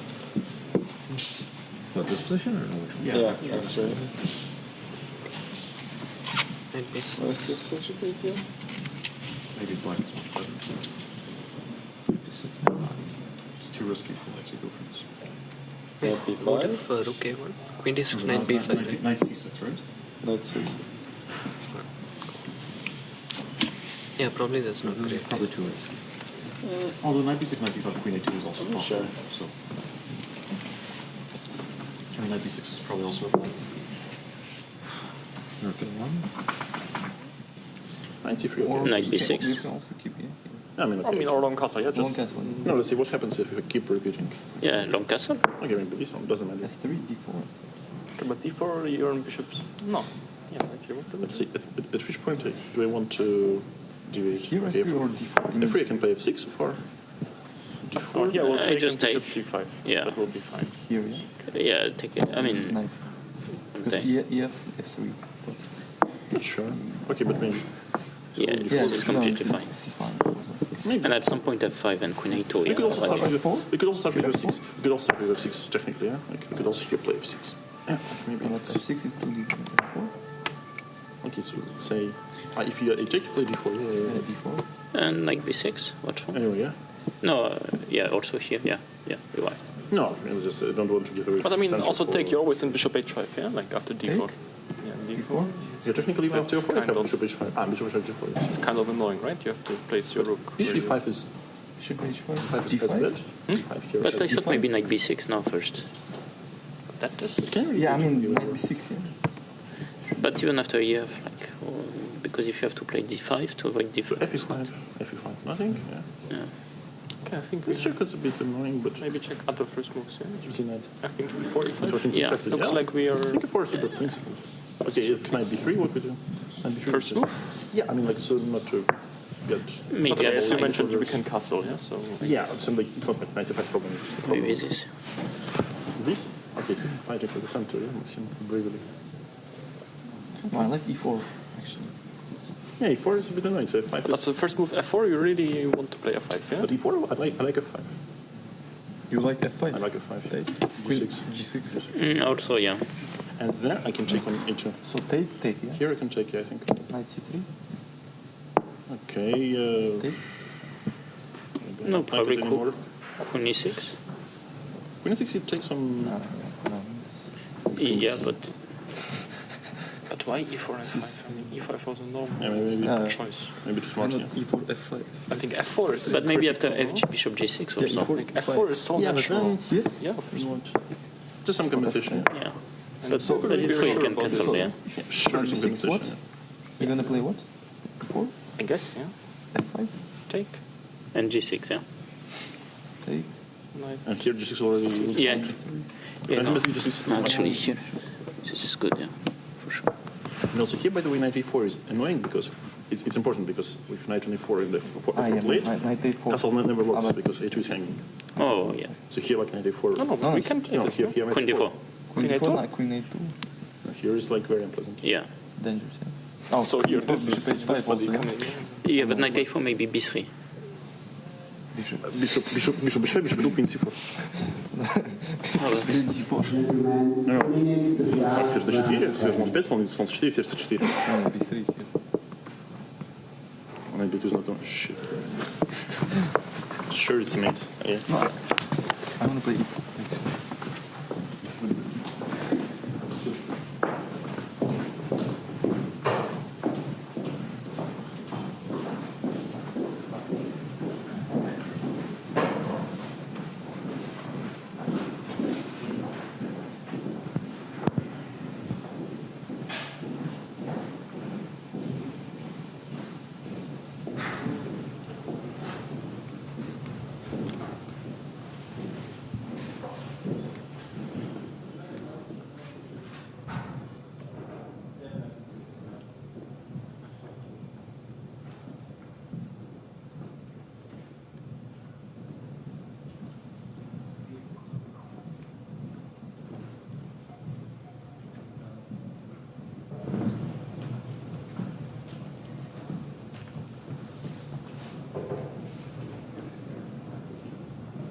So 1 minute to the start.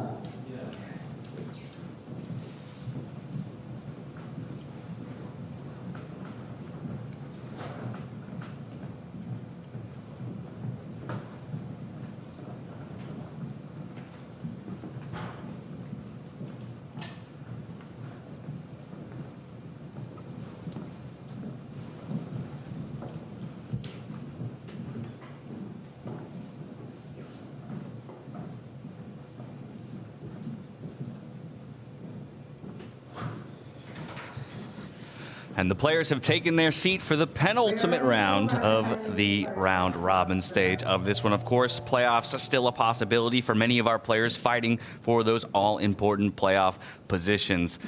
Two of the men on your screen right now in contention for those top 8 positions. Richard Rapport right now finds himself just outside the picture in 11th at 2.5 points. Gukesh occupies that 8th place in a tie right now with Vincent Keimer at 3.5. I say we go to the 6th board. Let's just take stock of all of the matchups, because matchups in particular play into that playoff picture so importantly here in these concluding rounds. And you can see, of course, the current point totals of each of our competitors there right above their boards.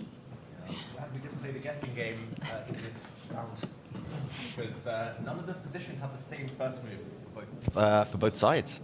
Yes, we've got the bishop pawn moving ahead. We can see that across the board, you know, top left, top center, on that top right board, a deviation, like you said. Some boards mixing it up, but I think from the point situation, it's the bottom left board, Gukesh versus Richard Rapport, extremely important on that road to the knockouts, and on that bottom right board, Praggnanandhaa versus Keimer. It's 3 versus 3.5. A win is what is needed in both these boards for these 4 players, but only 2 can get it. Exactly right. We'll be splitting the majority of our time in this round between those 2 boards. Why don't we start on the bottom left with Gukesh versus Richard Rapport. Again, Richard Rapport had a poor showing yesterday, and arguably so did Gukesh, while he would find his first win in his entire freestyle Grand Slam career just yesterday, and today started in an impressive way, falling down just a round ago in his game against Nodirbek Abdusattorov. So in the danger position, but currently holding that 8th place spot. If he can fend off a player like Richard here, that would do wonders for him in service of securing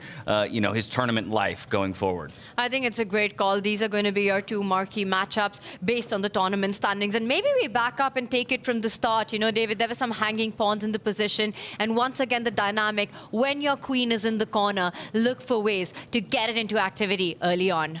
Yeah, very, very difficult position, I'm going to say, for both sides to handle from move 1. That is because 2 pawns are hanging at the beginning in the start position. David, get some water. Get some honey. Talk me through it. I'll follow you. I will help you out while we get you some water, David. So in this position, we can see this first move opening up the diagonal, hinting at that undefended pawn, which needed to be saved. And it was followed out by Richard, developing his space pieces to make sure that pawn does remain defended. And then, as we saw the game progress from here on, and I'll just get the moves up. We had another pawn advance, and the knight wants to come forward, and this is when things start getting really fun here with Richard Rapport finding yet another creative way to get his queen into activity. Access denied by Gukesh as he pushes his pawns behind enemy lines. A bishop comes out, hitting across the diagonal, an undefended weakness, and I believe one more move was made. Knight comes out, stops it, develops, and here we are. We've got David back. He's still alive. I'm still alive, everyone. I can promise. Sorry about that. I was pigging out during the break, let's just say, and while the players were discussing the position. And yeah, crazy position because both sides started with undefended pawns on the left flank, A and B, 2 pawns each undefended. That's a bit of a rarity in Chess 960. There's only a dozen or so positions where that does actually occur. And, okay, it looks like both sides have stabilized. Gukesh taking space with pawns. We talk about pawns. With pieces, though, it looks like Rapport in pretty decent shape right now. I think the interesting thing for me, though, is with all these pawn pushes from Gukesh, he's kind of opened up a lot of the board, and it feels difficult maybe to find king safety later on. You know, typically we don't want to move pawns right in front of the king necessarily on the sides of the board once the king has moved into a safe position. Obviously, it started in a safer position this time around, so might come into play later on. But just like that, with the move most recently made by Richard, the computer starts to favor Gukesh's position. And that was a knight jump. We saw the bar jump and Rapport's heart rate jump all at the same time right here. And I think it's all about, this is such a natural response that Richard has chosen. You see this beautiful outpost at the center of the board. You want your knight there. He does that. But the problem is that it's going to be challenged very soon. And you've got 3 pieces eyeing that square, the queen, the bishop, and the knight. So Richard isn't able to really keep control of that outpost anymore because he rushed into it, David. Yeah, you have to play moves that your pieces are ready for, essentially, especially when it comes to big responsible decisions like taking space, like taking squares. You need your pieces to back you up, to pour into those gaps, those breaches. And right now, it's all about the queens yet again. Rapport, he's trapped his own queen. The black queen has nowhere productive to go. The white queen, meanwhile, actually is on a pretty decent diagonal with a lot of targets backed up, supported by its bishop. So, yeah, if the center explodes, it's clear that that's going to favor Gukesh. And now head in hands, we see Richard, time being eaten off the clock as he realizes, perhaps I just weaseled my way into a precarious position. And this is how dangerous this is. You know, you make the most natural-looking move, and then it backfires so quickly. I want to point out one nuance in this position, you know. What black really wants to do is push that central pawn to solidify that knight at the middle of the board. You want to move that up so that you can recapture, but then we'll have a streamer's favorite move, and I think we have to show that, David. We're in France, we're in Paris. It's the en passant. You got to make it. Yeah, the only French that I know. En passant. Bonjour and en passant. Here, white. And merci. Merci. C'est la vie. C'est la vie. Ça va? Déjà vu. Je m'appelle Tanya. And here we would see en passant as if the black pawn just moved one square. White would capture it. No bypassing when one pawn is on the 5th rank and a pawn tries to move 2 squares on its first turn. And now suddenly it's not just en passant. It's fine. You can recapture. More importantly, you will be destabilized in the center. This black knight, again, taken away its protection. And maybe we'll still see this happen from Richard Rapport. He could drop back with his knight and capture a pawn, but suddenly there's a big weakness in front of the black king, a backward pawn, undefended. I don't think this is going to be what he wants to see here. Richard Rapport, the white rook suddenly lining up with the black king. This could be terminal already. So instead, a trade. He's going into damage limitation mode, Richard Rapport. And it's clear that Gukesh next wants to blow open the center.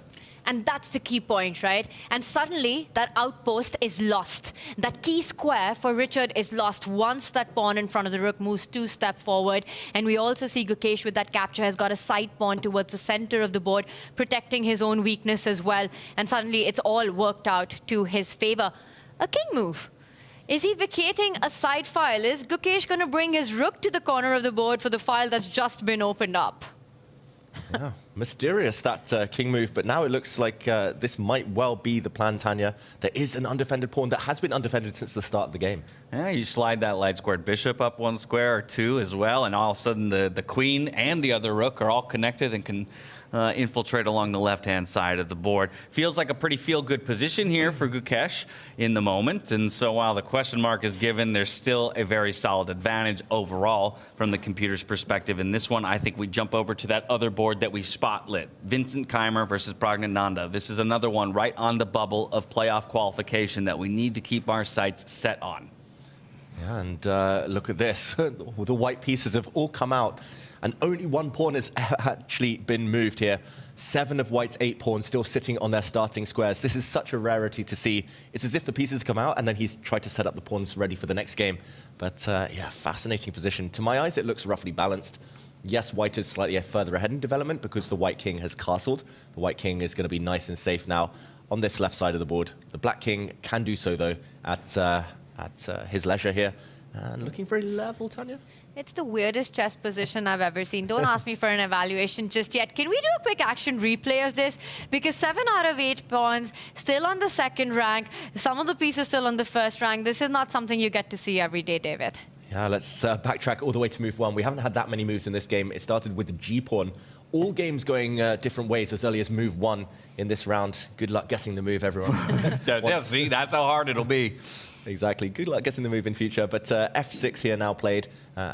Makes a lot of sense. The black queen now hitting this pawn, the first threat of the game. The white knight comes out to block that diagonal. And here we see that he insists, Praggnanandhaa, on opening up his queen.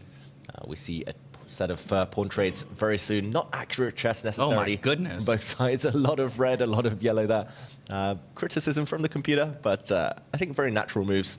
And important here, just a big decision that Vincent wants to sidestep this queen trade. If he wants to play safe, I think taking those queens off the board would give him a measure of safety. Looks very, very level. And he is half a point ahead of Pragg, so interesting decision. He wants to keep the queens on, wants more tension. And the white queen sidesteps as well, was about to be hit by the black rook, so preemptive there, and pawn to a5. It feels like Vincent here being the more aggressive of the 2 players. And grabbing space, right? Again, still waiting for any of those pawns to leave their initial starting position, and there the first one will go just to match the move that was made on the other side. So a little bit of symmetry there on the left-hand side of the board. Now another bishop comes out. The snipers are lining up their scopes on possible targets as well. But that's a big decision by Prague to allow that destruction of the pawn formation on the left side of the board if the trade was to happen. You know, you're voluntarily giving weaknesses. And also, let's point out that central square that the Black Knight has to jump and take advantage of those weaknesses coming in with some big threats there. You know, we saw those red marks appear on the screen, but I want to criticize our criticizing computer for that, because it just felt that both players, both extremely strong grandmasters, they've just made very natural developing moves so far. You know, especially Vincent. Look at the position that he has. It's hard to imagine that something's gone wrong for him, and the advantage keeps increasing. I think the one thing I will mention about Prague's decisions is that he did castle very early. He castled on move 7, so the white king is fixed where it is. And although the black king most likely will stay in the center or on that side of the board, at least it's more flexible. You could see a position that totally explodes, and then the king's like, haha, you attacked me in the center, I'm going to run away now. So in freestyle chess, one pattern that keeps recurring is castling too early tends to backfire. And now we will most likely see that plan you mentioned, Tanya, this knight removed, the black knight jumping into the center, and big weaknesses appearing.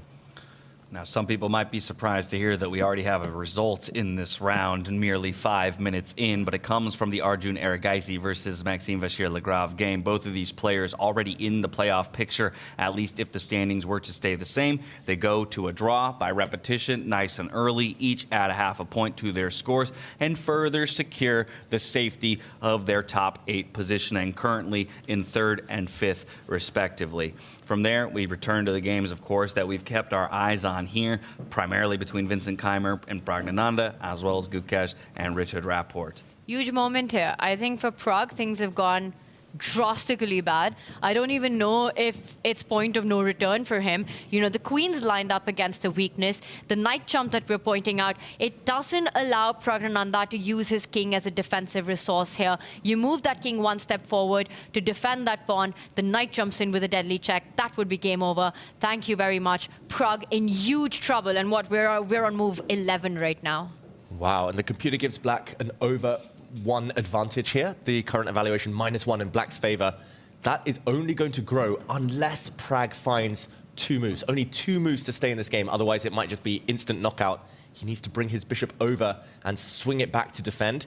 Basically admit that you're losing this pawn to the black queen and go into full-on defensive mode. Or you need to bring your own bishop forward and eliminate a black knight and hope to seek some safety with opposite color bishops. I'm going to say that this bishop move is so unnatural to my eyes. I don't see that one really happening. I think Prague, by process of elimination, will realize he needs more defensive pieces around the white king. But no, he takes a pawn. Oof. This could end in checkmate in a few moves. The queen's coming in, the knight's coming in next, and it's called the kiss checkmate in chess. You land the queen in front of the white king, and that would be game over. Wow, what is he planning after queen takes pawn now with that threat that Tanya mentioned, the black knight coming in? I mean, the queen is going to be backed up by both of her knights. The black bishop might even come in to sacrifice itself to open up the white king even more, and the white king can no longer escape. The other knight will jump into a key square as well once that pawn is picked up. This could be game over in the next 5 moves, James. Castle? White? Already did it. Oh, already. Oh, sorry. Okay, yeah, I flipped the positions then. I was thinking white hadn't castled. And okay, yeah. But never mind then. That's a great point, because that has been the key problem in Prague's position, that he chose his king spot too early on, giving a direct target to Vincent to come at, and that's exactly what the German Grandmaster has done. He grabs the pawn, the knights are coming in. Oh, and he looks at Prague as well, the famous Vincent Dexter. There we go, checking his opponent out. He did that a lot during Weissenhaus, kind of stared into their souls, read their minds, and won a lot of games. Yeah. Now it looks like Vincent is going to position himself very nicely ahead of the final round today. If he wins Prague, this is going to be devastating, disastrous for him. Sees his moment, and he seizes it very importantly here, as again, he sits in that 8th place tie currently with our world champion, Gukesh. And while I mentioned Gukesh, perhaps we hop back over to that board to see how that one's developing against Richard Rapport, because both of these players at 3.5, Vincent looking like he's going to push himself up to a 4.5 point total, means the onus is on Gukesh to keep pace. But right now, kind of locked in at least what the computer thinks is an even position. Wow, an even position, but that wasn't the case when we were last here. Gukesh had the advantage when we were last at this board, and this white queen suddenly is totally entombed behind its own pieces. Look at what's happened. The black bishop is now coming hunting for the white king. Richard Rapport as black can still castle. He hasn't moved his king yet, whereas the white king fixed. The two young Indians here, Pragg and Gukesh, have committed their kings and might be paying the price for that decision. Maybe just a quick backtrack over the last few moves. Let's do it.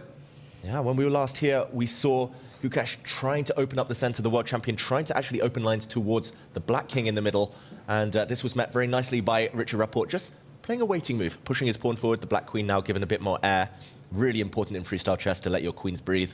And now a capture, a big mistake, I think, strategically from Gukesh. He's opened up his opponent's bishop, not just because this is a strong diagonal, but because after this pawn push, he's trying to crack open this diagonal for his own pieces. Suddenly, bishop takes knight. Always a hard move to see, always a blind spot, I think, with the top players. Bishop for knight exchanges. And after a recapture, the black knight finds a beautiful outpost, and now the bishop joins the action. Trying to keep you apprised of both games simultaneously. This one clearly going to go on for a little bit longer, so we're hopping right back over to Vincent Keymer versus Praggnanandhaa, feeling like this one is teetering on a knife's edge, could end any moment in favor of our defending champion from Waisenhaus in 2025. We've had just a couple of moves since we left it last, and Vincent's knights are coming for Praggnanandhaa's king. David, I think there's just been one move, but we will start from that position. You know, when the queen jumped in, if we just back up. Yep. And right here. Yeah, the black queen took a pawn. The white queen stepped forward in order to slide back on this diagonal. The black knight jumped in as well. The white queen had to step back, and it feels like there's some kind of smothered checkmate coming in. The black knight taking a pawn. Vincent Keymer looks so excited right now, trying to keep calm with his winning advantage. Pawn takes pawn now.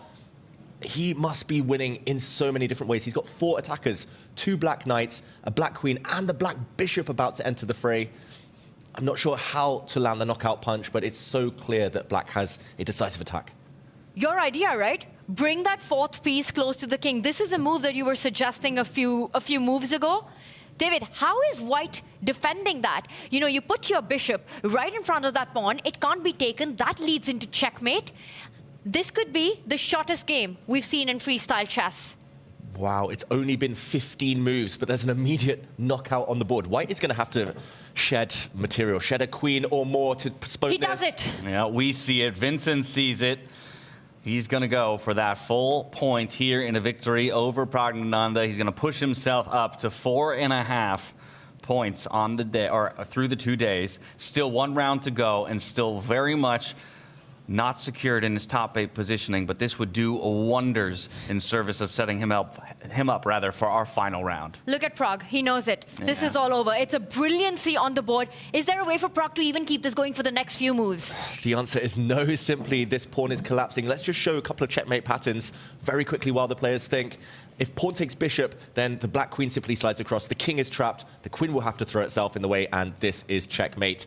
Likewise, if you try to remove another attacker after this brilliancy, if you remove this black knight, then it's smothered mate. The other black knight jumps in. The white king is caught in the center.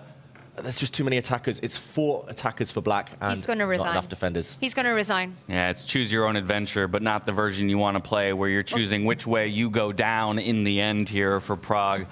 Searching for answers in the ether, but soon enough he'll realize. That's a checkmate. That's a checkmate in 1. Checkmate in 1. The black queen can slide in. Why is Vincent not playing it? He hasn't seen it. He hasn't seen checkmate in 1. What? It ends anyway. It's over anyway. Like we said, there's so many ways to win, and in the end, it will be our defending champion from Waisenhaus who picks up the full point and pushes himself to a 4.5 point total. But of course, his work is not done yet. 1 round to go. Still plenty of competitors out there doing battle. Back over to that other all-important matchup we go, Gukesh versus Richard Rapport, to see how that one's developing. Still locked in a very tight battle are these two, but it's almost putting more pressure on Gukesh here in what feels like a fairly even game, that he might have to take some risks and find a victory. Yeah, both sides taking risks, and that was a fun finish of the Vincent Keymer game. Instead of mate in 1, we should mention he went for a mate in 3, so we can't fault him too much, fault him there. But this game is chaotic. Both sides definitely taking risks. Risk has been the name of the game. This last move, not the best according to our engines here, given a miss. There was a stronger move by Richard Rapport. I think actually reacting by retreating his bishop might have been safer. This bishop now can be captured in the center. It would come at the cost of white's bishop, however. And this one is just chaos. It might say level the computer, but we could see the eval bars shoot off in either direction in any moment now. Maybe taking this pawn on the last move, thinking about it, would have gone up on material, but these top players, not materialistic, as we've learned. Not like us, Dash. And yeah, this is crazy. Whoever plays better in the next 5-10 moves is likely to win this game. I must admit, though, I don't mind being lumped into a category with you, my friend. Even if we're not at the level of the super GMs, the fact that I'm being included in the same breath as one David Howell is a win in my book. And meanwhile, heart rate, again, the differential. Gukesh down under 80, Rapport up at 120. That shows the nerves. Ooh, big threat on the board, though. The black bishop, if it gets one move, will jump out the way with a check and a discovered attack. The white queen is hanging. The white queen undefended, so that check is blocked. Gukesh wants to seek some safety with piece exchanges. But that comes at the cost of a valuable pawn. This pawn is hanging. Queen exchanges might happen. Material count shows that black will be up 7 to just 5. 2 pawns ahead if Richard Rapport now grabs this pawn.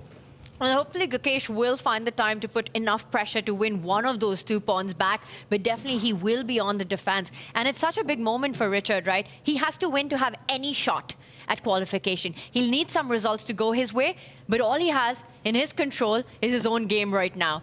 He does grab it. He's about to trade queens. The white rook will step to the center of the board as we see this line being played out. Hit that central pawn on the center line. The other rook eyeing that flank pawn.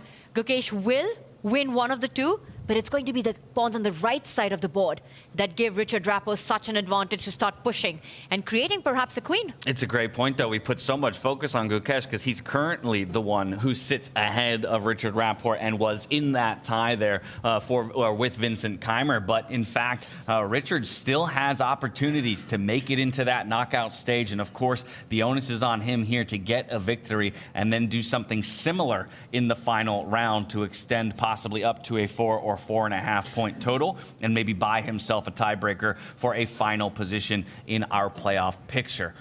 Either way, this one's not over yet, so you can only take it one game at a time, one move at a time. He has a small advantage. Can he capitalize here? He is going to just go ahead and throw a pawn forward, 1 square, just go ahead and solidify his position a little bit, but does end up letting a pawn go in the process. Well, that is an extra pawn for Richard Rapport, but for Gukesh, what he has going is the left side majority. You know, he needs to find his chances there. Start pushing the passer, create a distraction for Richard, because give Richie a couple of moves, and he's going to make a queen of his own right now. Richard needs a lot of results to go his way as well, to have a shot at qualification. But again, you control the controllables. He's got complete focus. He knows he's got the world champ on the ropes. Can he finish the job and keep his hopes alive right now? I think the things that he can definitely rest his cap on are, of course, the fact that all of his pawns are sitting on dark squares up against a light square. Bishop is his opponent. Of course, as I say that, he makes me a liar, pushing one of his pawns forward onto the light squares, but just supporting that light squared bishop of his own, trying to take some space, maybe activate that rook in a very long rook lift on the right-hand side of the board. Yeah, and it's a pawn race. He just actually wants to push this pawn forward. Boom, boom, eliminate the blockader. And it's the pawn he's just pushed that might be promoting. So if he gets 4 moves, he wins Richard Rapport. It's that simple. Also, we can confirm on the standings, it's a must-win situation. If Rapport draws, he has no chance of getting to the top 8 now. That's a great point. Currently in 8th position is 4.5 points. And so therefore, at the very least, you'd have to hit 4.5 while the rest of those players on 4.5 don't score a single point more throughout the remainder of the day. With only 2 games to play, that means victory, victory here for Richard, or his tournament life is over. For Gukesh, he's got a little bit more room to work with, but still, you don't want to drop it here. This is a big opportunity for you to set yourself up going into the final round. It would be a huge dent in Gukesh's path to the quarterfinals. And, you know, the position right now, he can't even be thinking about a win. He's just holding and praying for a miracle that somehow he can save this.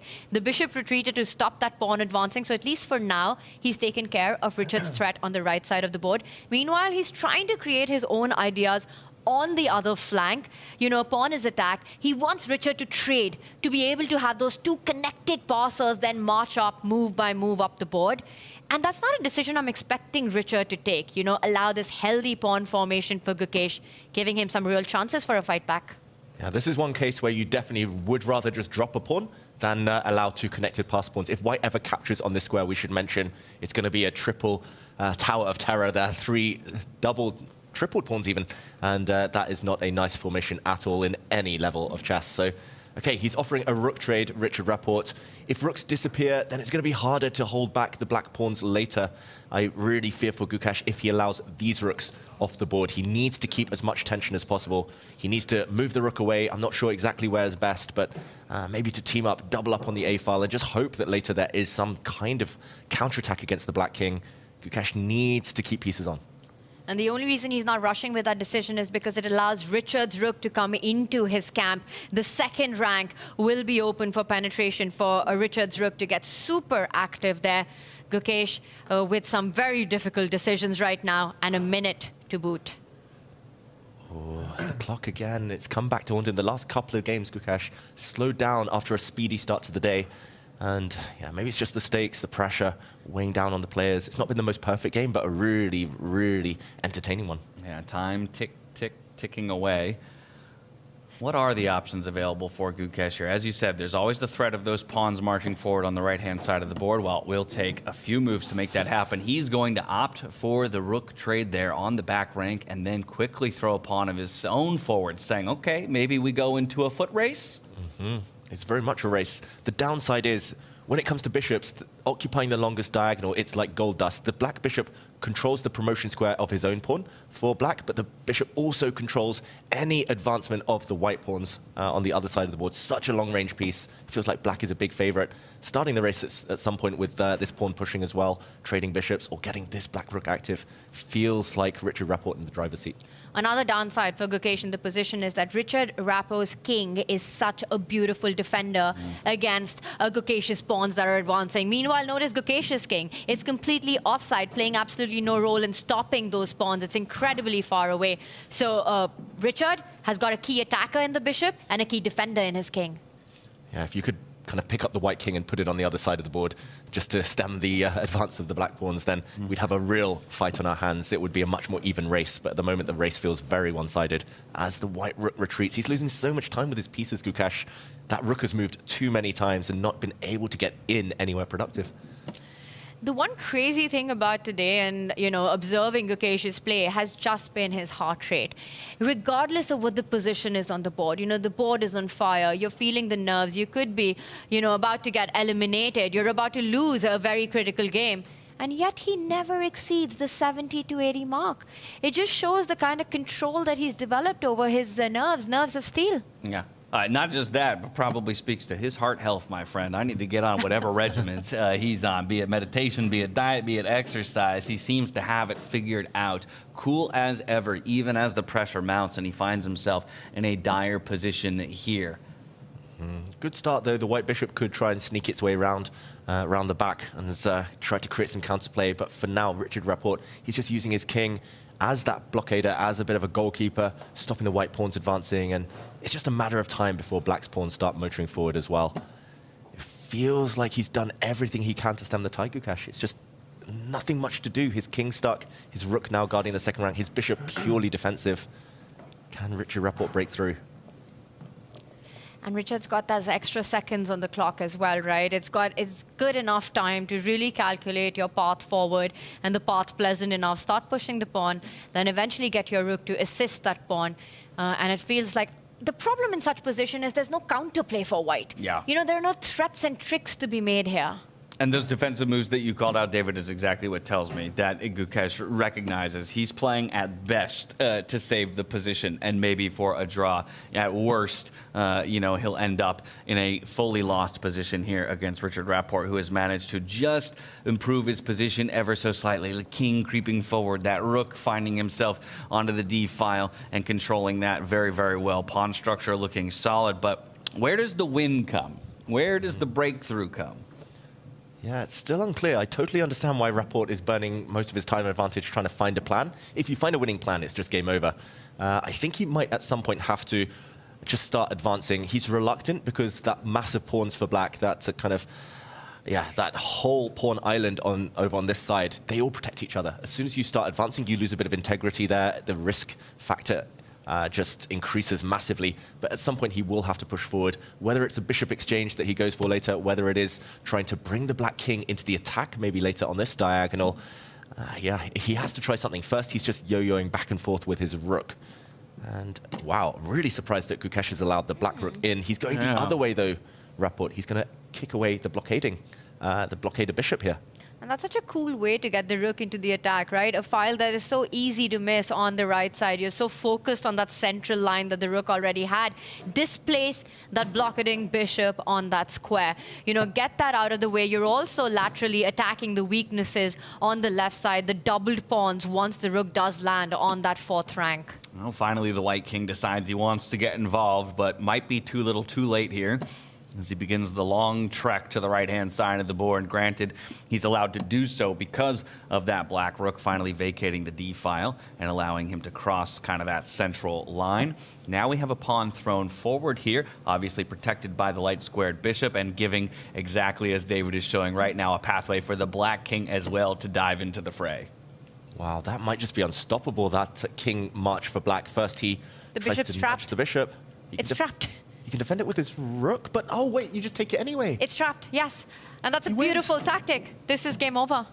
Wow, Richard Rapport, if the white rook tries to defend its bishop, you just take the bishop anyway, and at the end there will be a fork, a double attack. It's a handshake. Gukesh resigns. What a find by Richard Rapport. A beautiful end to a game that was necessary. It was needed for him to take that victory if he wanted any hopes of making it into our playoff picture. He earns himself a tie with that point added to his total at 3.5 with Gukesh. Now, both of them tied for 9th, so still on the outside looking in, but at least for each of them, they have an opportunity in our final round of the day based on the results of the other games. And that's an important point. They are not fully in control of their own destinies.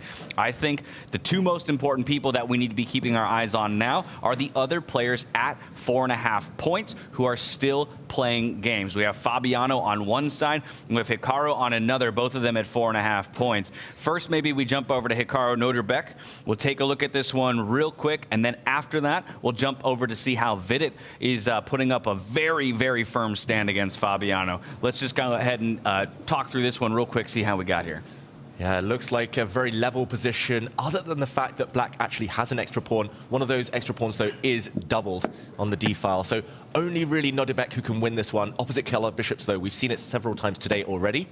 They have a drawish tendency. So for Hikaru, a draw is the goal here. He should not be able to win, but a draw would get him to 5 points, and we think that is the magic safety number. And I'm sorry to play ping pong with y'all's attention, but while this one is a little bit more even in its positioning, let's go over to the other 4.5 point holder in Fabiano, who right now is on the back foot against Vidit Gudrathi. He's had a very difficult tournament over the course of 2 days here, Vidit, but he could play a massive spoiler in a way here in the final couple rounds of this tournament. Fabiano would love to at least come away with half a point here and just currently keep himself out of target of those 3.5 point holders.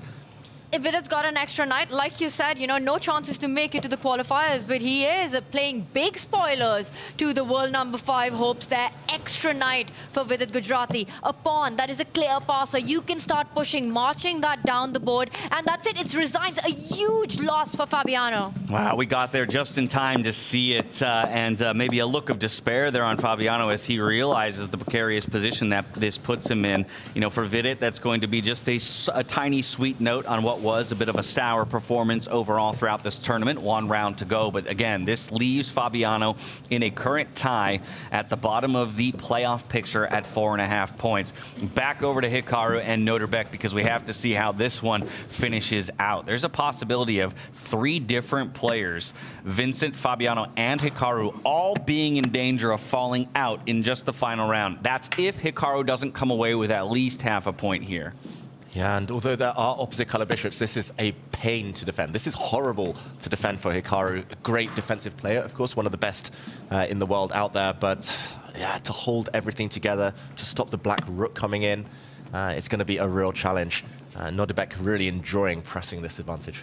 It's the kind of position you can play on forever, right? But That will not be the case if the rooks are off the board. For Hikaru, it would be a dream to trade the rooks, get a pure opposite color complex of the bishop endgame, and that is it. That would be a draw in the books. But there's no way, just absolutely no chance that Nordebek will allow that. As long as the rooks remain, Nordebek pushes for a win. By the way, it's been so incredibly tense that we've not even looked at one game. It's still going on, and it's the rematch of the 2021 World Championship. It's Magnus Carlsen versus Jan Nepomniachtchi. Just goes on to show the kind of field and what's at stake at here. Yeah, we'll have that one in the back pocket here. We can jump to it any moment. But like you said, both of those players sitting at 1 and 2 in the overall standings, and actually sitting in a dead drawn position currently by the computer's standards.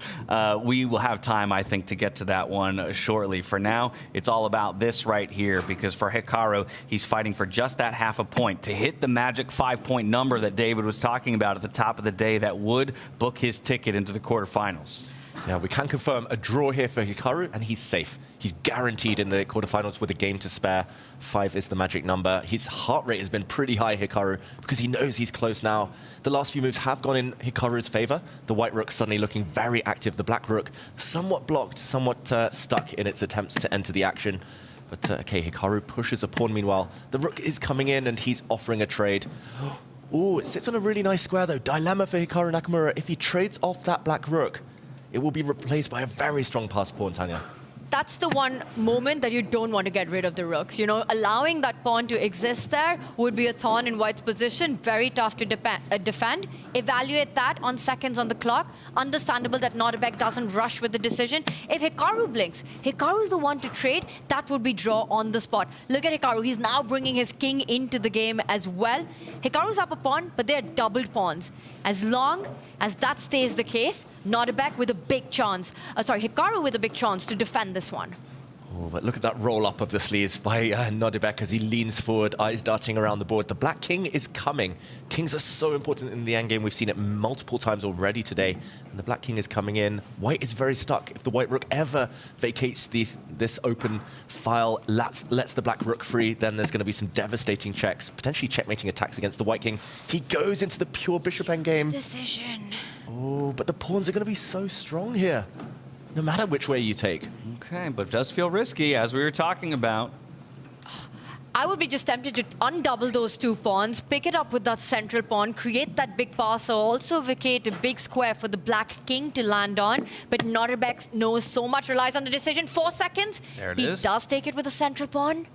That pawn is going to be a thorn in white's side for the rest of the game. The white king and or bishop are going to be tied down, stopping that pawn from advancing. Hikaru just needs to hope that everything else protects itself. The white king is most likely going to be the blockader, while the bishop will be given the job as guardian of the remaining pawns. Most of white's pawns are on light squares. That is the one saving grace here for Hikaru. And the problem is the bishop doesn't have a great square to defend those light squared pawns, you know. Everything is under control. That central pawn that Nordebek has takes control of a key square from where the bishop could keep things intact. Without that possibility, the white king is about to get deflected from the defense of the pawns on the left side of the board. Oh, Hikaru pushes a pawn forward. That is not the best move, apparently. Black's advantage growing. The black bishop now is going to improve itself. White is very much stuck. The king stuck defending pawns. Oh, I fear for Hikaru here. He could well fall in this game if Nordebek can maneuver his bishop to the edge of the board and then push his pawn. That is the plan. Whoa, he rushed. It's a blunder. Why would he exchange pawns? He's let Hikaru off the hook by allowing him to dissolve one of the weaknesses. Why would he trade pawns? That was a clear weakness for white. There was no need to rush either. Relief on his face. And now he's feeling it. Abdusattorov with less than 10 seconds on the clock. He's still going to have to make a move. He can't sit and dwell on the mistakes for too long here. Counting down 3 seconds. You've got to move a piece. 2 seconds. There it is. Oh, he knocks the piece over. Does finally get the trade. 10 seconds back on the clock. Hikaru will trade it off with the pawns now staring down at each other. But Abdusattorov, he doesn't have the answers. I think he realizes that he threw away his one opportunity for a full decisive victory here. Hikaru not really happy either with the whole situation, but he might come away by the skin of his teeth here. A drawn position, the handshake, and Hikaru just barely booking his ticket to the quarterfinals as he moves to 5 points. And it all came down to that one move, that one inaccuracy that cost half a point to Nordebek up to Satrov for Hikaru. What a relief, just making it through. And there we see a bit of celebration as Tusa comes there. And this is just incredible, the turnaround that we saw in that game. Some relief, I'm sure. It's not the way you want to qualify. I'm saying, Hikaru is exactly the kind of player who will be critical of his own performance and expect more of himself. But at the very least, as we heard from him yesterday in his interview with Sveta, the most important thing is top 8. Then it becomes about perfection. Then it becomes about your performance at its absolute peak, working through the knockout stage is a reflection of how this 10th and penultimate round here in our round robin stage broke down. There you had a look at our top ticket table that we didn't manage to get to, but I can let you know at home it ended in a draw between Magnus Carlsen and Jan Nepomniachtchi. Magnus Carlsen still holding solid control of first place with 8 points. Jan just behind him at 7.5. When it comes to our playoff picture, that's where we look towards those 7, 8, 9, and 10 positionings. You got 2 players sitting at 4.5 points. It's Vincent Keimer in 7th, Fabiano Caruana as well, tied with him at that 4.5. Richard Rapport and Gukesh sitting just outside looking in. What a roller coaster of a round, David. With it getting a win in this one, Praggnanandhaa going down to Vincent Keimer. The turnaround that we saw on Hikaru's board, eventually surviving with a draw. It's kind of hard to pick a big moment. I think every single one of them, massive. Yeah, for everybody at home, the left-hand side of your screen, they are locked in to the quarterfinals. Every single one of those names from Magnus Carlsen down to Hikaru Nakamura will be continuing throughout the knockout stage. Over on the right-hand side, those are the players still fighting largely for playoff positioning. Unfortunately for Prague and Vidit, they are mathematically eliminated because they cannot catch those 2 players tied for 7th and 8th at 4.5 points. But for Richard Rapport and for Gukesh, it is going to require victories and defeats from the people that they want to surpass. So not fully in control of their own destiny, but you can only do, fulfill the part that you can control and then hope for the best from the heavens. Yeah, Richard Rapport will need to defeat Hikaru Nakamura in his final game in order to stand any chance of survival. Gukesh will need to defeat the informed Jan Nepomniachtchi, who's been on a bit of a tear today. It's not going to be easy for either player. No, not in the slightest. Now, admittedly, Fabiano and Vincent Keimer are paired up for their final matchup of the day. The 2 of them sit at 4.5 points. A draw between them pushes them both to 5 points, and mathematically they can't be caught. Yes, this is tricky because both of them are completely aware of this, right? And they really want, everyone just wants to make it through to the top 8.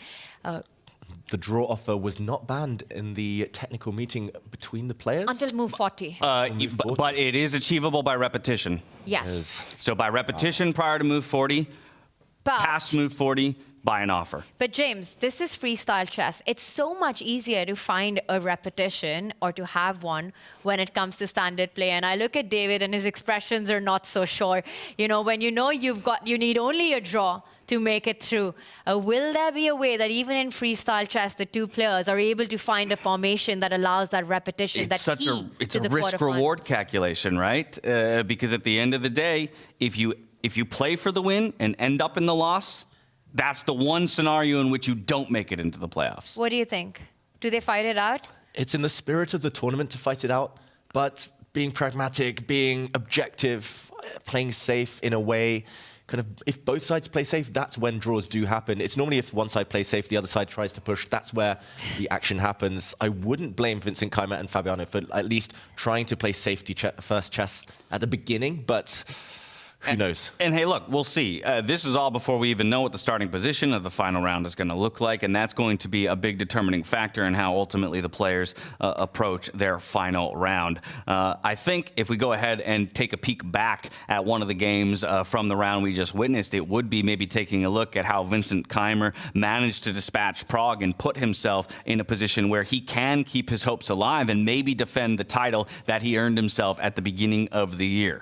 Yeah, Vincent Keimer keeps his fate in his own hands. He eliminates Pragg from the race for first place in the meantime. For Praggnanandhaa, some decisions to regret. Let's just recap the last half dozen moves or so of this game. It looks like a very innocuous position. We were joking about the white kind of wall of pawns here not having moved at all, but it was here after the black pawn pushed, threatening to come and destabilize this knight, that Pragg started to go downhill. Maybe best was to move his king just to create an escape square for the knight, and everything's covered, it's still relatively safe. Instead, pushing pawns on the side he is weaker came back to haunt him. The bishop came across to eliminate a key defender. Suddenly, that piece was captured. The black queen now stepped across to attack this pawn. Bishop forward, and swinging it back would have been the best way to defend, but after another capture, suddenly it was almost over. Terminal attack here, and one queen sliding forward was not enough. The brilliant move was this one. Bishop into a3, sacrificing itself to just drag the white king out into the open to remove the final defender, this pawn. Incredible speed at which the entire position collapsed. Can we see the missed mate in one?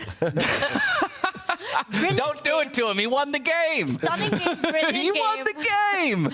Oh, my goodness. Yeah, there it was. It could have been an easy queen slide down one square, but he went for the fancier. Mate in 3, as you said, David.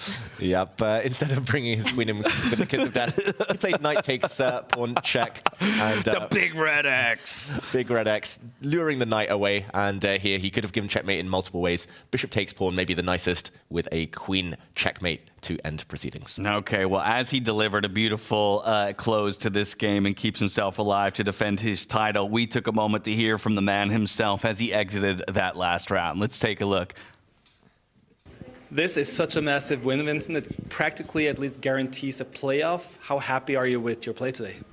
Yeah, it has been up and down. I think my first game against Magnus was decent. He blundered something, but I still did manage to win the game. Then the second one against Gukesh was, of course, really, really tough because he was also a direct competitor for the top 8, and losing that game felt like now it will be really, really tough to make the top 8. But okay, the game against Hikaru was a huge, huge fight, and of course this was kind of a breakthrough win. And now this, I think in the opening it went just really, really wrong for him, and immediately his position was bad, and he lost pretty quickly. I'm just curious, if now number 1 or 2 season number 8 finishing Vincent Keimer, do you think they have the guts to choose you again? I don't know. Maybe not, but I don't think it's so easy to say. I mean, as you see, I won the last event here. I'm fighting to get to the top 8. Of course, it's different if you play rapid or classical time control, but we will see. So what you're actually saying is that some chess player may be dumber than they appear. No. And choose you. Maybe that's a smart move. Who knows? Yeah, I think for now I'm focusing on playing a good last game because I don't think I am done yet. I am not safe yet. So that's the main thing. Good luck, Vincent. Thank you. Almost got him to badmouth his opponents there, but also Vincent Keimer may be underplaying the danger that he poses to some of those top seeds and saying that, I still wouldn't necessarily be surprised if I got chosen as the 8th seed by, let's say, the top 1 or 2 seeds. But I think a lot of players in that situation would be reflecting on the results of Weissenhaus and maybe reconsider him as their first choice. Keimer is a different animal when you change it to a classical time control. Yeah. That's what we saw in Weissenhaus. He finished at the bottom of the qualifying table, even there, was picked by Alireza and went on to destroy that pick. Not just that, won against Magnus, won the finals against Fabiano, and then took the crown. So from underdog to champion was his story then. I think at least the players are going to think 5 times before making him the pick, even if he might be the lowest rated in that field. But that's still far away. There's one incredibly crucial round and the big question. Fabi versus Vincent. How much do they want to fight? One thing I will mention, I've never seen Vincent take a quick draw, ever. I just don't remember it. I don't think it's his style. There probably have been occasions in certain games. I very rarely see Fabi take a quick draw. Sometimes if he really wants to bank it, I have seen that. But I don't know. I don't think they'll be talking before the round. I don't think they'll agree anything. I don't think that's in the spirit of the tournament. I think the spirit of the tournament is to fight and to play. No, and to your point, well, that question is left unanswered for us, how will either of these players approach the game. I think it's very important that we set the stakes for the final round. Let's bring those standings up one more time just so that everybody knows at home who is here to play for something in this final round of the day. Everybody on the left-hand side of your screen, 5 points or more, is already secured into playoff positioning. For Vincent Keimer and Fabiano Caruana, if they put any points on the board, they join those other 6 in the knockout stage. For Richard Rapport and Gukesh, they sit 1 point behind, so the onus is on them. Win or nothing. You got to put up a win. Drawing is not an option for you. You have to at least match that 4.5 points to maybe have a tiebreaker at the end of the day. They're focused on their game. They want to win and get that point, but they're also rooting for one of these 2 players. Exactly. What they're hoping and praying is that Vincent and Fabi have a decisive result. If that game ends in a draw, everyone else is out. So Richard doesn't only have to face and win against Hikaru. Gukesh doesn't only have to face and win against Jan. They also have to pray that the other board fights it out and plays it till the end. Yeah, so of course we got a word from Vincent after he put himself in solid position, but work's not done. We did the same with Fabiano, who finds himself in lockstep with our defending champion. Let's hear from him now. Fabiano, how hard is it in freestyle compared to this normal chess to get that important draw that you both need? I wasn't really thinking about a draw. I don't know. Maybe I should have. But I just wanted to play, and yeah, it became complicated.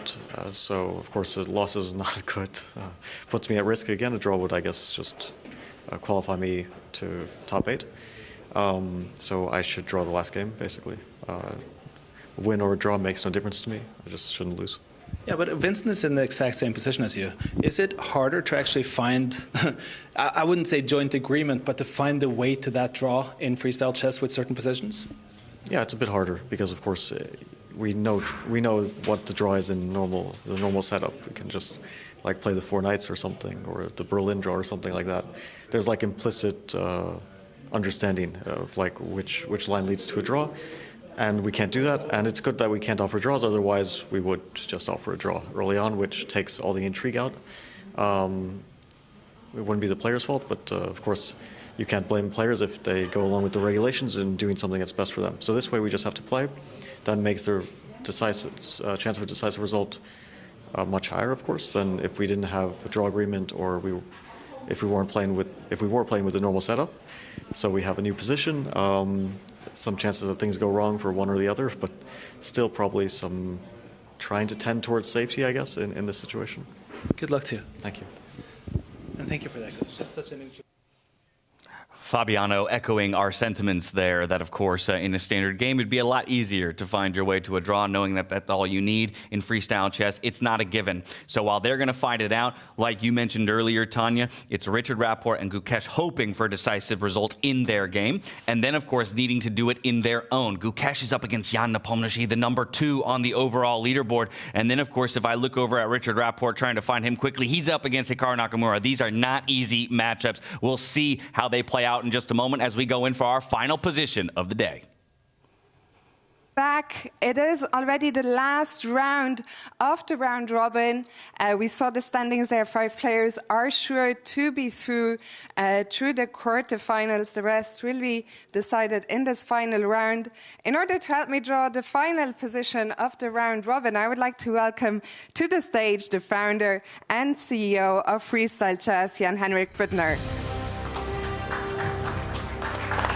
And Jan, just before we do the draw, I think you just have some short information about the dinner tonight. Yes, I just want to remind everybody that tonight at the dinner we are doing the pairings, so that the winner of today's round robin will select first and then second and so on.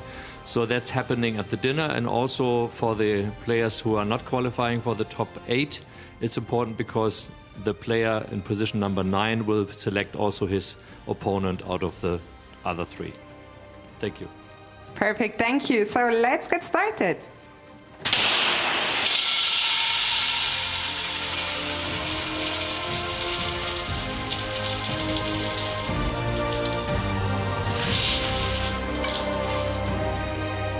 All right, we do have 384. Thank you very much, Jan. For the last time, the players have 10 minutes, so please enjoy to the players. Good luck.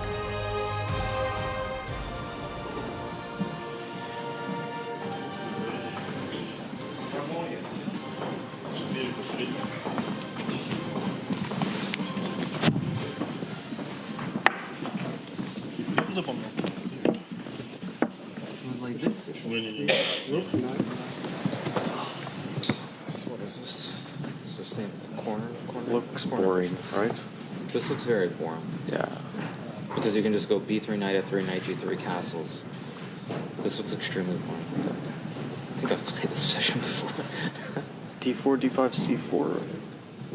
Yeah, d4 is probably the try, right? Because like c4, c5, I mean, this is just going to turn to some normal d4, d5. Doesn't look so just dangerous. No, I just mean it's going to turn into a draw because you're going to go and put the knight's castle, d4, d5, just symmetry. So d4. C5 is not a try here? Or is it? A try for what? To win? Yeah, I guess, yeah, you don't need to win either, so. But I think objectively, like C5, D5, how can... On C4. I thought C5, D5, C4 with B5. But again, yeah, why do you want to go for No, but the that makes sense. I mean, also... But B3 maybe? I don't know. Yeah, maybe this is too much. Because E4, knight E3. Something very fast. No, it's probably too much, right? I don't know. B5, and then knight on G, knight G6. Knight E3. I don't know. Knight F6. I think black is better. Actually, yeah, you're right. You're right. Ah, that's a good point. Black is maybe much better. Yeah, black's probably a lot better. But probably D4, C5 is just not the way.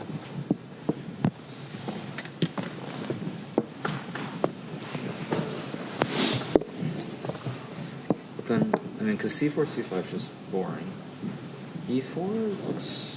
E4 looks wrong. Because you can't play C3 without killing your bishop. Yeah, exactly. Like E4, B5 also is... Yeah, so... Yeah, so, I mean...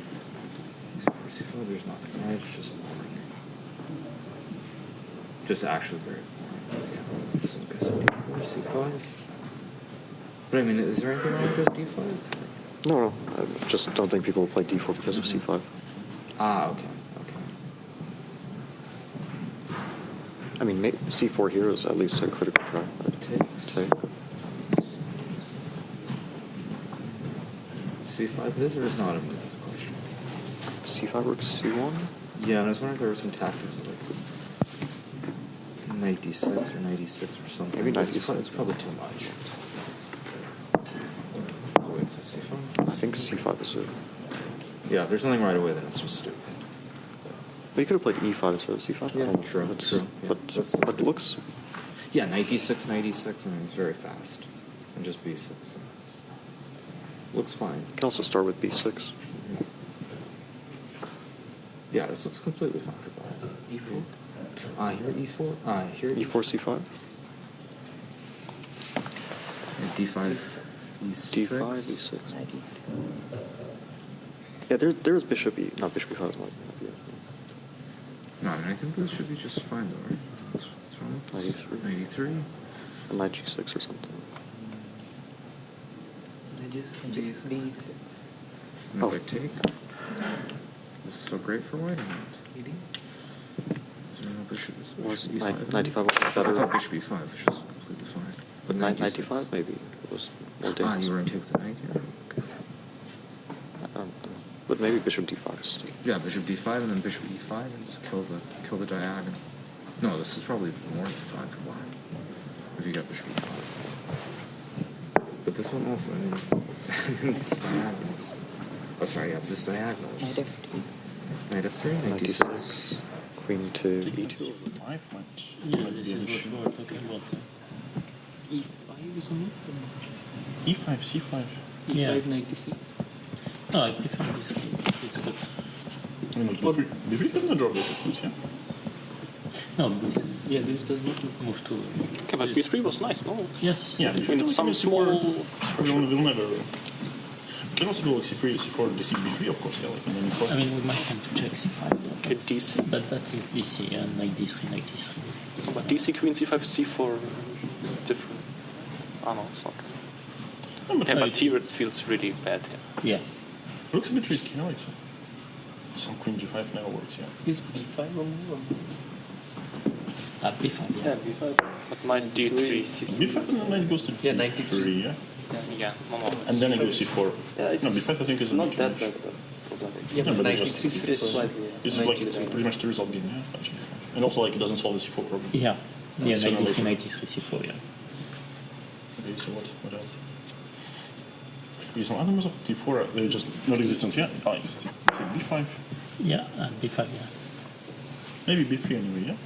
But now you can do knight g3. But b3, c5? But I can go c3, I think, yeah? c3, preparing for... Because c5 I go d5, I think I can hold it. Can I do knight g3, e4? Ah, no, c3 I don't. C3 Also, what about c4 here? It's c5. Knight g7, c4 I always think. Okay, c5 probably.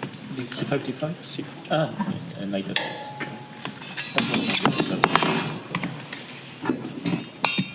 F6, I'm guessing. Yeah, and more c4. bc4. Queen c4. I mean, so we are generally happy. Yeah? Like, okay, then some e6 maybe. b3. Yeah, it's I mean, not like the okay. structure is. Yeah, no. That should be kind of more pleasant here for us. Maybe you're at b3. Because now c5. What do you take? you think, and then what? You can also start with c4. And I can still go to d6. Yeah, we can. Yeah, but same. It just e6. Can we go a4? Okay, a4 is meaning this, yeah? a5 is at b6, a6. c4, what's the problem? I mean, b5, a4? Looks normal to me. Yeah, it looks immediately. But maybe before c4. Okay, if I just play like e6, knight f6, what's your Okay. like knight f6? Okay, b3, knight g3, knight knight f3. f3, castle, b3. Let's say like another try. If he goes and gets c4, c5, b3. d5, c6. Or d5, knight d7, with some If you go like this, b6. Can we like get something right here? Take d5. This does not feel correct. No? Why? Yeah. Why? No, I think this is. Knight f6, knight f6. You can play it. This is usual position. I think black is better. Yeah, maybe not better because it's like typical. Okay. Yeah, but like a free knight, knight f5 and so on. Yeah, but yeah. But it's okay, but here knight f3 is bad because it's just okay, Yeah. Sure.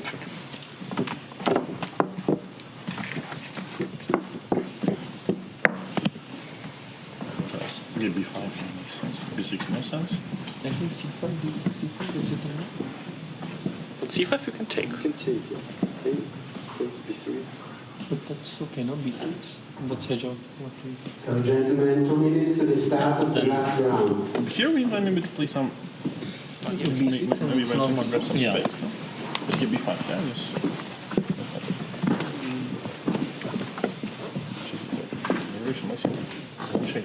Yeah. But maybe d5, yeah. Maybe b5, c4, e4. I find this one. This is insane. c3, queen c3 eliminate. Yeah. Otherwise, it's just like slowly kicking queen away like And c4. e4, knight And your e3, yeah. bishop is on Yeah, back. yeah. No. No. It depends on b5, yeah. And b3, b5, he plays. Instead. Maybe b5, b3, c5, and no something with bc. Yeah.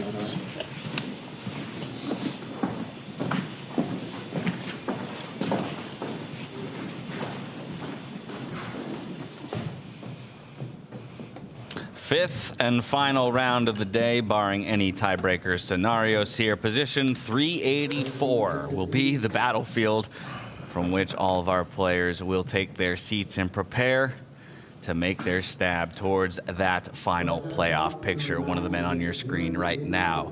It's do or die time for him. Gukesh against Jan Nepomniachtchi needs to get a victory just for a chance at it. As well, Richard Rapport against Hikaru Nakamura needs a victory just for a chance. And this is all before we see whether or not Fabiano Caruana and Vincent find their way to a draw or end in decisive fashion one way or another. The one thing I will say, and this is kind of coupled with Fabiano's interview that we heard just a moment ago, freestyle chess obviously doesn't have known patterns towards draws that would have been easier to find in standard chess. And in particular, Tanya, I think this position of many in freestyle chess would lend itself to a pretty swingy game where one could come out on top. Incredibly unclear, right? You've got all the long-range pieces on the left side of the board. You're trying to find ways to open them up. It's going to be a double-edged game, so not going to be easy for Fabi and Vincent. Even if in their hearts they just want to keep things solid, to find a way to keep the middle game under check and control. The matchup we've got in front of us is the world champion versus the 2 times world championship challenger, Jan Nepomniachtchi here. For Gukesh, like you said, you control the controllables. The only thing he has is to take care of what's in front of him. We see a first starting move here by Jan, which to me was a bit of a surprise, right? He pushed that pawn in front of the rook, blocking his own bishop on that left side of the board. Were you surprised by that, David? Very surprised. I think the players came to that conclusion because everything else led to positions where it would be mutual attacks a bit more wild. Here, I think Jan, because he's already qualified, because he knows his opponent will be trying to mix things up, Gukesh in a must-win situation, he just wanted a solid base to start from. We do see almost Queen's Gambit-esque type of pawn structure in the center, both sides having pushed these central pawns, and it's going to be much harder for Gukesh now to kind of create too much imbalance. Whoa! And you saw the reaction as quick as the eval bar was on Jan's face there. He saw it instantly. A questionable move here from Gukesh. And he does take the pawn. The bar says it's the right approach. And for Gukesh, the problem is now you normally want to maintain the integrity of your pawn structure. You want some presence with pawns in the structure.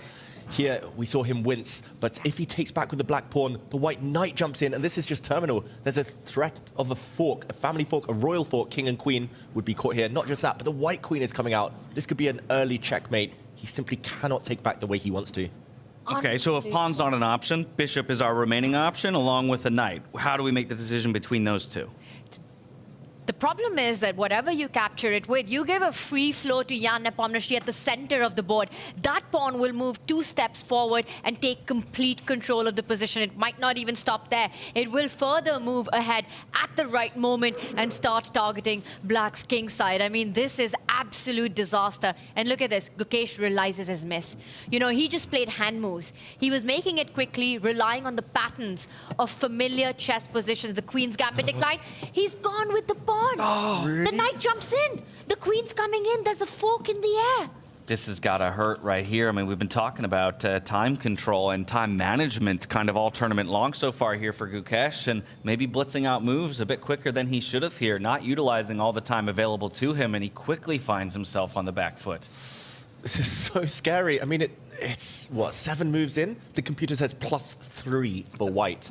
It's just a checkmating attack. He's going to have to shed material, or he's going to have to lose something in order to just survive. And it's, again, because the queen is trapped. The black queen is doing nothing. The white queen about to swoop in to deliver checkmate.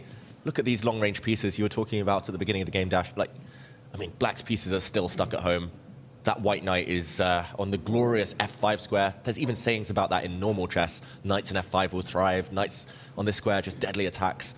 Gukesh, it's shocking to me that he's self-destructed this quickly. It's a must-win situation, so probably added adrenaline pumping through him, but this is not going to end well. This is the thing about freestyle chess, right? We're on move number 7, and the world champion is almost lost here. Yeah. And this is what ends up happening when you've got little time to sort things out, how quick you have to be, how much you need to rely on your intuition, your instincts, your creativity, and for Gukesh, he just didn't have enough time to figure this out. You know, recapturing with the bishop or the knight in that previous move, keeping that square under control where Jan's knight has jumped to. David, that would have only delayed what seems like the inevitable. You know, you allow white to move forward with the pawns. The attack would still have come, and not a happy choice for Gukesh. And he knows that this is close to over. I mean, he's going into a think. He could be thinking for the next 1 hour. That wouldn't help him right now. And that's the thing. He's feeling the effects of his own quick speed, or rather, at which he played, right? The time that he maybe should have spent a couple moves ago, he's now spending to try and find a way back in it. Not going to be easy at all for him to find it, but maybe while he gives a think, does ultimately go for a move. He's going to reposition the king just to guard against the knight jumping in, but David calling it lost with that animation there. That just looks so bad, Tanya. That's desperate, right? He probably just couldn't find any other way. You need to fight against the knight jump. The queen threats on that pawn as well. Not a happy decision. Head and hands for Gukesh. How does he survive this? It's a checkmate. being threatened right now, defended. You're never going to be castling. The king's going to be stuck at the center of the board. Does the other knight jump in now? Do you take a page from Vincent Keimer's book? Get your knights and queens to attack the Black King? Yeah, I think that's just a very strong move. Tanya adding another piece to the party, another attacker. Even if you just take a time out, it's not just the fact that the Black King will never castle, it's the fact that the rook next to it is never going to centralize, never going to connect with its fellow rooks. It's never really going to find any open files. You've just muddled up your pieces. Black has so many problem pieces here, while White is so active. Even if White starts kind of throwing another pawn down the board, even if White just kind of castles, gets the rook over, just continues getting business sorted. There's also other angles to attack from. The White bishop on this diagonal, that looks like a juicy one against the king. Too many tempting moves. Gukesh in huge trouble on the brink of elimination here. Yeah, absolute dire straits here for Gukesh, but he's not the only player with hopes of playoff contention. Let's now hop over to Richard Rapport up against Hikaru Nakamura to see if he is on his way to a decisive victory, what he will need at the very least to tie either Vincent Keimer or Fabiano Caruana. Of course, still needing that other game between Fabiano and Vincent to end decisively as well, just to tie one of the two. So in a moment, we'll hop on over to Richard Rapport up against Hikaru Nakamura, who just barely qualified in the last round by snagging a draw and moving up to 5 points himself. And normally, once a player has secured safety like Hikaru had in this previous game, it goes one of two ways. Either Hikaru will relax here. He looks super looking relaxed. No, either he'll relax a bit too much and give Richard chances, or because the pressure's now off Hikaru, he'll bring his best and play his best, and that's not good news for Richard. In the meantime, level material, there's one doubling of the pawns. White's traded off the bishop for knight, and now Richard trying to explode the center, trying to go towards here Hikaru's king. I think Richard should be happy with the imbalances that exist in the position. Even if the eval bar seems to hint that Hikaru is doing fine, you know, the bishop versus knight trade, the pawn formation, it gives chances to create long-term play. And Richard opening up the lines for the rook and the queen right now. Hikaru gives back that bishop pair advantage to, in return, destroy Richard's pawn formation. If you were to take with that pawn in front of the king, you're then allowing Black's rook to slide over and start threatening that king on the G line. Yeah, computer wants that material, but while Rapport tries to reason his way to a victory here, we have to see if it'll even matter by jumping over to Fabiano versus Vincent Keimer here, because like I said before, if they were to draw, it wouldn't matter the results of Richard or Gukesh's game. But as we jump over, you might notice that right now Vincent finds himself in a dominant position, and if Richard knows this, if he's paying attention to that board, then he sees opportunities to maybe make it into the knockout stage. Wow. Black is actually a pawn up, but the computer says he's totally busted. And I actually said it earlier. It's such a devilish position, such a kind of deceptive start position, because, again, all these long-range pieces, and here White's queen and bishop could line up on the long diagonal, threatening some checkmate patterns. The White knight can start kind of jumping in to some really nice outposts deep in enemy lines here. There's still an undefended pawn. That was Gukesh's kind of Achilles heel, that pawn. There's also just open lines for the White rooks. Everything looks so appealing here, so tempting. You still need the killer blow. If Vincent can't land it in the next half dozen moves, this could turn. Fabiano might be breathing a sigh of relief, but Tanya, it's so hard to imagine this attack not being decisive. This is unbelievable. Fabiano is close to losing in, again, under 10 moves. Your idea on the board, threatening a big mate on that square. Now, Black's got to find a way to block that diagonal, right? Moving that knight away is not a solution because, yes, you save the knight, but you don't save that king. The rook would be hanging in that case. I'm expecting Fabi to blitz out that pawn. Well, he's not blitzing it out, but he at some point will have to push that pawn one step forward. But that creates further weaknesses in his camp. And look at that bishop. What bishop am I even talking about? It's kind of hard to spot for Fabiano Caruana. The one next to the queen. No open diagonals there. And like he said in that interview, no easy ways to shut down when it comes to freestyle chess. And he was bang on. I like that emoji, David. Very smooth. Fabi takes a decision. He's not making further weaknesses. The rook comes to defend. Wow, this is so ugly. You normally never want to fianchetto a knight. You never really want to put a knight on a square like this, especially when it's vulnerable on a diagonal. And look at that black rook, a sad defender. And it's like a mirror image. Gukesh, Fabiano, they've just allowed a direct attack against their king this early in the game. And Gukesh has to be beating himself up right now, right? I mean, you've not even given yourself a game for that shot. By rushing through the opening moves, we'll check in with that. But it feels like Gukesh or Richard would have had a chance because Fabi is about to go down in this one. Yeah, Fabiano against the ropes at the moment, and again, in falling down against Vincent Keimer, he would be the one in danger of losing his top spot. These, again, I'll remind everybody, this was our championship match at Waisenhaus, and just the idea that one of them wouldn't be in the playoff picture is ludicrous to me. But Keimer, in very much the way he impressed us in Waisenhaus in warming up throughout the tournament, seems to have warmed up at the right time here on the final day of the round robin, and looks to be taking this one. Of course, as you mentioned, that will put the onus then back on the other matchups, Gukesh versus Jan and Richard versus Hikaru, to see if either of them can come away with a decisive victory. Both of those games still in play. Both of those games, though, not looking like they're easily going to go to either of the players who are outside of our playoff picture. Unbelievable turn of events. And you know, this was the finals matchup at Waisenhaus. It was Vincent versus Fabi. Vincent getting the win in that one.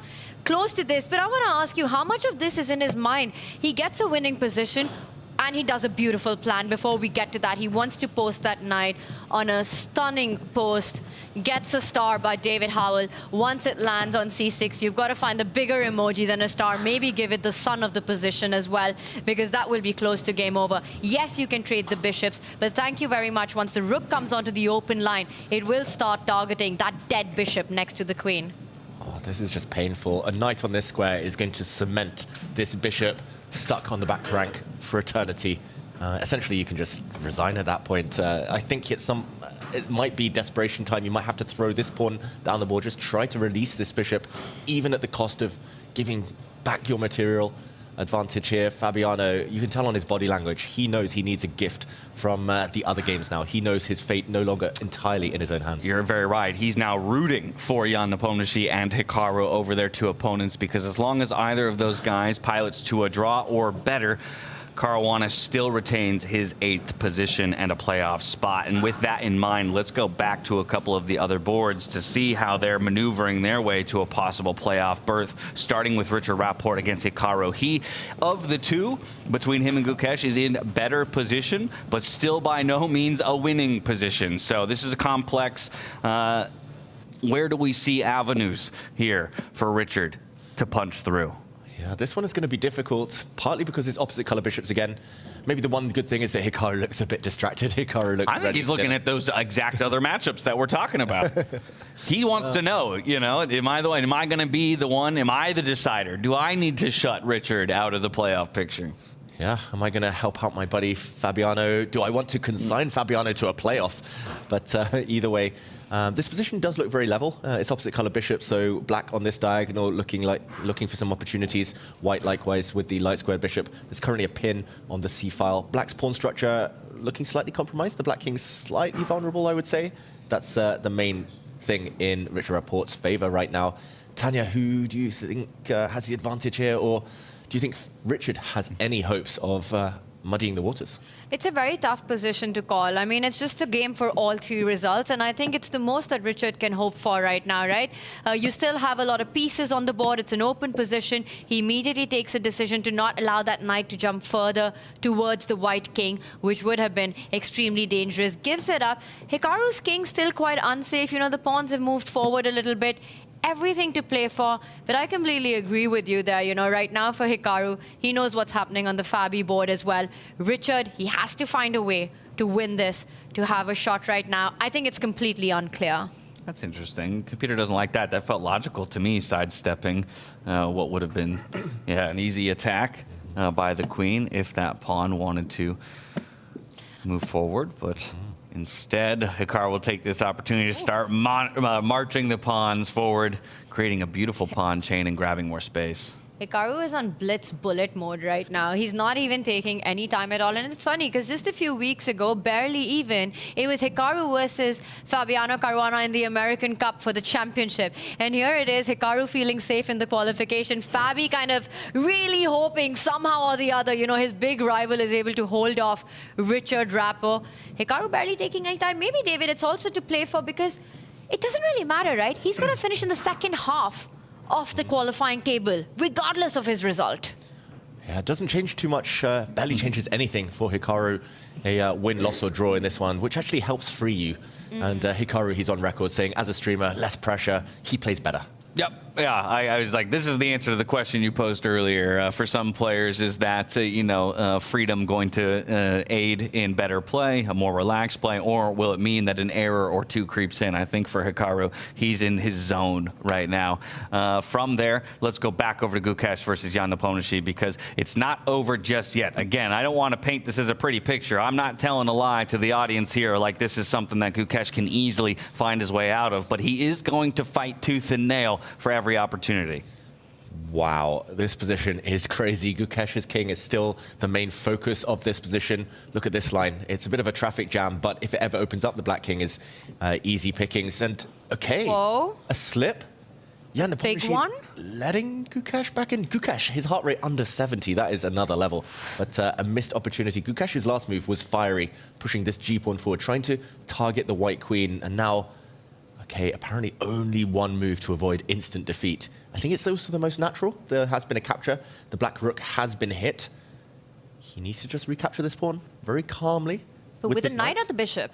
With his knight. I'm not sure exactly why the knight, I guess. Because if you take with the bishop in the corner, you might be destabilized by an exchange, and maybe there's something in the center with a pin. But okay, knight takes pawn. If you're not fearing ghosts along the this line towards your king, then it's probably the move you pick. And the advantage for white, far less clear suddenly. It would just be about surviving move by move for Gukesh. You know, he just needs to make sure that he can keep the game going, and he takes it with the bishop. But this just walks into an incredibly concrete line, right? The one that you're pointing out, just chop, chop, chop, get the minors off the board, and then suddenly there's incredible pressure along that central line. Yeah, and Jan made a face there. He was like, again, he's making the face, raised eyebrows. He's like, what? Why? I'm not going to criticize that move too harshly. I think it was a difficult position for Gukesh anyway, but that wasn't the most natural move. The most natural move was also the strongest. And another downside is that the black knight actually gets in the way. This pawn is now a target. This would be a deadly check towards the black king. And the knight stops the black rook from defending across the board here on the 6th rank.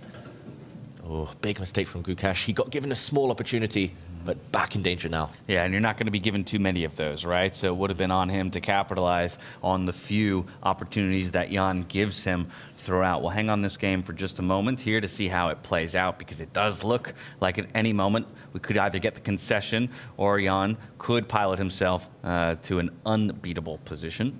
This is going to play out to absolute disaster for Gukesh. I actually don't see a way for him to successfully defend that pawn. If you use the other rook to slide over to that last rank, the last file that we have lining up against the queen, you're creating pins. There's a pawn that would be hanging. You know, you can see trades and then picking up that G5 pawn, which again would not be able to be recaptured because the queen hits that black rook. And with this pawn falling apart, black's king position is falling apart. Gukesh has just done everything wrong in this game. It is such a mess of pieces, though, there on the top right corner of the board. I think, again, for a player, from my perspective, it seems so messy, which is why it almost doesn't make sense that it is so decisively in favor of one player. I think it's essentially like a battle here.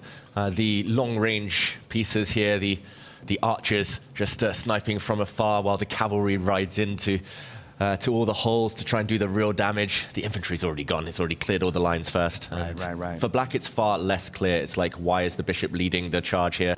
The bishop is not safe at all. Clear target. And yeah, of course, the king's safety is always the biggest thing in chess. And it's clear that the black king on this line is far more vulnerable than the white king, which sits safely for now. So queen looking to infiltrate, and Gukesh will elect to make a move. but it doesn't necessarily improve his position by the evaluation bar's standards. I don't think it'll be a surprise that as we zoom out to see the accuracy of all of our players across this round tier, that there will be quite a disparity in numbers, given some of the mistakes that we've seen. But there you see as well players like Vincent Keimer sporting a 96.3, which again just speaks to the way that he's leveled up throughout this round robin and finds himself in a winning position against Fabiano Caruana. You know, from here we'll go check in on that game just to see how Vincent's getting it done, and then we'll check back in with our bottom of the table matchups to see if Richard can overcome Hikaru, who seems to be building an advantage. But checking back in here, eval bar still loves it. Fabiano's still searching for fighting chances. Tanya, do you see anything available to the American? No, he's down a rook in this position. How do you even fight that? That's huge material deficit right now. And there's a big threat on the board with that last move that's been played. You know, pinning that pawn, attacking that rook. And did you see that accuracy chart? It gave Gukesh a 70%. In perhaps the most crucial and critical round of the day. You know, that's far from the accuracy that you need and you want, especially against a player like Jan Nepomniachtchi. Yeah, occasionally games are messy, but they're messy on both sides, right? You know, to have Jan sporting near like a 20-point differential in those accuracies is never what you want to see when you're the one who needs to come away with the win. Why is Fabi playing on? Inertia, I don't know. Just keeping some intrigue, maybe hoping to make his rivals more nervous if they see that this game's still going. That adds this element of jeopardy. But yeah, this one is done, dusted. The white rooks now. You have one extra of them, so they are stacking up against Black's weakest spot. It's a matter of time before Fabiano resigns this one. Vincent, though, credit to him for bringing his best when it mattered. Absolutely. So for calling this one done and dusted, back over to Richard Rapport versus Hikaru Nakamura we go to check in on that one. While Richard had the best standing of our two players on the outside looking in, his position has only gotten worse since the last time we checked in on this. Hikaru's most recent move getting the exclamation point. Again, he just seems to be in the zone, unbothered at the moment. It's amazing how easy it makes it look, right? He's been leaning back, getting up from his chair, just like you said, just looks so cool and collected and calm. He literally doesn't care at this point, and there he is with a huge advantage in the position. He's sort of just going through, breaking open the defenses of Richard Rappoe's king with that last pawn move forward. And look at how beautifully the queen and the rook are already lined up to double down and triple down on that big file across the board. Yeah, I've said it before, I'll say it again. You need your queen and knights. They are the best defenders. And look at the white queen and knight. They're just offside. They're not participating in this battle at all. He's hoping to hold things together with his king alone here, Rapport. I think that was the only move to kind of hold the door for now and to protect this pawn, the only shelter in front of his king, but it won't last for long. Yeah, do you go for the trade anyway and then just can take control of that H-file there on the right-hand side with the rooks? Yeah, or move your king out of the way and unleash the rook. Yeah. This line. And guys, while this one will go on, I think Richard will fight this out. I just want to draw your attention. I think we'll be probably seeing the last of Gukesh right now. In the next few moves, I'm expecting resignation. It would be a good moment to jump to that as soon as possible, because I don't see anything else but a miracle that would save Gukesh right now. Yeah, we could be moments away from the resignation and the defeat of the world champion here in the freestyle chess round robin up against Jan Nepomniachtchi, number 2 on the tables. We'll flip on over to that board as quickly as possible to see it come to a conclusion. And as we do, there you have the results popping up on your screens. Perhaps a look at the players shaking hands.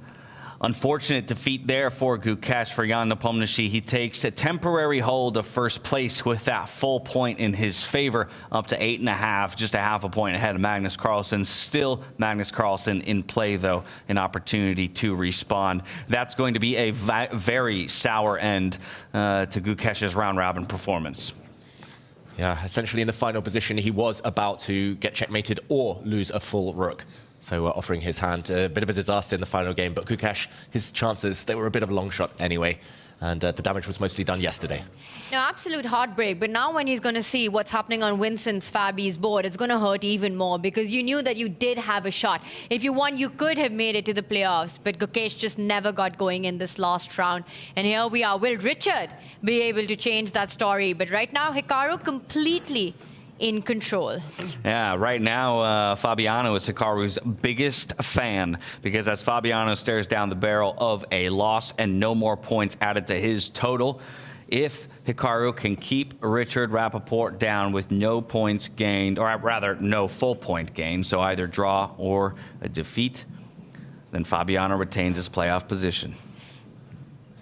And I say completely in control. I think it's going to be more than control because Hikaru is just looking for an inroad right now, right? And the best way to do that is get to the base, and he does it.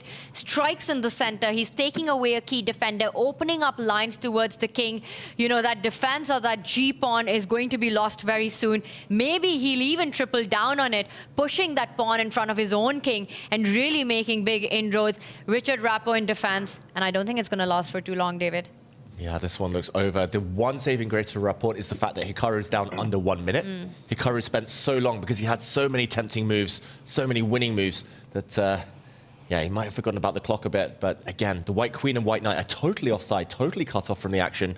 And, okay, the last hurrah, the last attempt by Richard Rapport to bring his queen in. There are no threats, though. The queen alone cannot cause any trouble. And look at Hikaru. He's peering into the board. He brings his queen in.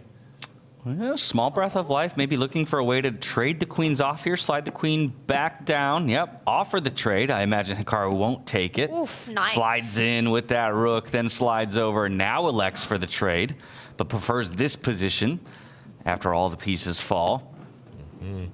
Hikaru, he's just gone for an endgame advantage. He's still a pawn up now. So rather than going for checkmate, which isn't really Hikaru's style anymore, he never goes for direct attacks. He would far rather have an endgame he can control and that he can manage. And for Rapport, who needs to win, it looks like a draw is the very maximum he can hope for. That white knight has been the bane of his position.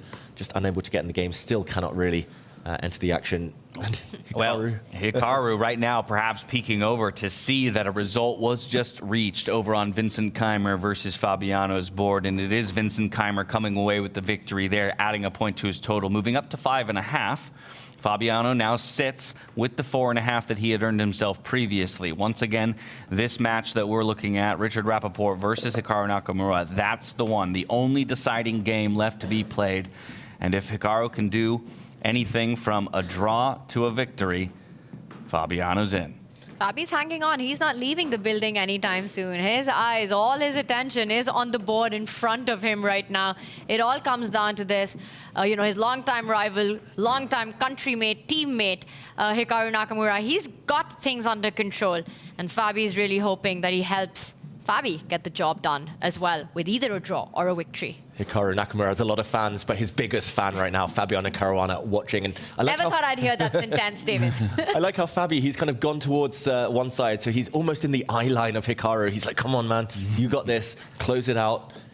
And yeah, Hikaru has multiple ways forward. He can keep his central pawn alive if he wants to press his advantage. No, he just tries to trade off further pawns. And yeah, it's just fizzling out too much. Richard Rapport has one last chance to win this game, to save himself in the race for first prize. The white pawn that's far advanced, but at the moment, it's under lock and key. With every piece that comes off the board, Richard Rappaport's chances dwindle in his hopes to receive a bid to the playoff picture in the knockout stage. It just keeps coming down to that knight. You know, you've been pointing this out the whole game. And even now, it's got no good square. You retreat trying to get to the center of the board. You're going to end up in a double attack with the rook sliding over. That knight has been sort of the bane of Richard's pieces in this position. He's playing essentially down a minor piece, apart from being down a big pawn. That pawn, which is just 3 steps away from becoming a queen. Yeah, this looks almost hopeless in terms of winning, at least for Richard Rapport. Maybe he'll draw this on a good day. Maybe you hold this. But you're also facing one of the best endgame players of the generation, Hikaru Nakamura. Yeah, this one looks forlorn. Richard over 150 on the heart rate. I was going to say, yeah, if the evaluation bar didn't tell you who was winning, I think the heart rates would tell you. One of them is a lot more comfortable with the position that they see in front of them, even with very little time on the clock. What do you think? I mean, whoa, no, that move did not happen. There's no way that he put the rook. It did. No. It did happen. If you take that rook, oh, the white pawn yes. would have run through. Oh my gosh, what a nice trap that was. He's so creative, Richard Rapport. The game continues, just to show that on the board one more time. The rook slid across, giving up its life. If the rook had been taken, the white pawn steps forward and would have promoted. Richard Rapport would have got a playoff against Fabiano Caruana. There's no way to stop this pawn anymore, but of course, not necessary to take the rook. The black bishop dropped back as a blocker.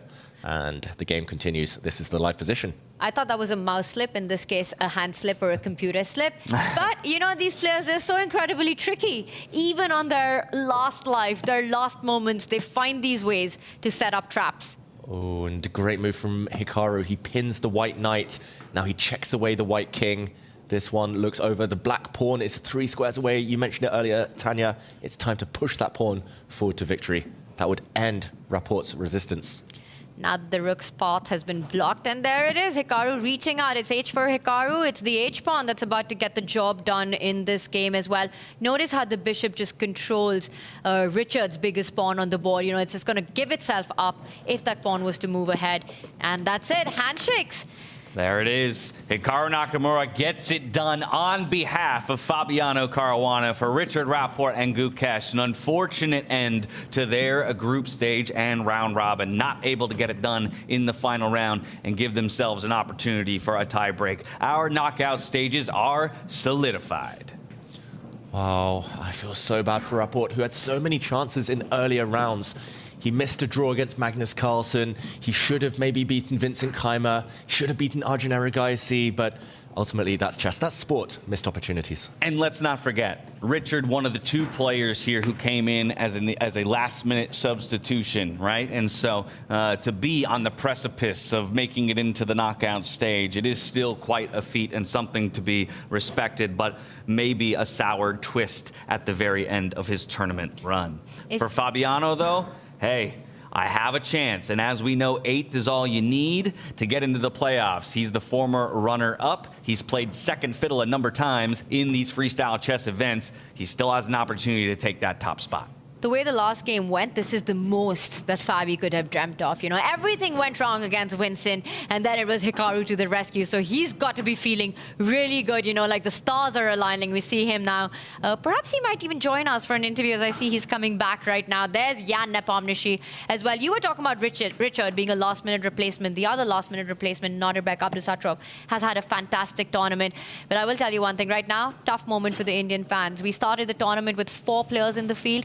3 have been knocked out of the quarter finals. Gukesh out, Praggnanandhaa out, Vidit out. The only player holding fort is world number 4, Arjun Erigaisi, after his 3 back-to-back wins in Freestyle Fridays. Yeah, as you mentioned, unfortunately, Pragg out of the running here for the playoff picture, but Nodirbek Abdusattorov has shown up in a brilliant way. Last-minute replacement for Hans Niemann, hopping on a plane a mere 48 hours before the first moves would be played of this entire tournament. He sits with 6.5 points currently, the opportunity to still make up, or rather make some gains with half a point to a point here in his matchup against Praggnanandhaa.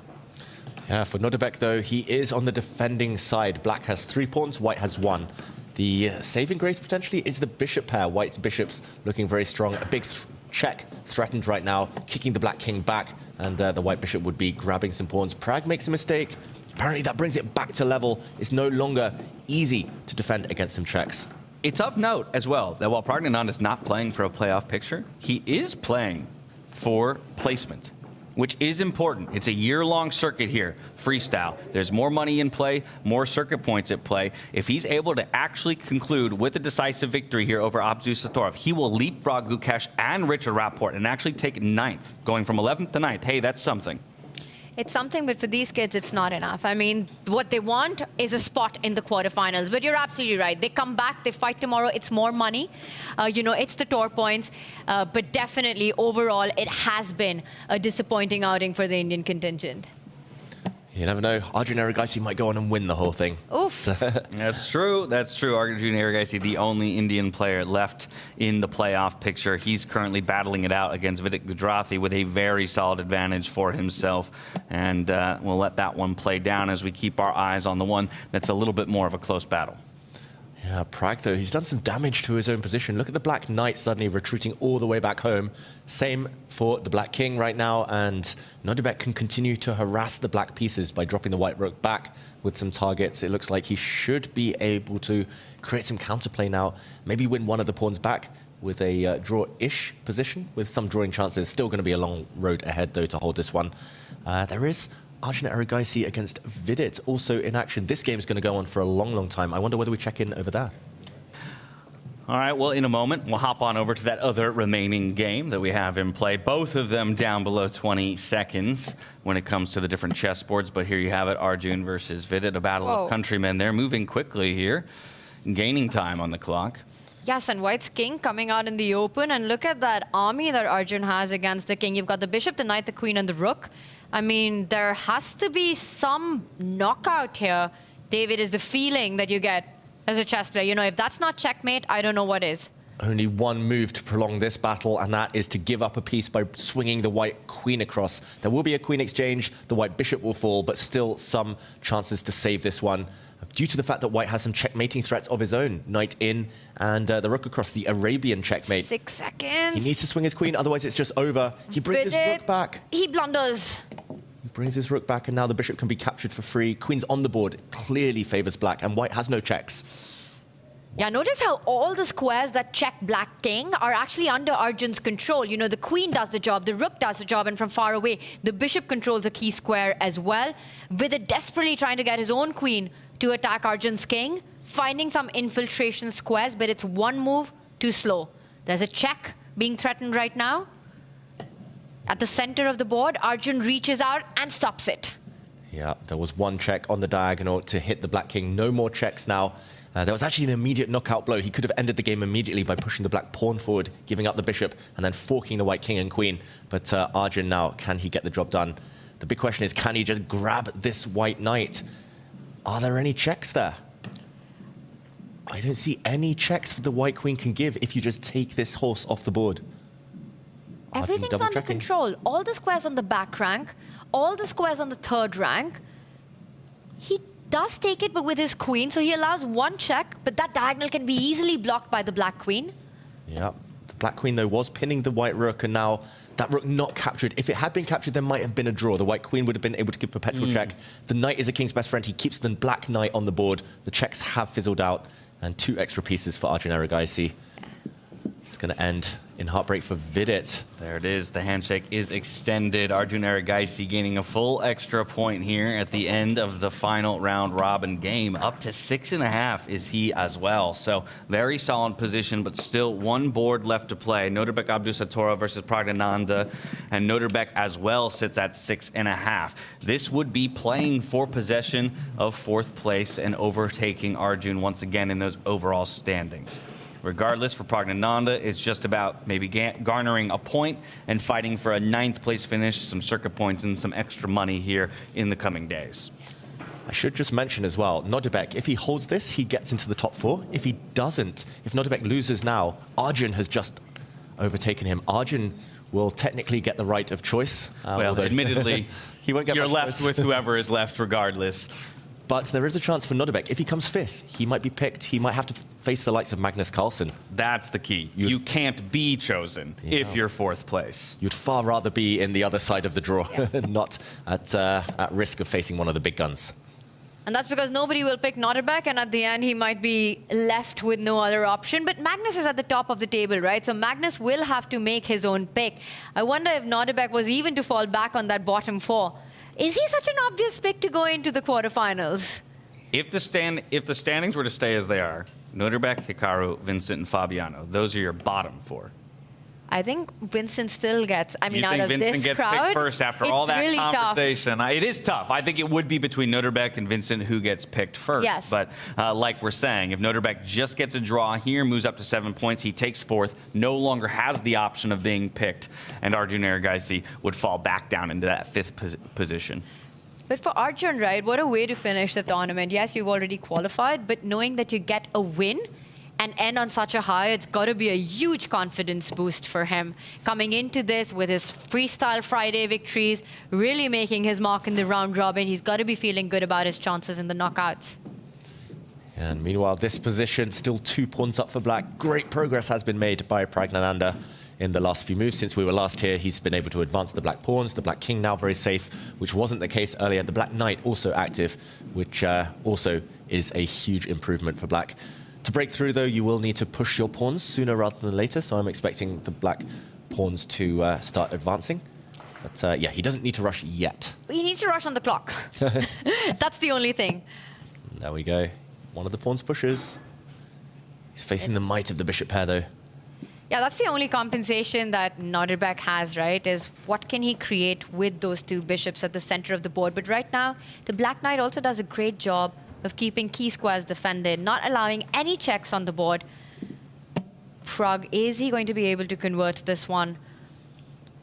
Yeah, it's going to be fascinating to find out who picks who. Now that's all I can think about suddenly. Well, dinner time. That's when the picks will be made. Did hint that he is happy not being the one to make the picks.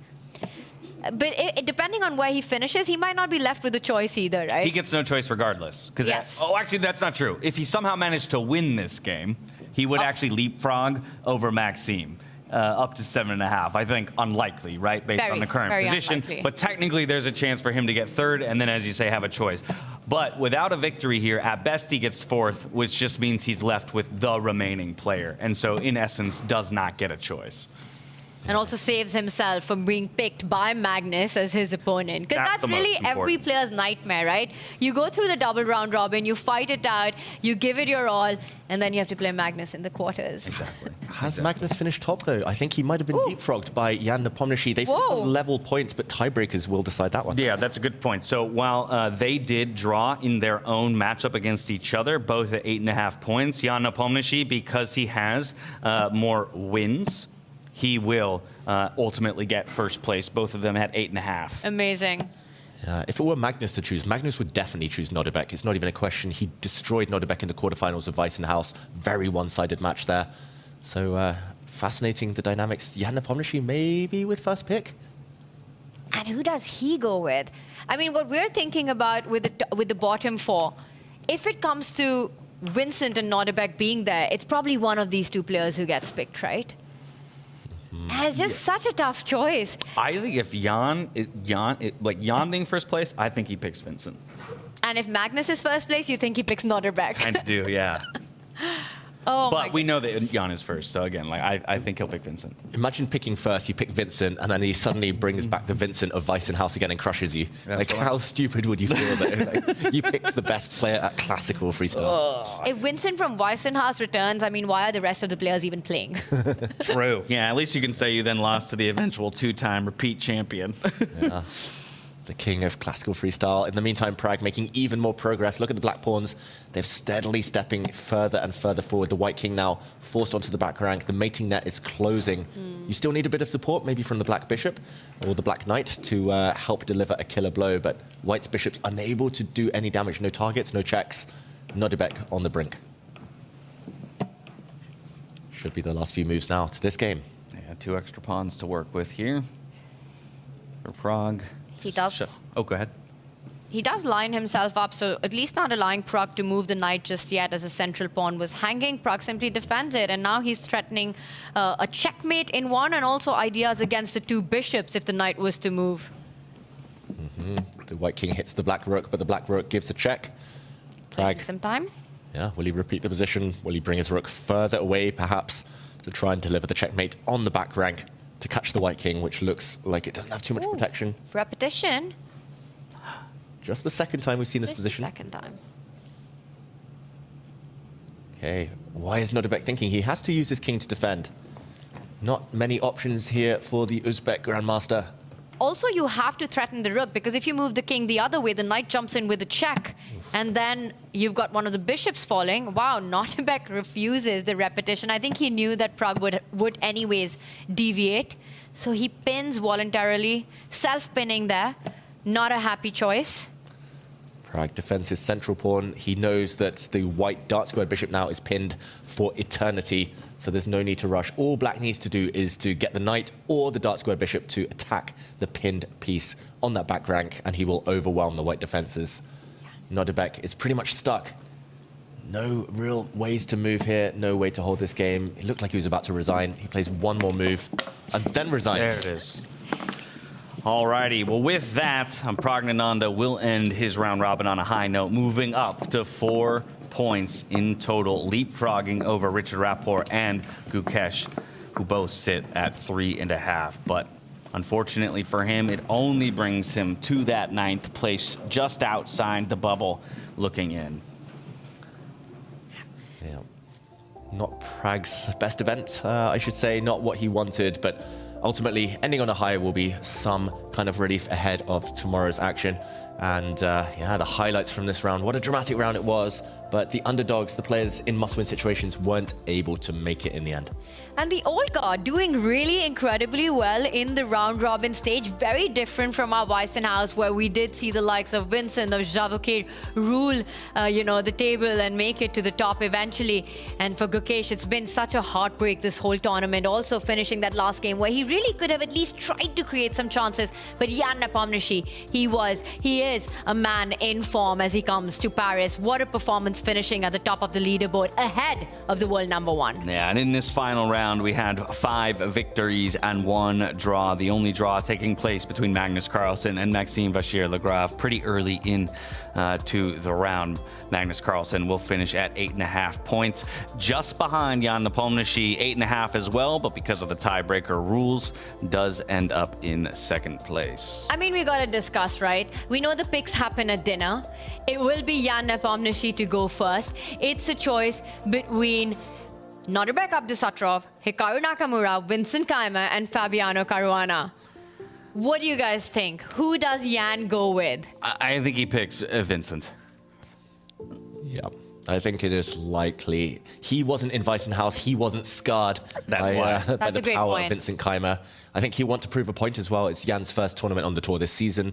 And what better way to enter the knockout stages by beating one of the defending champions? So if he picks Vincent, Magnus picks Nodirbek, and then Maxime has to make a pick between Hikaru and Fabiano Caruana. That's not a happy situation for the Frenchman with 3 names at all. No, not at all. And then, of course, Arjun Erigaisi will be left with whomever remains. And out of those two, once again, it doesn't seem like there are any good options. But more than anything, I think that speaks to the strength of the players in this tournament, that we struggle to really figure out, what would be a good choice of opponent. They all feel dangerous.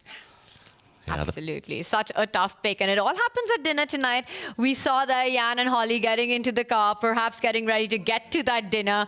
I can't wait, because if we remember at Weissenhaus, what a shocker it was, that moment when Alireza was asked, and he said Vincent, and then eventually, who picked Hikaru? Javoukir Sandarov, comes on next and says, I'm going to play against the Beast. I'm going to play against Hikaru Nakamura. And he goes on to prove that pick. Yeah, I know. But now it's like I'm hoping for a shock like that tonight. I'm not sure if we'll be delivered one. But who knows? Who knows? Imagine Magnus goes second. He's like, oh, who's left? Fabiano, Hikaru? He's like, I want Hikaru. Yeah. Right? I'm going to pull a Javoukir one more time. Let's go with Hikaru. I mean, but I will tell you one thing. I think whoever goes first, which is Jan Nepomniachtchi, he's not picking Fabi or Hikaru. I think that's pretty clear. Isn't that wild, though, that we're looking at the form that Fabiano is in at this tournament? A little bit shaky, right? Ending in just 8th place at 4.5 points. Obviously a very rocky start, and then he did a lot of work just to get into the playoff picture.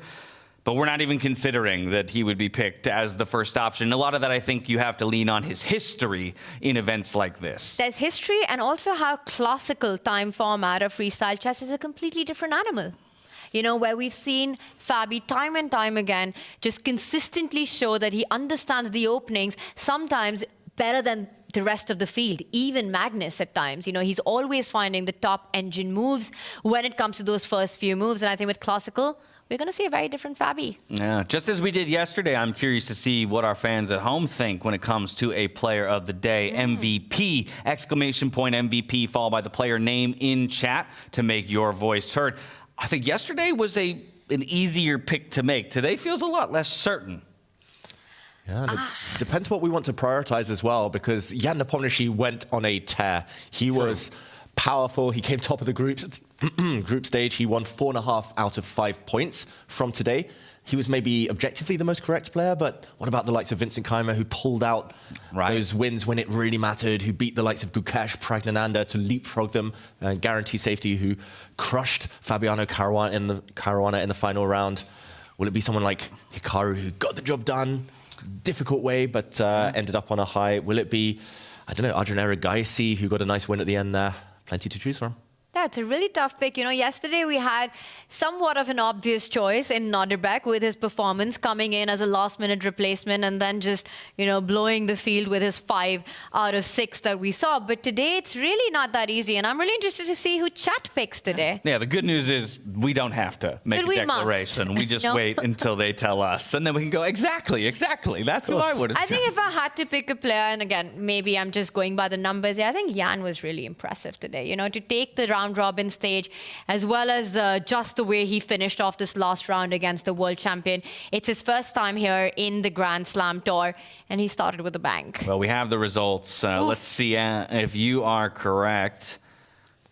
The MVP of I the was day. just told Vincent Keimer is the one who takes it. So I think, as you said, it's just about what people prioritized on the day. And I think a lot of people are very happy to have seen our defending champion make his way into the playoff picture. It will make, I think, the rest of the knockout stage feel a lot more complete to know that he was in the running, even if he loses the title to somebody else here. And I think it's going to make David Howell rethink the numbers that he's been giving. We're back with the player card. 83 becomes our MVP, David. This one I disagree, Tanya. This one I think I was very fair. 2024 was not his best year. Vincent said it himself. He didn't have any tournament victories. And, okay, I gave him a very high mark for strategy. Overall, 83 is going to be higher this year. That's guaranteed. He's already started 2025 with a bang. Yeah, The 20... Sorry, go on, James. I was going to say, important to note, Jan did come in second in our chat vote. So, of course, we tip our cap to him as well because it was a very impressive performance in his first time out on the circuit. But because Vincent is our MVP, we would be remiss not to get a word from him as he managed to qualify his way through to defend his title. Let's hear him now. Promotion of freestyle chess, then you winning a game that both had to draw? Maybe not. Yeah, it's a weird situation that, of course, like if you ask me before the game, is a draw fine? I would say, of course. But the thing that we hear is we have to play, and freestyle chess isn't really a game where it's, you know, both sides don't really know. For example, when to go for more draw that might be slightly worse, which can also be dangerous, or go for complications, principled way, which will also get dangerous. So there's no easy way out. There's no theory, no way for early repetitions or so on. So of course that makes it interesting, but yeah, for me I'm just really relieved that I managed to get through the rapid, because yeah, after having lost that second game today against Gukesh, I was really worried. And you know, playing these classical matches is something I really look forward to, but of course it's much nicer if you can still fight for first place instead of having to play for the last places. I just got to ask you, when you know that you have such a good position, you're still a pawn down, but you have such a good position, how tempted are you to just try to, can I just get this to a draw? Can I get this to a draw, or is it, I got to play the best move? I think the position was so good that I wasn't really tempted to go for a draw at that point. Also, I didn't see any clear way. I mean, if I see a move that I think is just winning, I will play it, even if I only need a draw. Because I believe even if I only want a draw in that game, playing the winning move will still be better. I mean, in the worst case, from a good position, I can still go down. It wasn't anything risky. Like, there was no immediate attack or anything like that, so I wasn't really risking much by playing that way. We found it to be extremely gutsy, and congratulations on a great finish. Now, who's going to dare to pick you? I mean, we're talking about the likelihood if Hikaru wins between Hikaru, Caruana, Erigaisi, and you. It's not easy to know who you're going to pick if you're a top player here. Yeah, I think it's never easy, and also having to pick is kind of a burden in the sense that if things go wrong, you will always feel like you made the wrong choice. But yeah, I don't think there's any real right choice. You just have to pick someone you feel is best and then see what happens. Good luck. Thank you. Perhaps a blessing to not have to choose your opponent, saying, yeah, sometimes it's a burden because you're calling your own shot. When you say I'm picking this person, it's because I believe they're my best opportunity to beat, or best, opponent to win against. And so, while he awaits who he will be playing in the quarterfinals and who ultimately elects him, I think more than anything, Vincent is happy with the performance he put up today to get to that 5.5 points he needed to get into the playoff picture. Yeah, amazing performance. He beat Hikaru as well. I think very deserving of that most valued player as voted by our chat. You know, I was saying that Fabi is going to be a different man when it goes to a classical time control in freestyle, and I think we're going to see the exact same story with Vincent Keimer as well. With more time on the clock, you know, his biggest asset, the understanding of the positional strategic concept of the starting position, how to develop, where to develop, which pawn to move. He'll have more time to figure that out. And that played to such a big advantage in Weissenhaus. And David, I think we're going to see more of that from Vincent going forward. 100%. The classical time format, having more time on the clock, normally favors two types of player.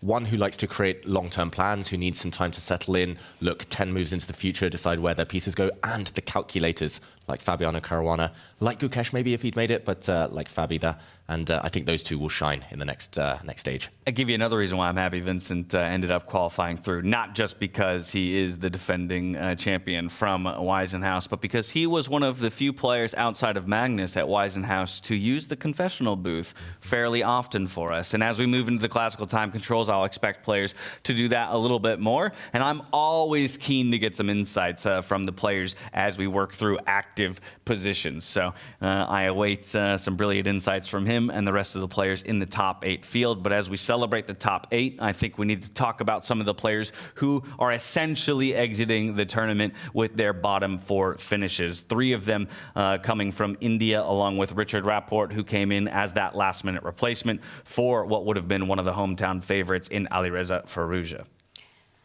Yes, and speaking of players who we won't be seeing in action tomorrow, it does include the world champion. 10th, 11th and 12th place don't fight anymore. Gukesh is out, Vidit's out, so been a tough day for the Indian fans. Pragg will be back, but only to fight for the 9th and 10th place. It will be all eyes on that top 8 position and who gets the pick. You know what I really liked about Vincent's interview there? He called it a burden. And it's true, because you could live to regret your decision, right? We've seen that happen, like you said, at Weissenhaus. Will we see a repeat of that story? Well, we'll find out soon enough. In a couple hours, dinner will occur. Those picks will be made. And then tomorrow, we'll start seeing some results. I think it's a great clarification you made about the fact that 11-12, these are positions we do not play for. So both of those players will exit the tournament. 9-10 will play for positioning because it's an extra circuit point and a little bit of money. That could come into play at the end of the year. But as Gukesh, our world champion, exits the tournament with his unfortunate fall down today, we did want to get a quick word from him. Let's go to that. It's been a tough tournament for you, Gukesh. How would you summarize it so far? Yeah, I started off today well with the 2 wins, but yeah, I guess I should just be more consistent. Do you feel like freestyle is a format that you struggle with a little bit? Yeah, surely the tournaments I've played have not been that impressive. Yeah, it's obvious that I haven't spent much time in freestyle compared to standard. So yeah, something to look forward to.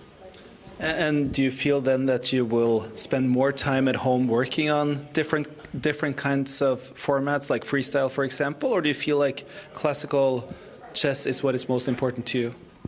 I don't know. It's like a confusing situation for everyone. You just have to balance the time between all the formats. So yeah, I'll see what to do.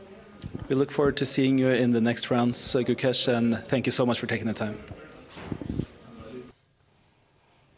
Some measured responses there from Gukesh, as of course it isn't the result that he wanted, citing inconsistency, because it was quite a brilliant start to the day, right? The storyline was developing, 2 wins in a row. Maybe this is what we were hoping for out of the world champion in this format, but the consistency just wasn't there. And it just felt like he's getting going, right? When he won the first game and the second game, Gukesh is back in the fight. We'll see more of the world champion in the knockout stages, but it wasn't to be. And as he said, he's been focused on standard chess. You know, hopefully he'll improve.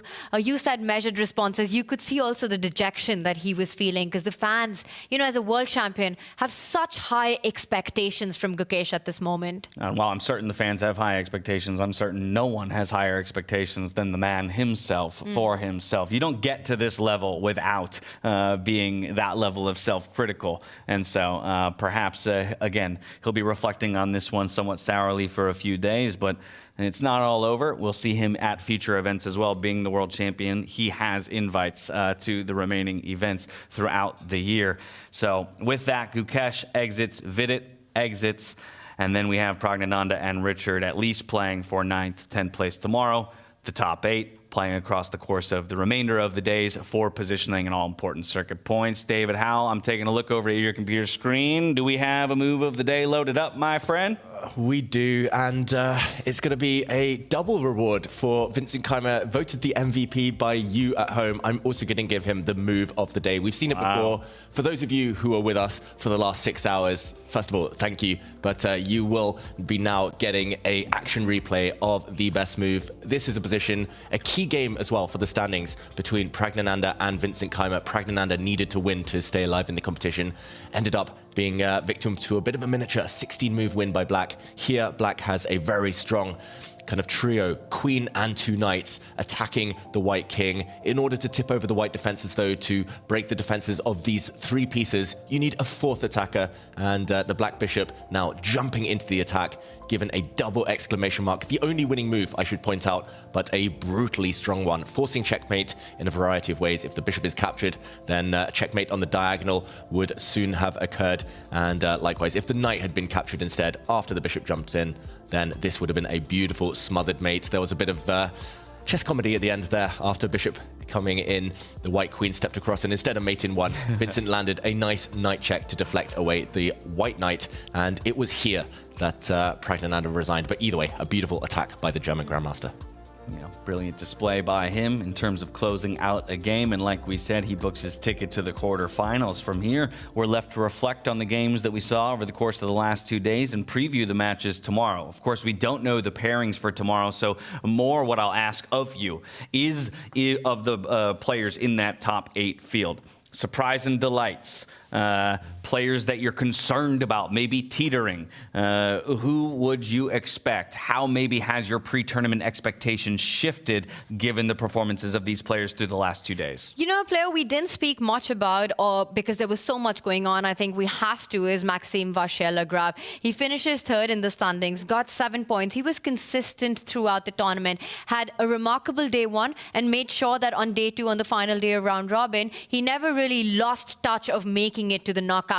So a solid performance by the home crowd favorite. We saw what Vincent did at Weissenhaus. You know, it's the French hope here by Maxime, and he keeps it alive. And I have to say, I mean, incredible stuff in the round robin. Can he keep it going? And this is also his first freestyle event. That's a really good point. Almost because of how consistent he played, he was robbed of the opportunity to be spotlit at any given moment throughout the round robin. The good news for him is that we will see him at least in the quarterfinals and onwards, so we'll perhaps get to see a little bit more of his level of play in the days coming forward. Yeah, one thing I want to point out about Maxime here, he was guilty of 6 draws out of the 11 games. By far the most solid player.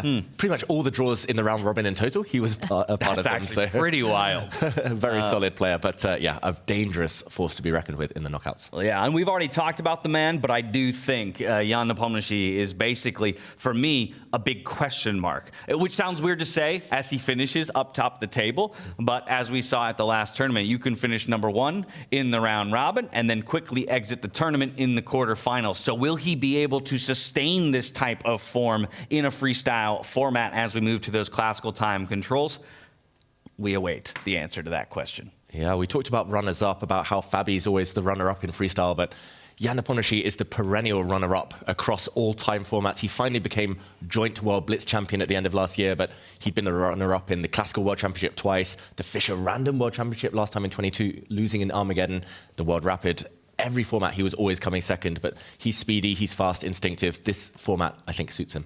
Yeah, that's really interesting. I mean, I just want to point out that Jan Nepomniachtchi has lost just 1 game in the round robin, and that was in round 2 to Praggnanandhaa, and that's it. And same for Maxime Vachier-Lagrave, just 1 loss. So consistent play. Talking of what you just mentioned, you know, last time we saw Magnus and Jan was in the New York World Rapid and Blitz. It was a lot of controversy that followed as well when they became the world co-champions. Last time we saw them, they were hugging it out. But this time here, they're in the City of Love and there can only be one winner. So it's going to be awesome to see what happens when they make it through to the knockout stage and who survives and who goes through. That's a good point. No co-champions here. There will be a winner. Somebody will stand up top the table at the end of these 8 days. We're 2 days in. We got 6 more to go. That's going to do it here at the conclusion of the round robin stage. We have 8 more players still alive in the playoff picture. 10 still to play for positioning and prize money over the course of the next few days. We're going to shut down the lights here. We'll be back same time, same place tomorrow, and we hope to catch you here as we kick off the knockout stage and we make the race towards first place for all of our players in the 2025 Freestyle Chess Grand Slam Paris Grand Slam Tour here in Paris. Until then, stay healthy, stay safe, be good to each other, and good night.